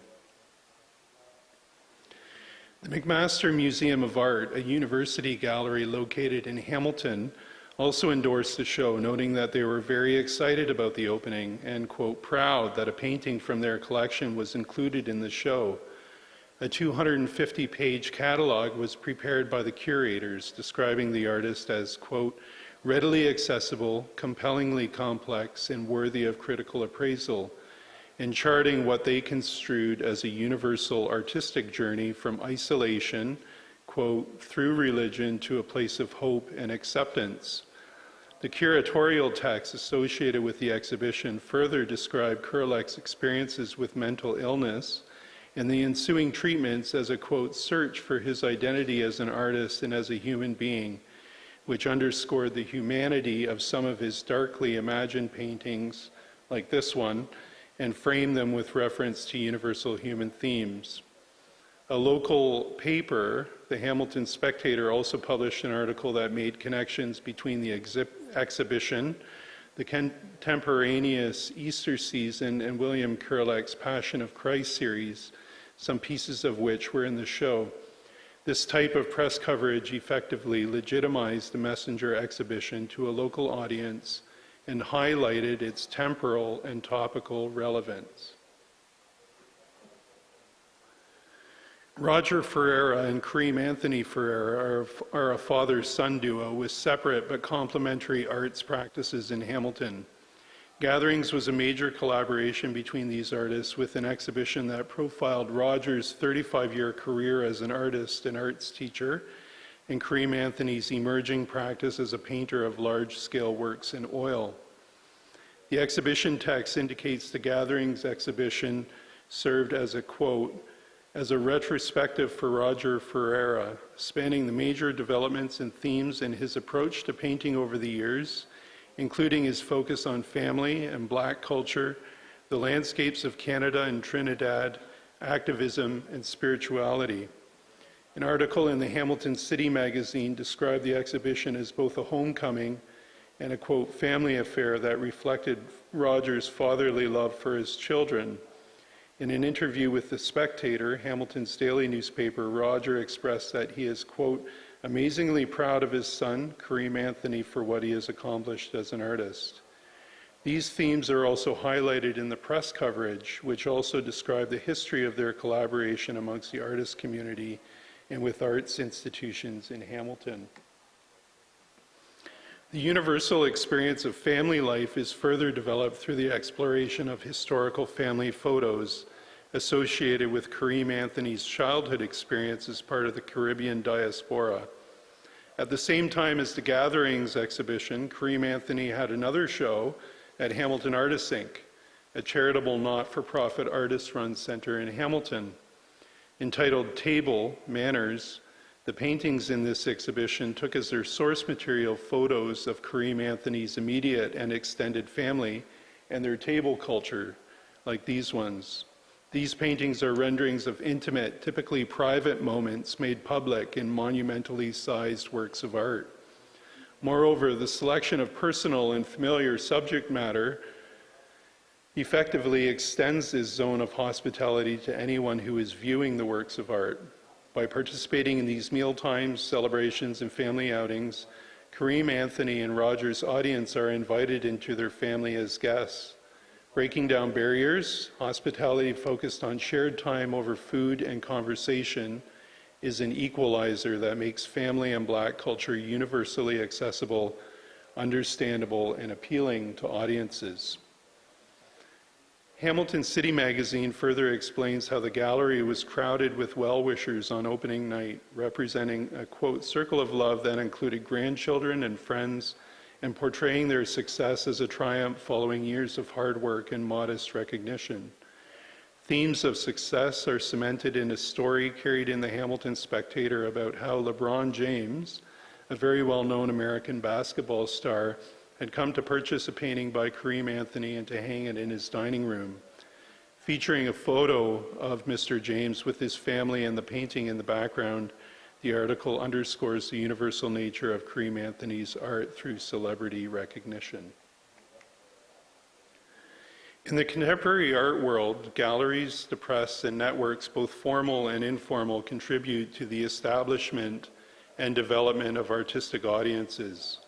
It is in the interest of artists to earn the recognition of an audience, not only for the sake of their reputation and following, but for creating and developing a market for their work. As was evident in the foregoing examples, audiences can be constructed by relating elements of an artist's life and work.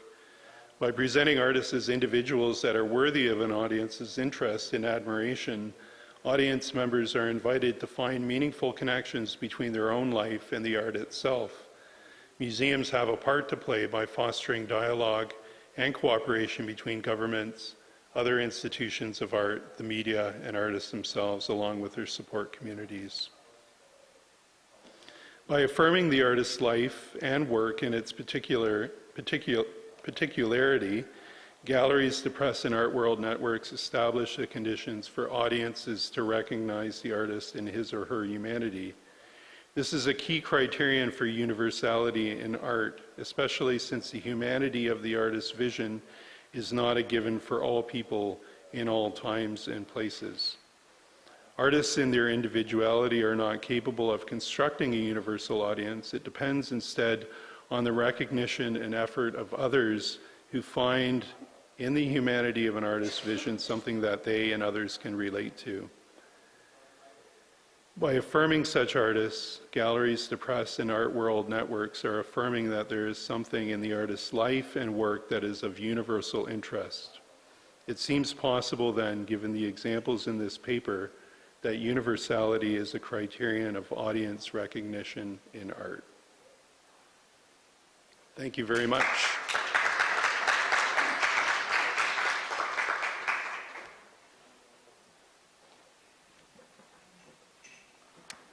Thank you very much.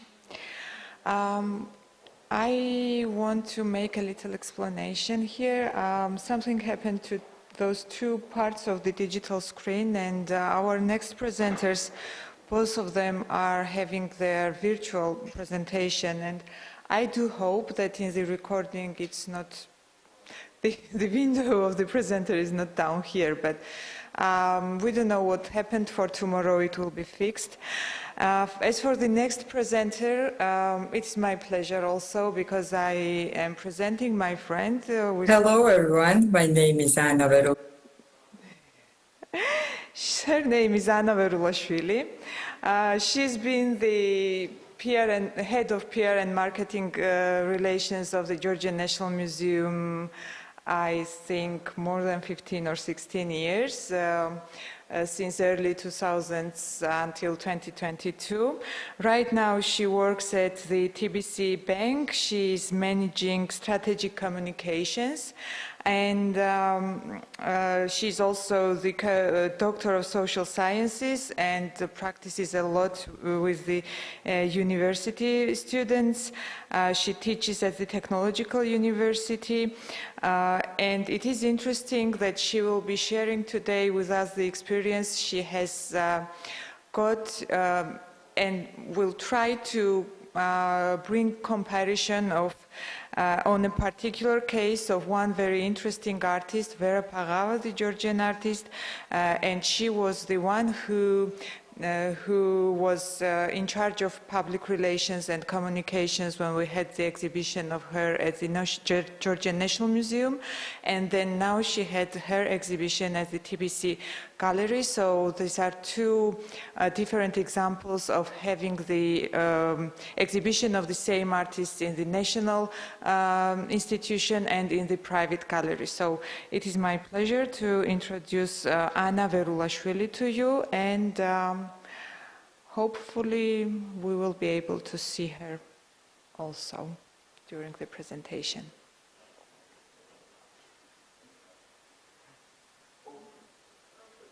Yes. Yes, please.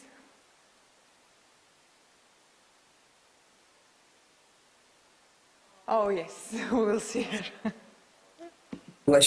First of all, I extend my warm greeting to all participants, organizers, and guests, especially my dear colleagues from the Georgian National Museum. Although I'm not physically present in Georgia, I'm truly honored to have the opportunity to participate in this international conference and share my insights with you today. My presentation focused on the effectiveness of exhibition communication technologies using Vera Pagava's exhibition as a study case. In today's digital age, museum and cultural heritage organizations face both opportunities and challenges in reaching their audience. Effective communication is crucial not only for promoting and interpreting cultural heritage, but also for engaging diverse groups. From children to adults. I would like to share the communication strategy behind to exhibition of the Georgian artist Vera Pagava, who spent much of her life in France.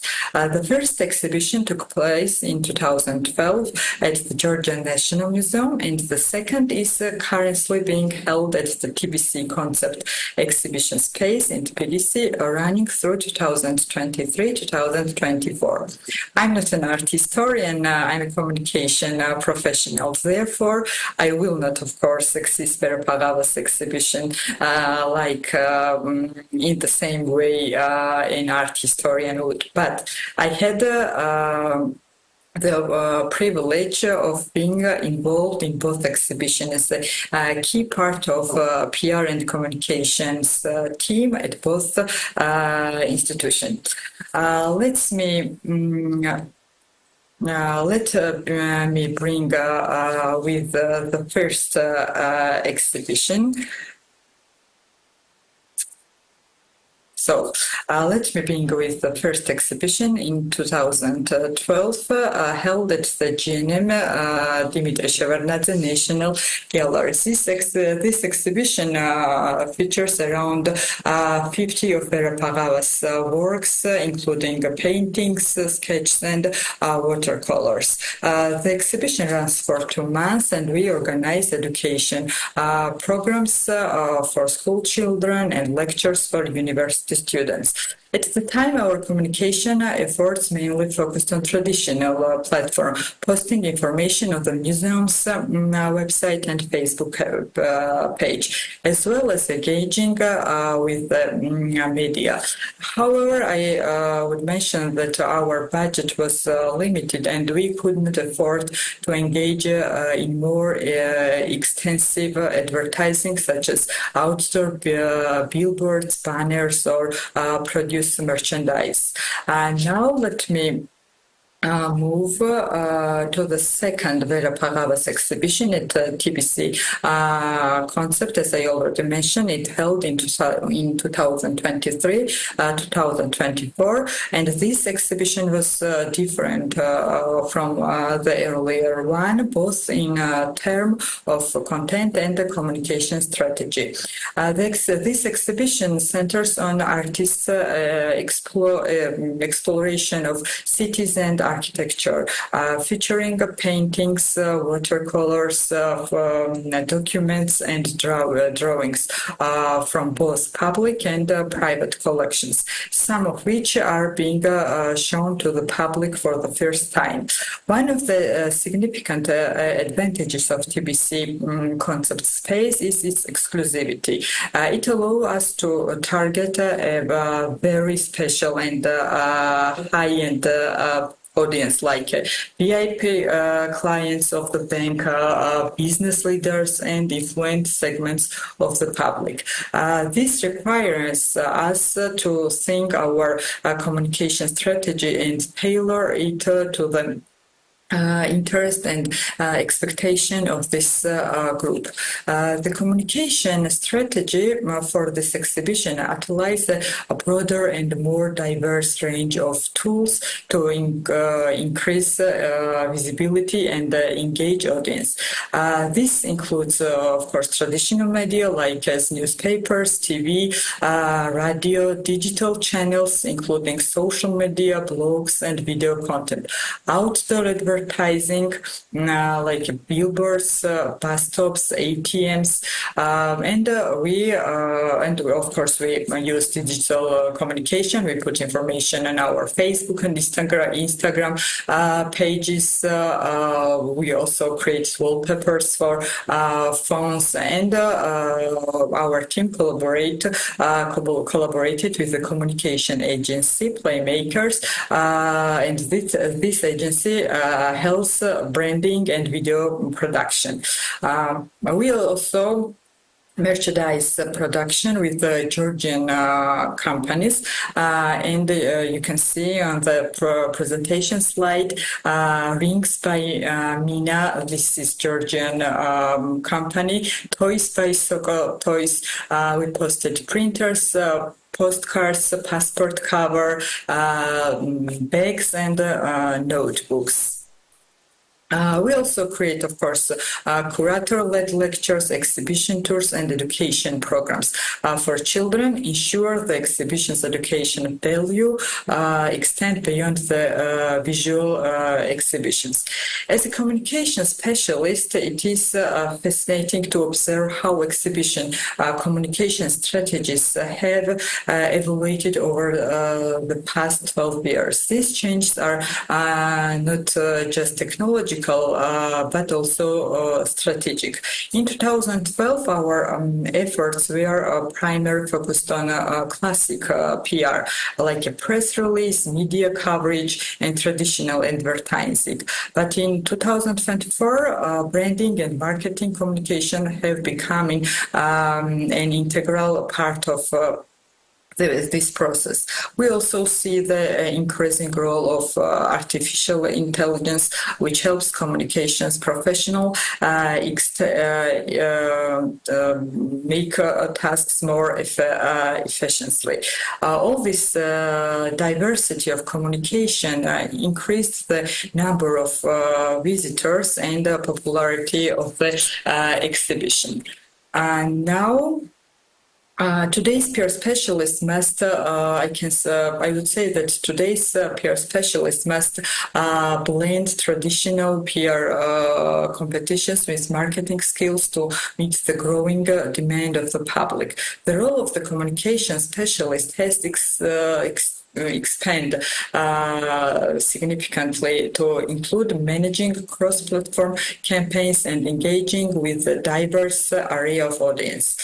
So what we can say about the future of the communication? Looking ahead, communication technologies will continue to evolve, presenting both opportunities and challenges. As digital platforms and data-driven marketing continues to develop, we must remain adaptable and open to new tools and strategies, of course.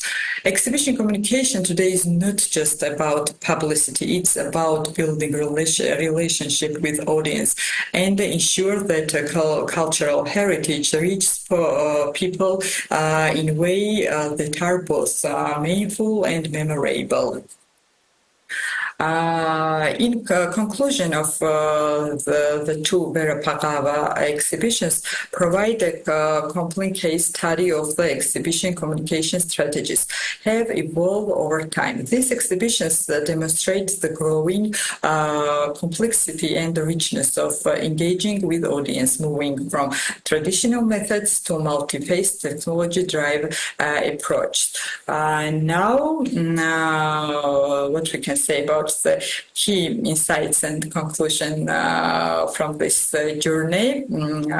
First of all, be flexible. Communication strategies need to change as audience need and technology evolves. Museums must use both old and new methods to stay connected with their visitors. Focus on the audience. Successful exhibitions are about more than just showcase art. Yes, they are about connecting with the people in a way that matter to them. Work together, partnering with creative experts, local businesses and educators. And of course, this makes exhibitions more exciting and impactful. Use technology wisely. Digital tools like social media, AI and data can help museums reach more people and manage limited budget better. New skills for PR professionals. I think it's crucial for PR specialists. Communication experts today need to combine traditional skills with the modern tools like blending and digital marketing to success. Exhibitions communication is no longer just about promoting events. It's about creating meaningful experiences that bring people closer to art, culture, and history. So I think that's all. I'm deeply grateful for the opportunity to share these reflections with you today. Thank you for your time.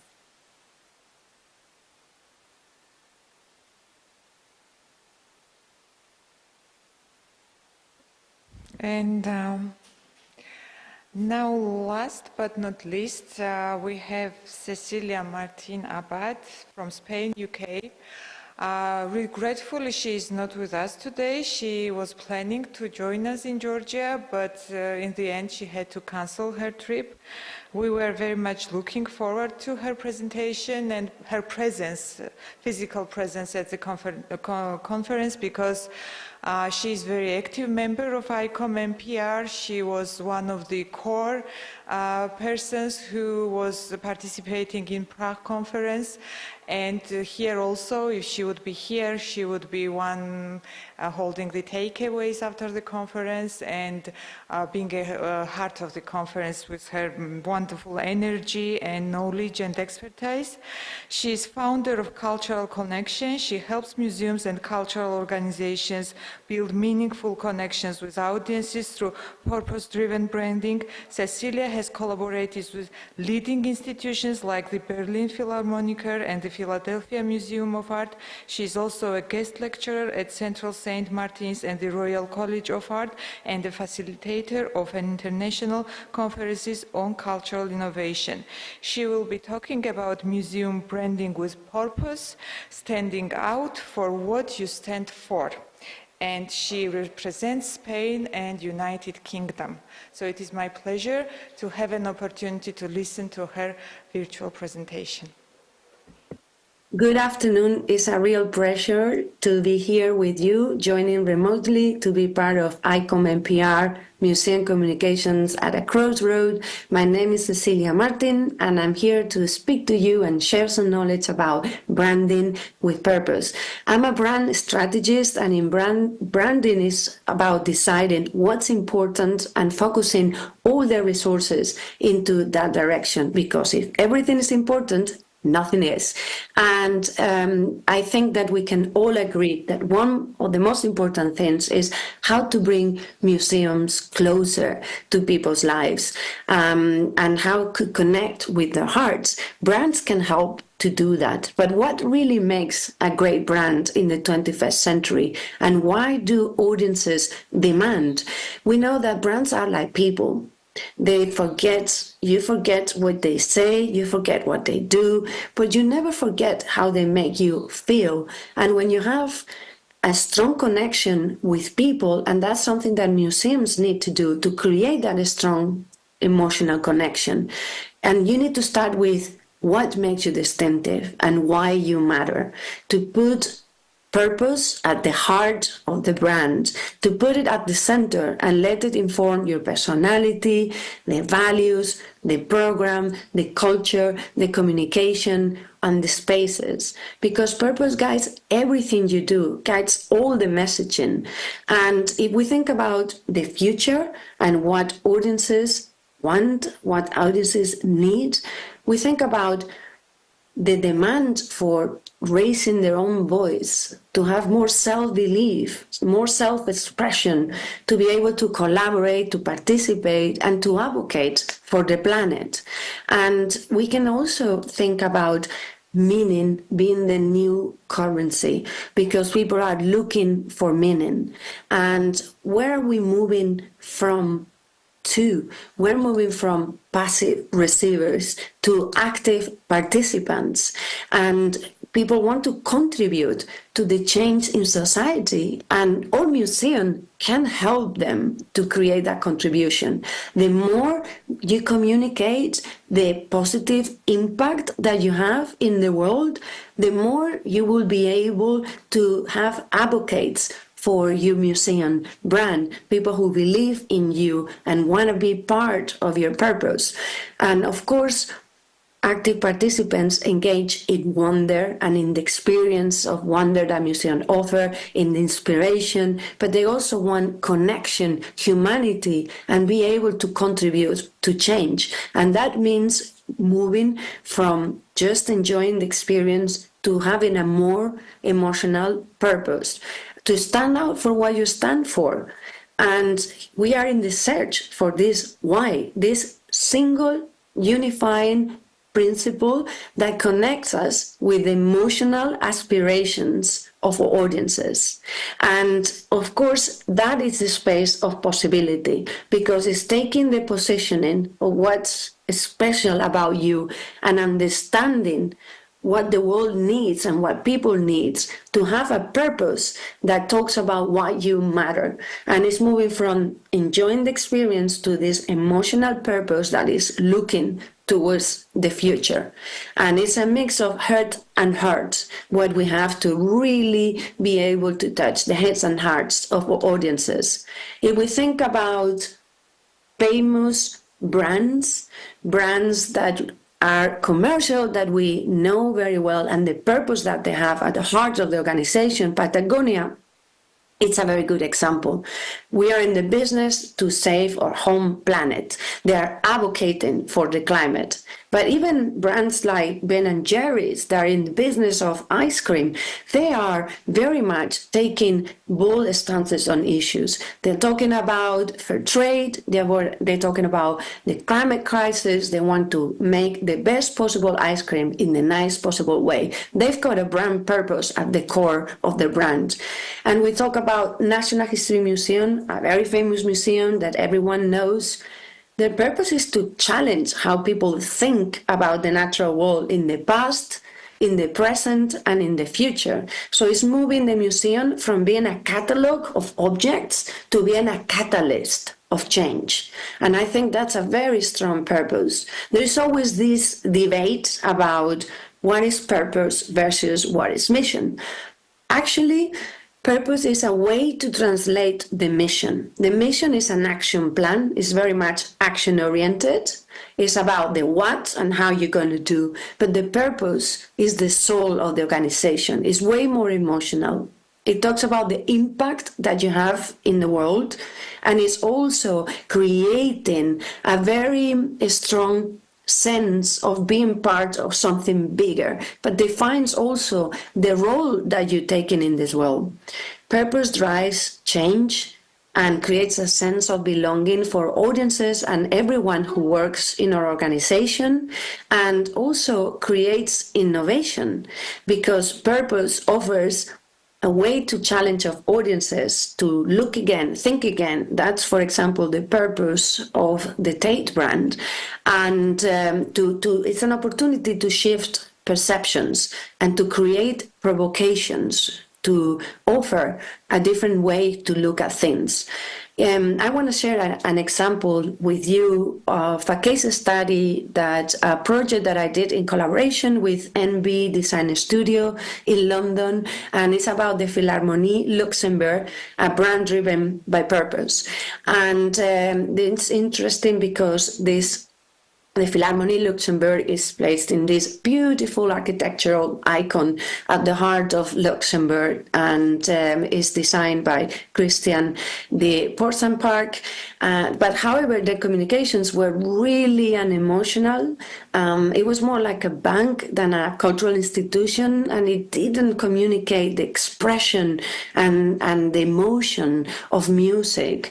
And I think that what's very important is, going back to the brief, it was to help make the Philharmonie be a modern cultural icon of Luxembourg, but also attract a new generation of concert goers, to be more fit for the digital world, to reach and exceed the pre-COVID ticket sales. So they had this incredible building that everyone recognized, but so many people went there, took a picture, and never went inside. And some people didn't even know that it was a concert hall. So I think, and the reason why I choose this example, not being a museum, but I think it shares a lot of similarities with museums. It was also an architectural icon, but it wasn't revealing everything that was happening inside with this surprising place that is live music.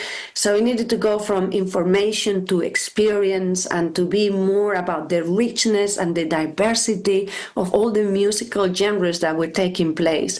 So we went on a journey to help them define their purpose as a starting point of the rebrand, and we work with everyone in the organization, with all the musicians, and to go at the heart of what music is, this divine way to tell beautiful and poetic things to the heart, and making something that had to do with the beauty of music at the heart of the center, which is to share musical experiences that open hearts and minds. And the visual identity, it was based in the building, but what we did is we brought it to life. It was a great way to share the music, to open minds and hearts. So you can see how the identity stays with the music.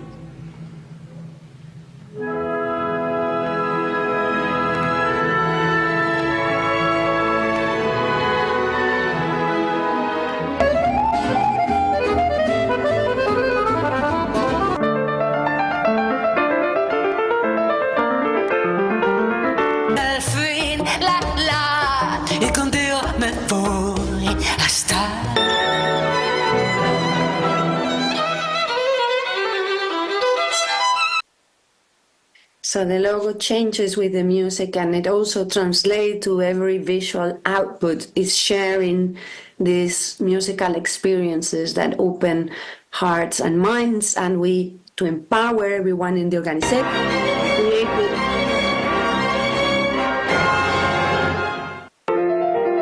with a creative coder, a tool that will allow the organization to constantly change the logo according to the music. So those columns that were on the first place a barrier for entrance, it became part of the identity, a pulsating identity led by music. And it translates in the typography and the treat of images. It also translates in the posters, because the new generation of concert goers wants something that is vibrant, dynamic, bold, full of life, like music is, an emotion. So every concert is a different experience. So the identity allows for this diversity to come across while still being coherent and recognizable.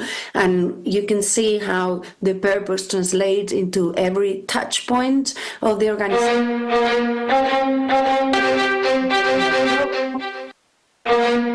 And lastly, we did a campaign to embrace those barriers of entries and make them actually our communication point. And we understood that some of the people, some of the young audiences thought of the Philharmonie Luxembourg as being boring or elitist. So instead of deny it, we embrace it and we say boring.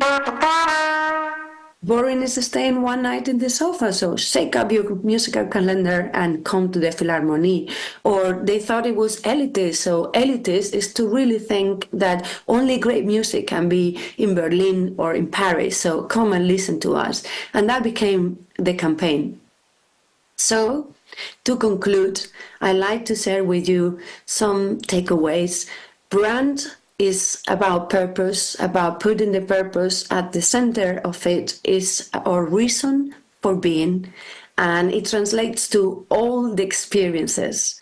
It also helps us to get closer to people's lives and founders' hearts, and help us to stand up for the changes you are passionate about. So find those issues, find those elements that you want to bring change to society and put it at the heart of your brand purpose so people can join you.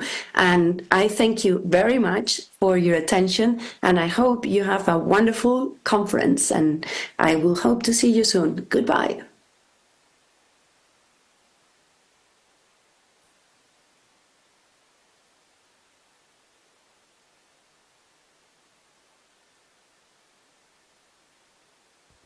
Thank you. I would like to invite our speakers to the panel, please, to have some discussion. And do we have Anna and Cecilia online? So, first of all, thank you to you all. It was wonderful to listen to you. It was diverse and very interesting, but I think all of those presentations had one thing in common. It was the questions and answers and findings, ways to make our exhibitions and brands and communication effective and interesting. So if I would open the discussion, and please let me know if you have questions. We will be happy to facilitate.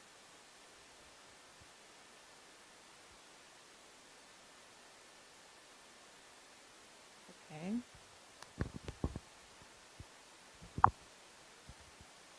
Thank you so much for your presentation. My question is related to Science Center in Surat. When based on the historical background of science in India, when you are going to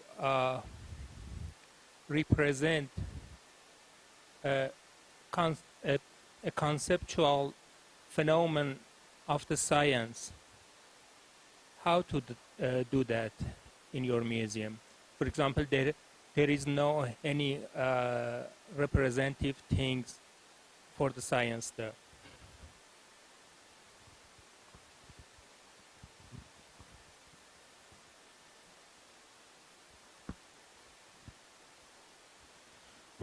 Hello. Thank you for the question. As we know that science is everywhere, and if we have nothing to show, then also we can show or we can explain science with the help of the objects nearby. So if any concept, for example, if I want to show the gravitational force, I don't need any object. I can just simply drop this thing and I can show that what is gravitational force. So in that way, the science is everywhere, and we can use the objects and we can explain students. So in our science center, we give guided tours, but in that guided tours, along with the exhibits, we used to do such experiments on the way, so that they can understand the concept in better way. Thank you. Thank you. Anyone else with questions? Cecilia, thank you so much for your very interesting presentation, and we really regret so much that you are not here with us, but your fascinating energy was even felt from your remote presentation. And since we are talking about the science, I would ask you a question. You showed this wonderful example of the logo of Philharmony, and it's so thoroughly thought and so interesting and so fascinating to see this changing according to music, but I think it also has science in it, because it's all about the sound waves and how they affect, how they, we actually see how we hear. So how can you tell us a little bit more about the process of creation of this logo, and what part of the science was behind it, and how the team worked about it? Yeah, thank you. And thank you also for the wonderful introduction. I wish I was there. And yes, indeed, it was quite a challenge to bring the logo into that form, because it took a lot of convincing, and we thought it was crucial if we wanted to share musical experiences that open hearts and minds, that we needed to make the building come to life through music. And we indeed work with a more scientific approach and work with this amazing creative coder, Patrick, who developed this tool. So once we were no longer involved in the project, the organization could continually evolve and bring and visualize music, as you very well said, into the logo. So this way you can import any track into this digital tool, and it became a very creative use of technology. Because if one thing we learned from trying to engage, and that's one of my expertise, young audiences and the next generation, is to use technology in creative ways, to be technology-led, but not just technology for technology, but to actually add something creative to it. So this tool that we developed, that took a lot of convincing to find the support, was very important in order to articulate this vision and give it a long-term continuity.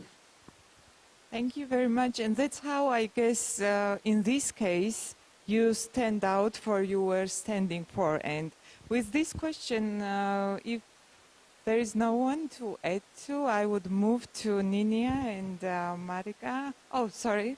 Deborah, please. So our colleagues at the Georgian Museum of Fine Arts, thank you so much, by the way, for your fantastic hospitality at your wonderful museum. And I'm fascinated with how you are interacting with your responsibility. I mean, you were built directly across from the Parliament. And so much history happens right here on this street.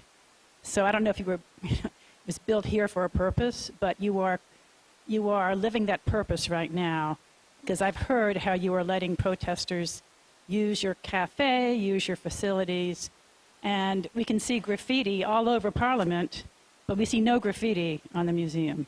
Can you respond to that? How you made that decision and how it's going and how it will continue, your relationship with the protesters, the protests? Okay, thank you community, for the in question. other words. So you're responding, it's your opportunity in crisis again, so. So this museum stands on a very historic place. There was an artist house before here. It was destroyed, totally destroyed during the 90s when we had here civil war and very difficult times.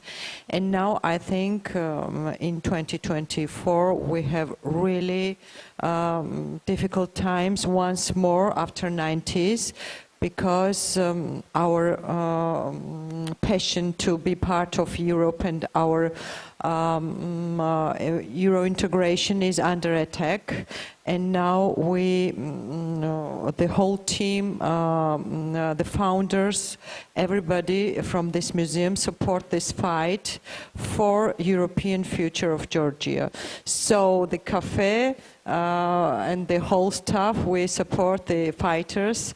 So it's, I think, I don't know, maybe you can say something. No, I'm sure. We believe in miracles. And so everything will be very good soon. So we hope we will win and Georgia will be part of Europe one day. Well, I think it's fascinating how your museum is standing up. You're standing out.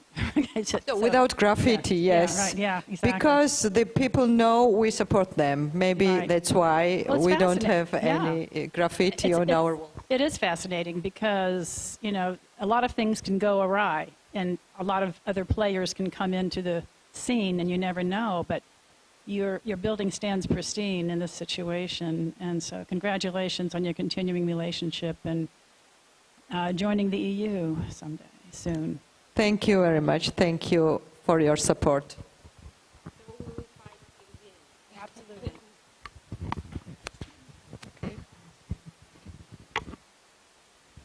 Thank you very, very much for all your presentation. I would like to ask my Georgian colleagues from the Fine Art Museum.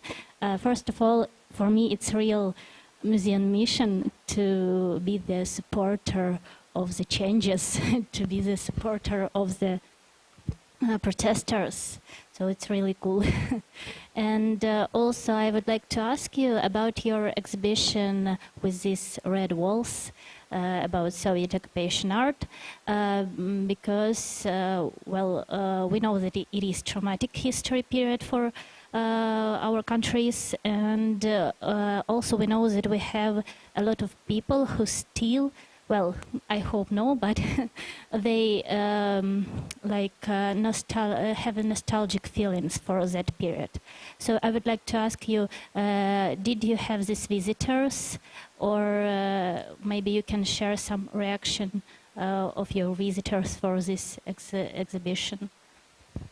So I don't think visitors who attended this exhibition miss Soviet Union. I don't think so, but we hosted this exhibition during Tbilisi Art Fair, and many international journalists came to the show, and they were really fascinated, and they said, wow, so the fragment of Lenin, the face of Lenin in the center of the hall, it was very impressive for them, and it was not usual for them, but so it was a decision of the curator and of Irakli Joktaberidze, who is one of the owners of the museum, and the idea of this exhibition belonged to him. So, and then our curator, Kote Bolkwadze, was involved also with this exhibition, and I think nobody missed that time, but I hope so. Okay. But I think it was also what Cecilia also mentioned, that that's how this museum stood out for what it's standing for, showing Lenin's face in the middle of the hall and painting the walls in the Soviet red, which is definitely a different kind of a red. And then having all those paintings that are coming from people who were always against and protesting Soviet Union. That's a very strong message, I guess. And also considering the content of this museum, which is the collection of the artists from this period, which in many cases were suppressed or even not, if not suppressed, having difficulties to live their lives, and how this creation of this collection helped her is also a strong message. So thank you very much for your presentation. It was really inspiring and giving lots of messages. And I think I would move to Timothy now, because he took such a long way to come to Georgia, and he introduced us very interesting Canadian artists, both of them. I noticed that both of them are very different from each other. They are not alike at all. And when I was listening to you, I wanted to ask if your museum and your exhibition, the collections you are working with, are focused on mainly on the Canadian artists, or you do the international exhibitions also, and having different artists exhibited. How is your institution? What the main direction of your institution, let's say? Yeah, that's a good question, and I think it is a gallery with a regional focus. So both of those artists that were profiled are fairly local to the gallery. William Kurelak is not alive anymore, but Roger Ferreira and Kareem Anthony Ferreira are both alive and working in Hamilton. And our challenges are not like the ones that you have here in Georgia. You know, I think the challenges are not necessarily national in scope, but, you know, William Kurelak struggled with mental illness his entire life, and with overcoming the stigma associated with that. And in addition to that, you know, Roger Ferreira has mentioned also his experience of overcoming racism in Canada as a black man. And so these types of experiences are personal challenges which these artists have both overcome, and I think these are the stories that the gallery is interested in profiling. And you know, I'm not sure if the curators of the AGH would be open to international exhibitions, but it's not typically something that we would see too often in that gallery. Thank you very much. Does anyone would like to make a comment, or we can let our esteemed guests to move down from the panel and let them free, let's say. Okay, thank you very much. Thank you, Cecilia. I wish you were here, and thank you to our panelists. It was really, really great pleasure to moderate your session. And I guess I should invite Luis now.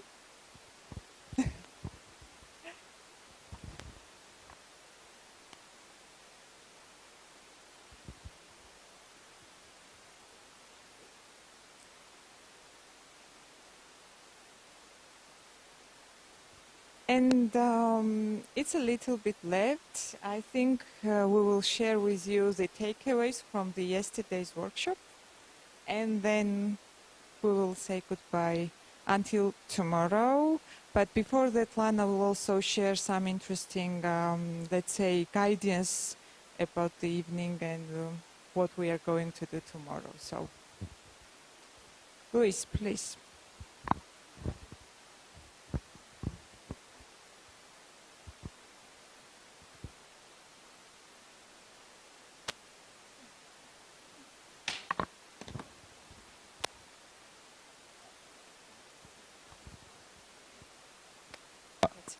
Okay, right. Okay, gamarjoba. That's amazing. I love the gamarjoba. It's lots of energy. This workshop, we've been doing this for quite a while. Sometimes in Mexico, sometimes in Italy, and this time I got so lucky to have Natia here as my co-presenter. Such an amazing, generous person. And we had such a good time with our participants. And why we had such a good time? Because quite like Anna Varoshvili, Anna Verulashvili. Wow, it's difficult. But anyway, like Anna said, we were audience focused and flexible. And that's the main thing that you should do as a workshop or as a museum. You have to open up, listen to your audience, and design something that is meaningful for them. So we asked them, what do you want to talk about? And they said they want to talk about community engagement. It makes total sense considering the interesting times that we're living, right?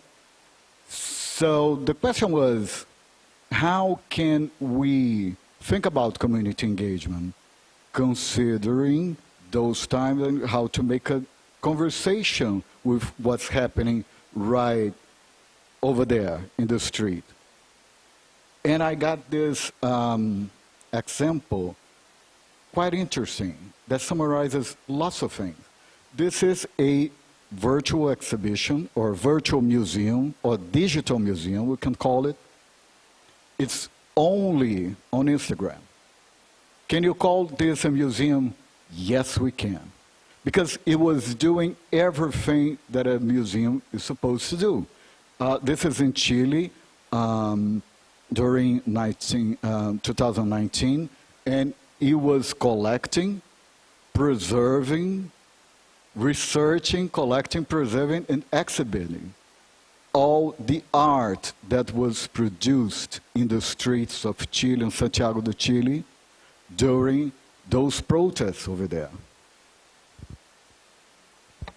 And comes the question, what the Georgian museums are doing right here, right now, to also research and collect and preserve the memory of what's going on.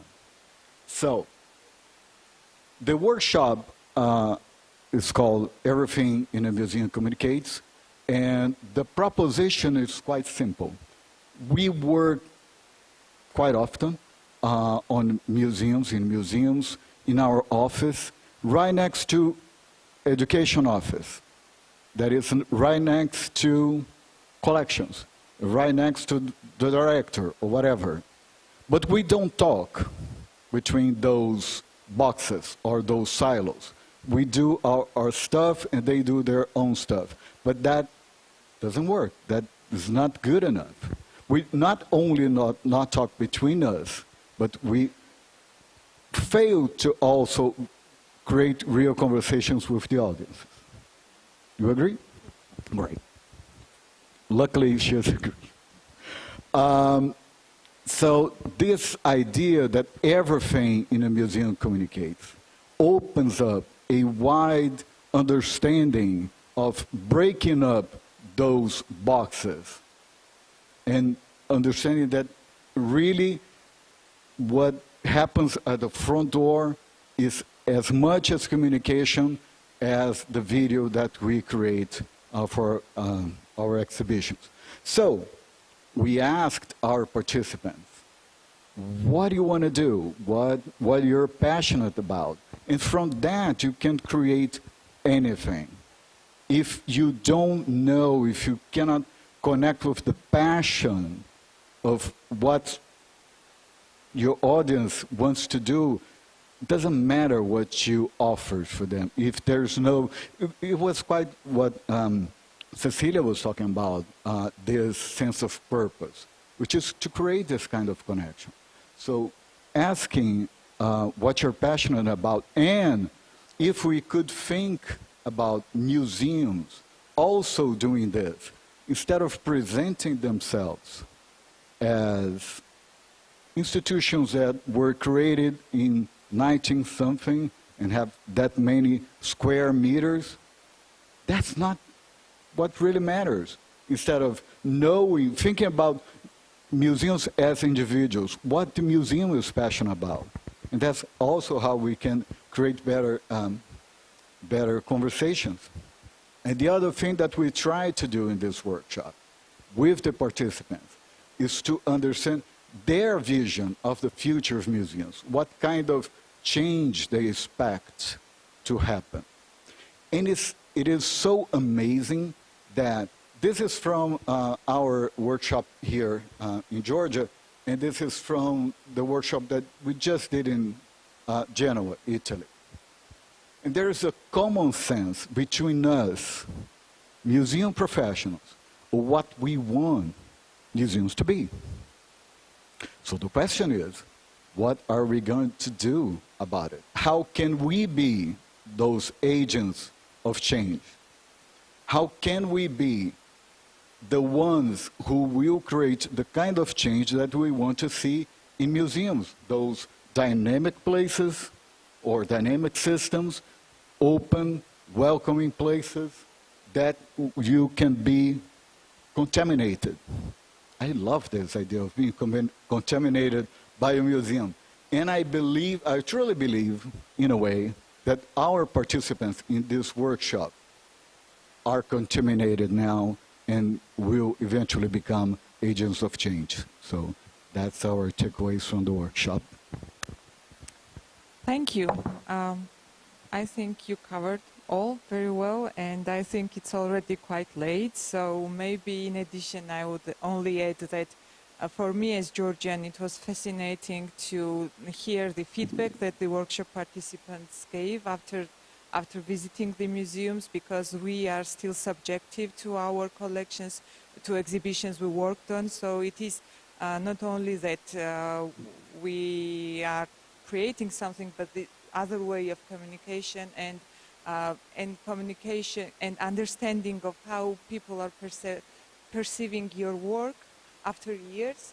It's very important, and we as museums also should listen very carefully to our visitors and somehow integrate their vision, not only by talking, but by action. So thank you very much. And I think with this, our translation today can be finished. And I will just ask Lana, yes, because in this very let's say sensitive situation, I assume you would like to be guided somehow to where to go, what is safe, what not, when to be at the hotel, and etc. So Lana, please, if you will give some small guidance. Well, thank you. Thank you to all the speakers and the audience for your contributions, for your engagement. Yes, we acknowledge that it was a quite busy day and we explored so many topics, so many intersections. So I won't go through the wrapping up all the sessions. I wish you the peaceful evening and see you tomorrow morning. And thank you very much to all of you. Now we can stop our streaming and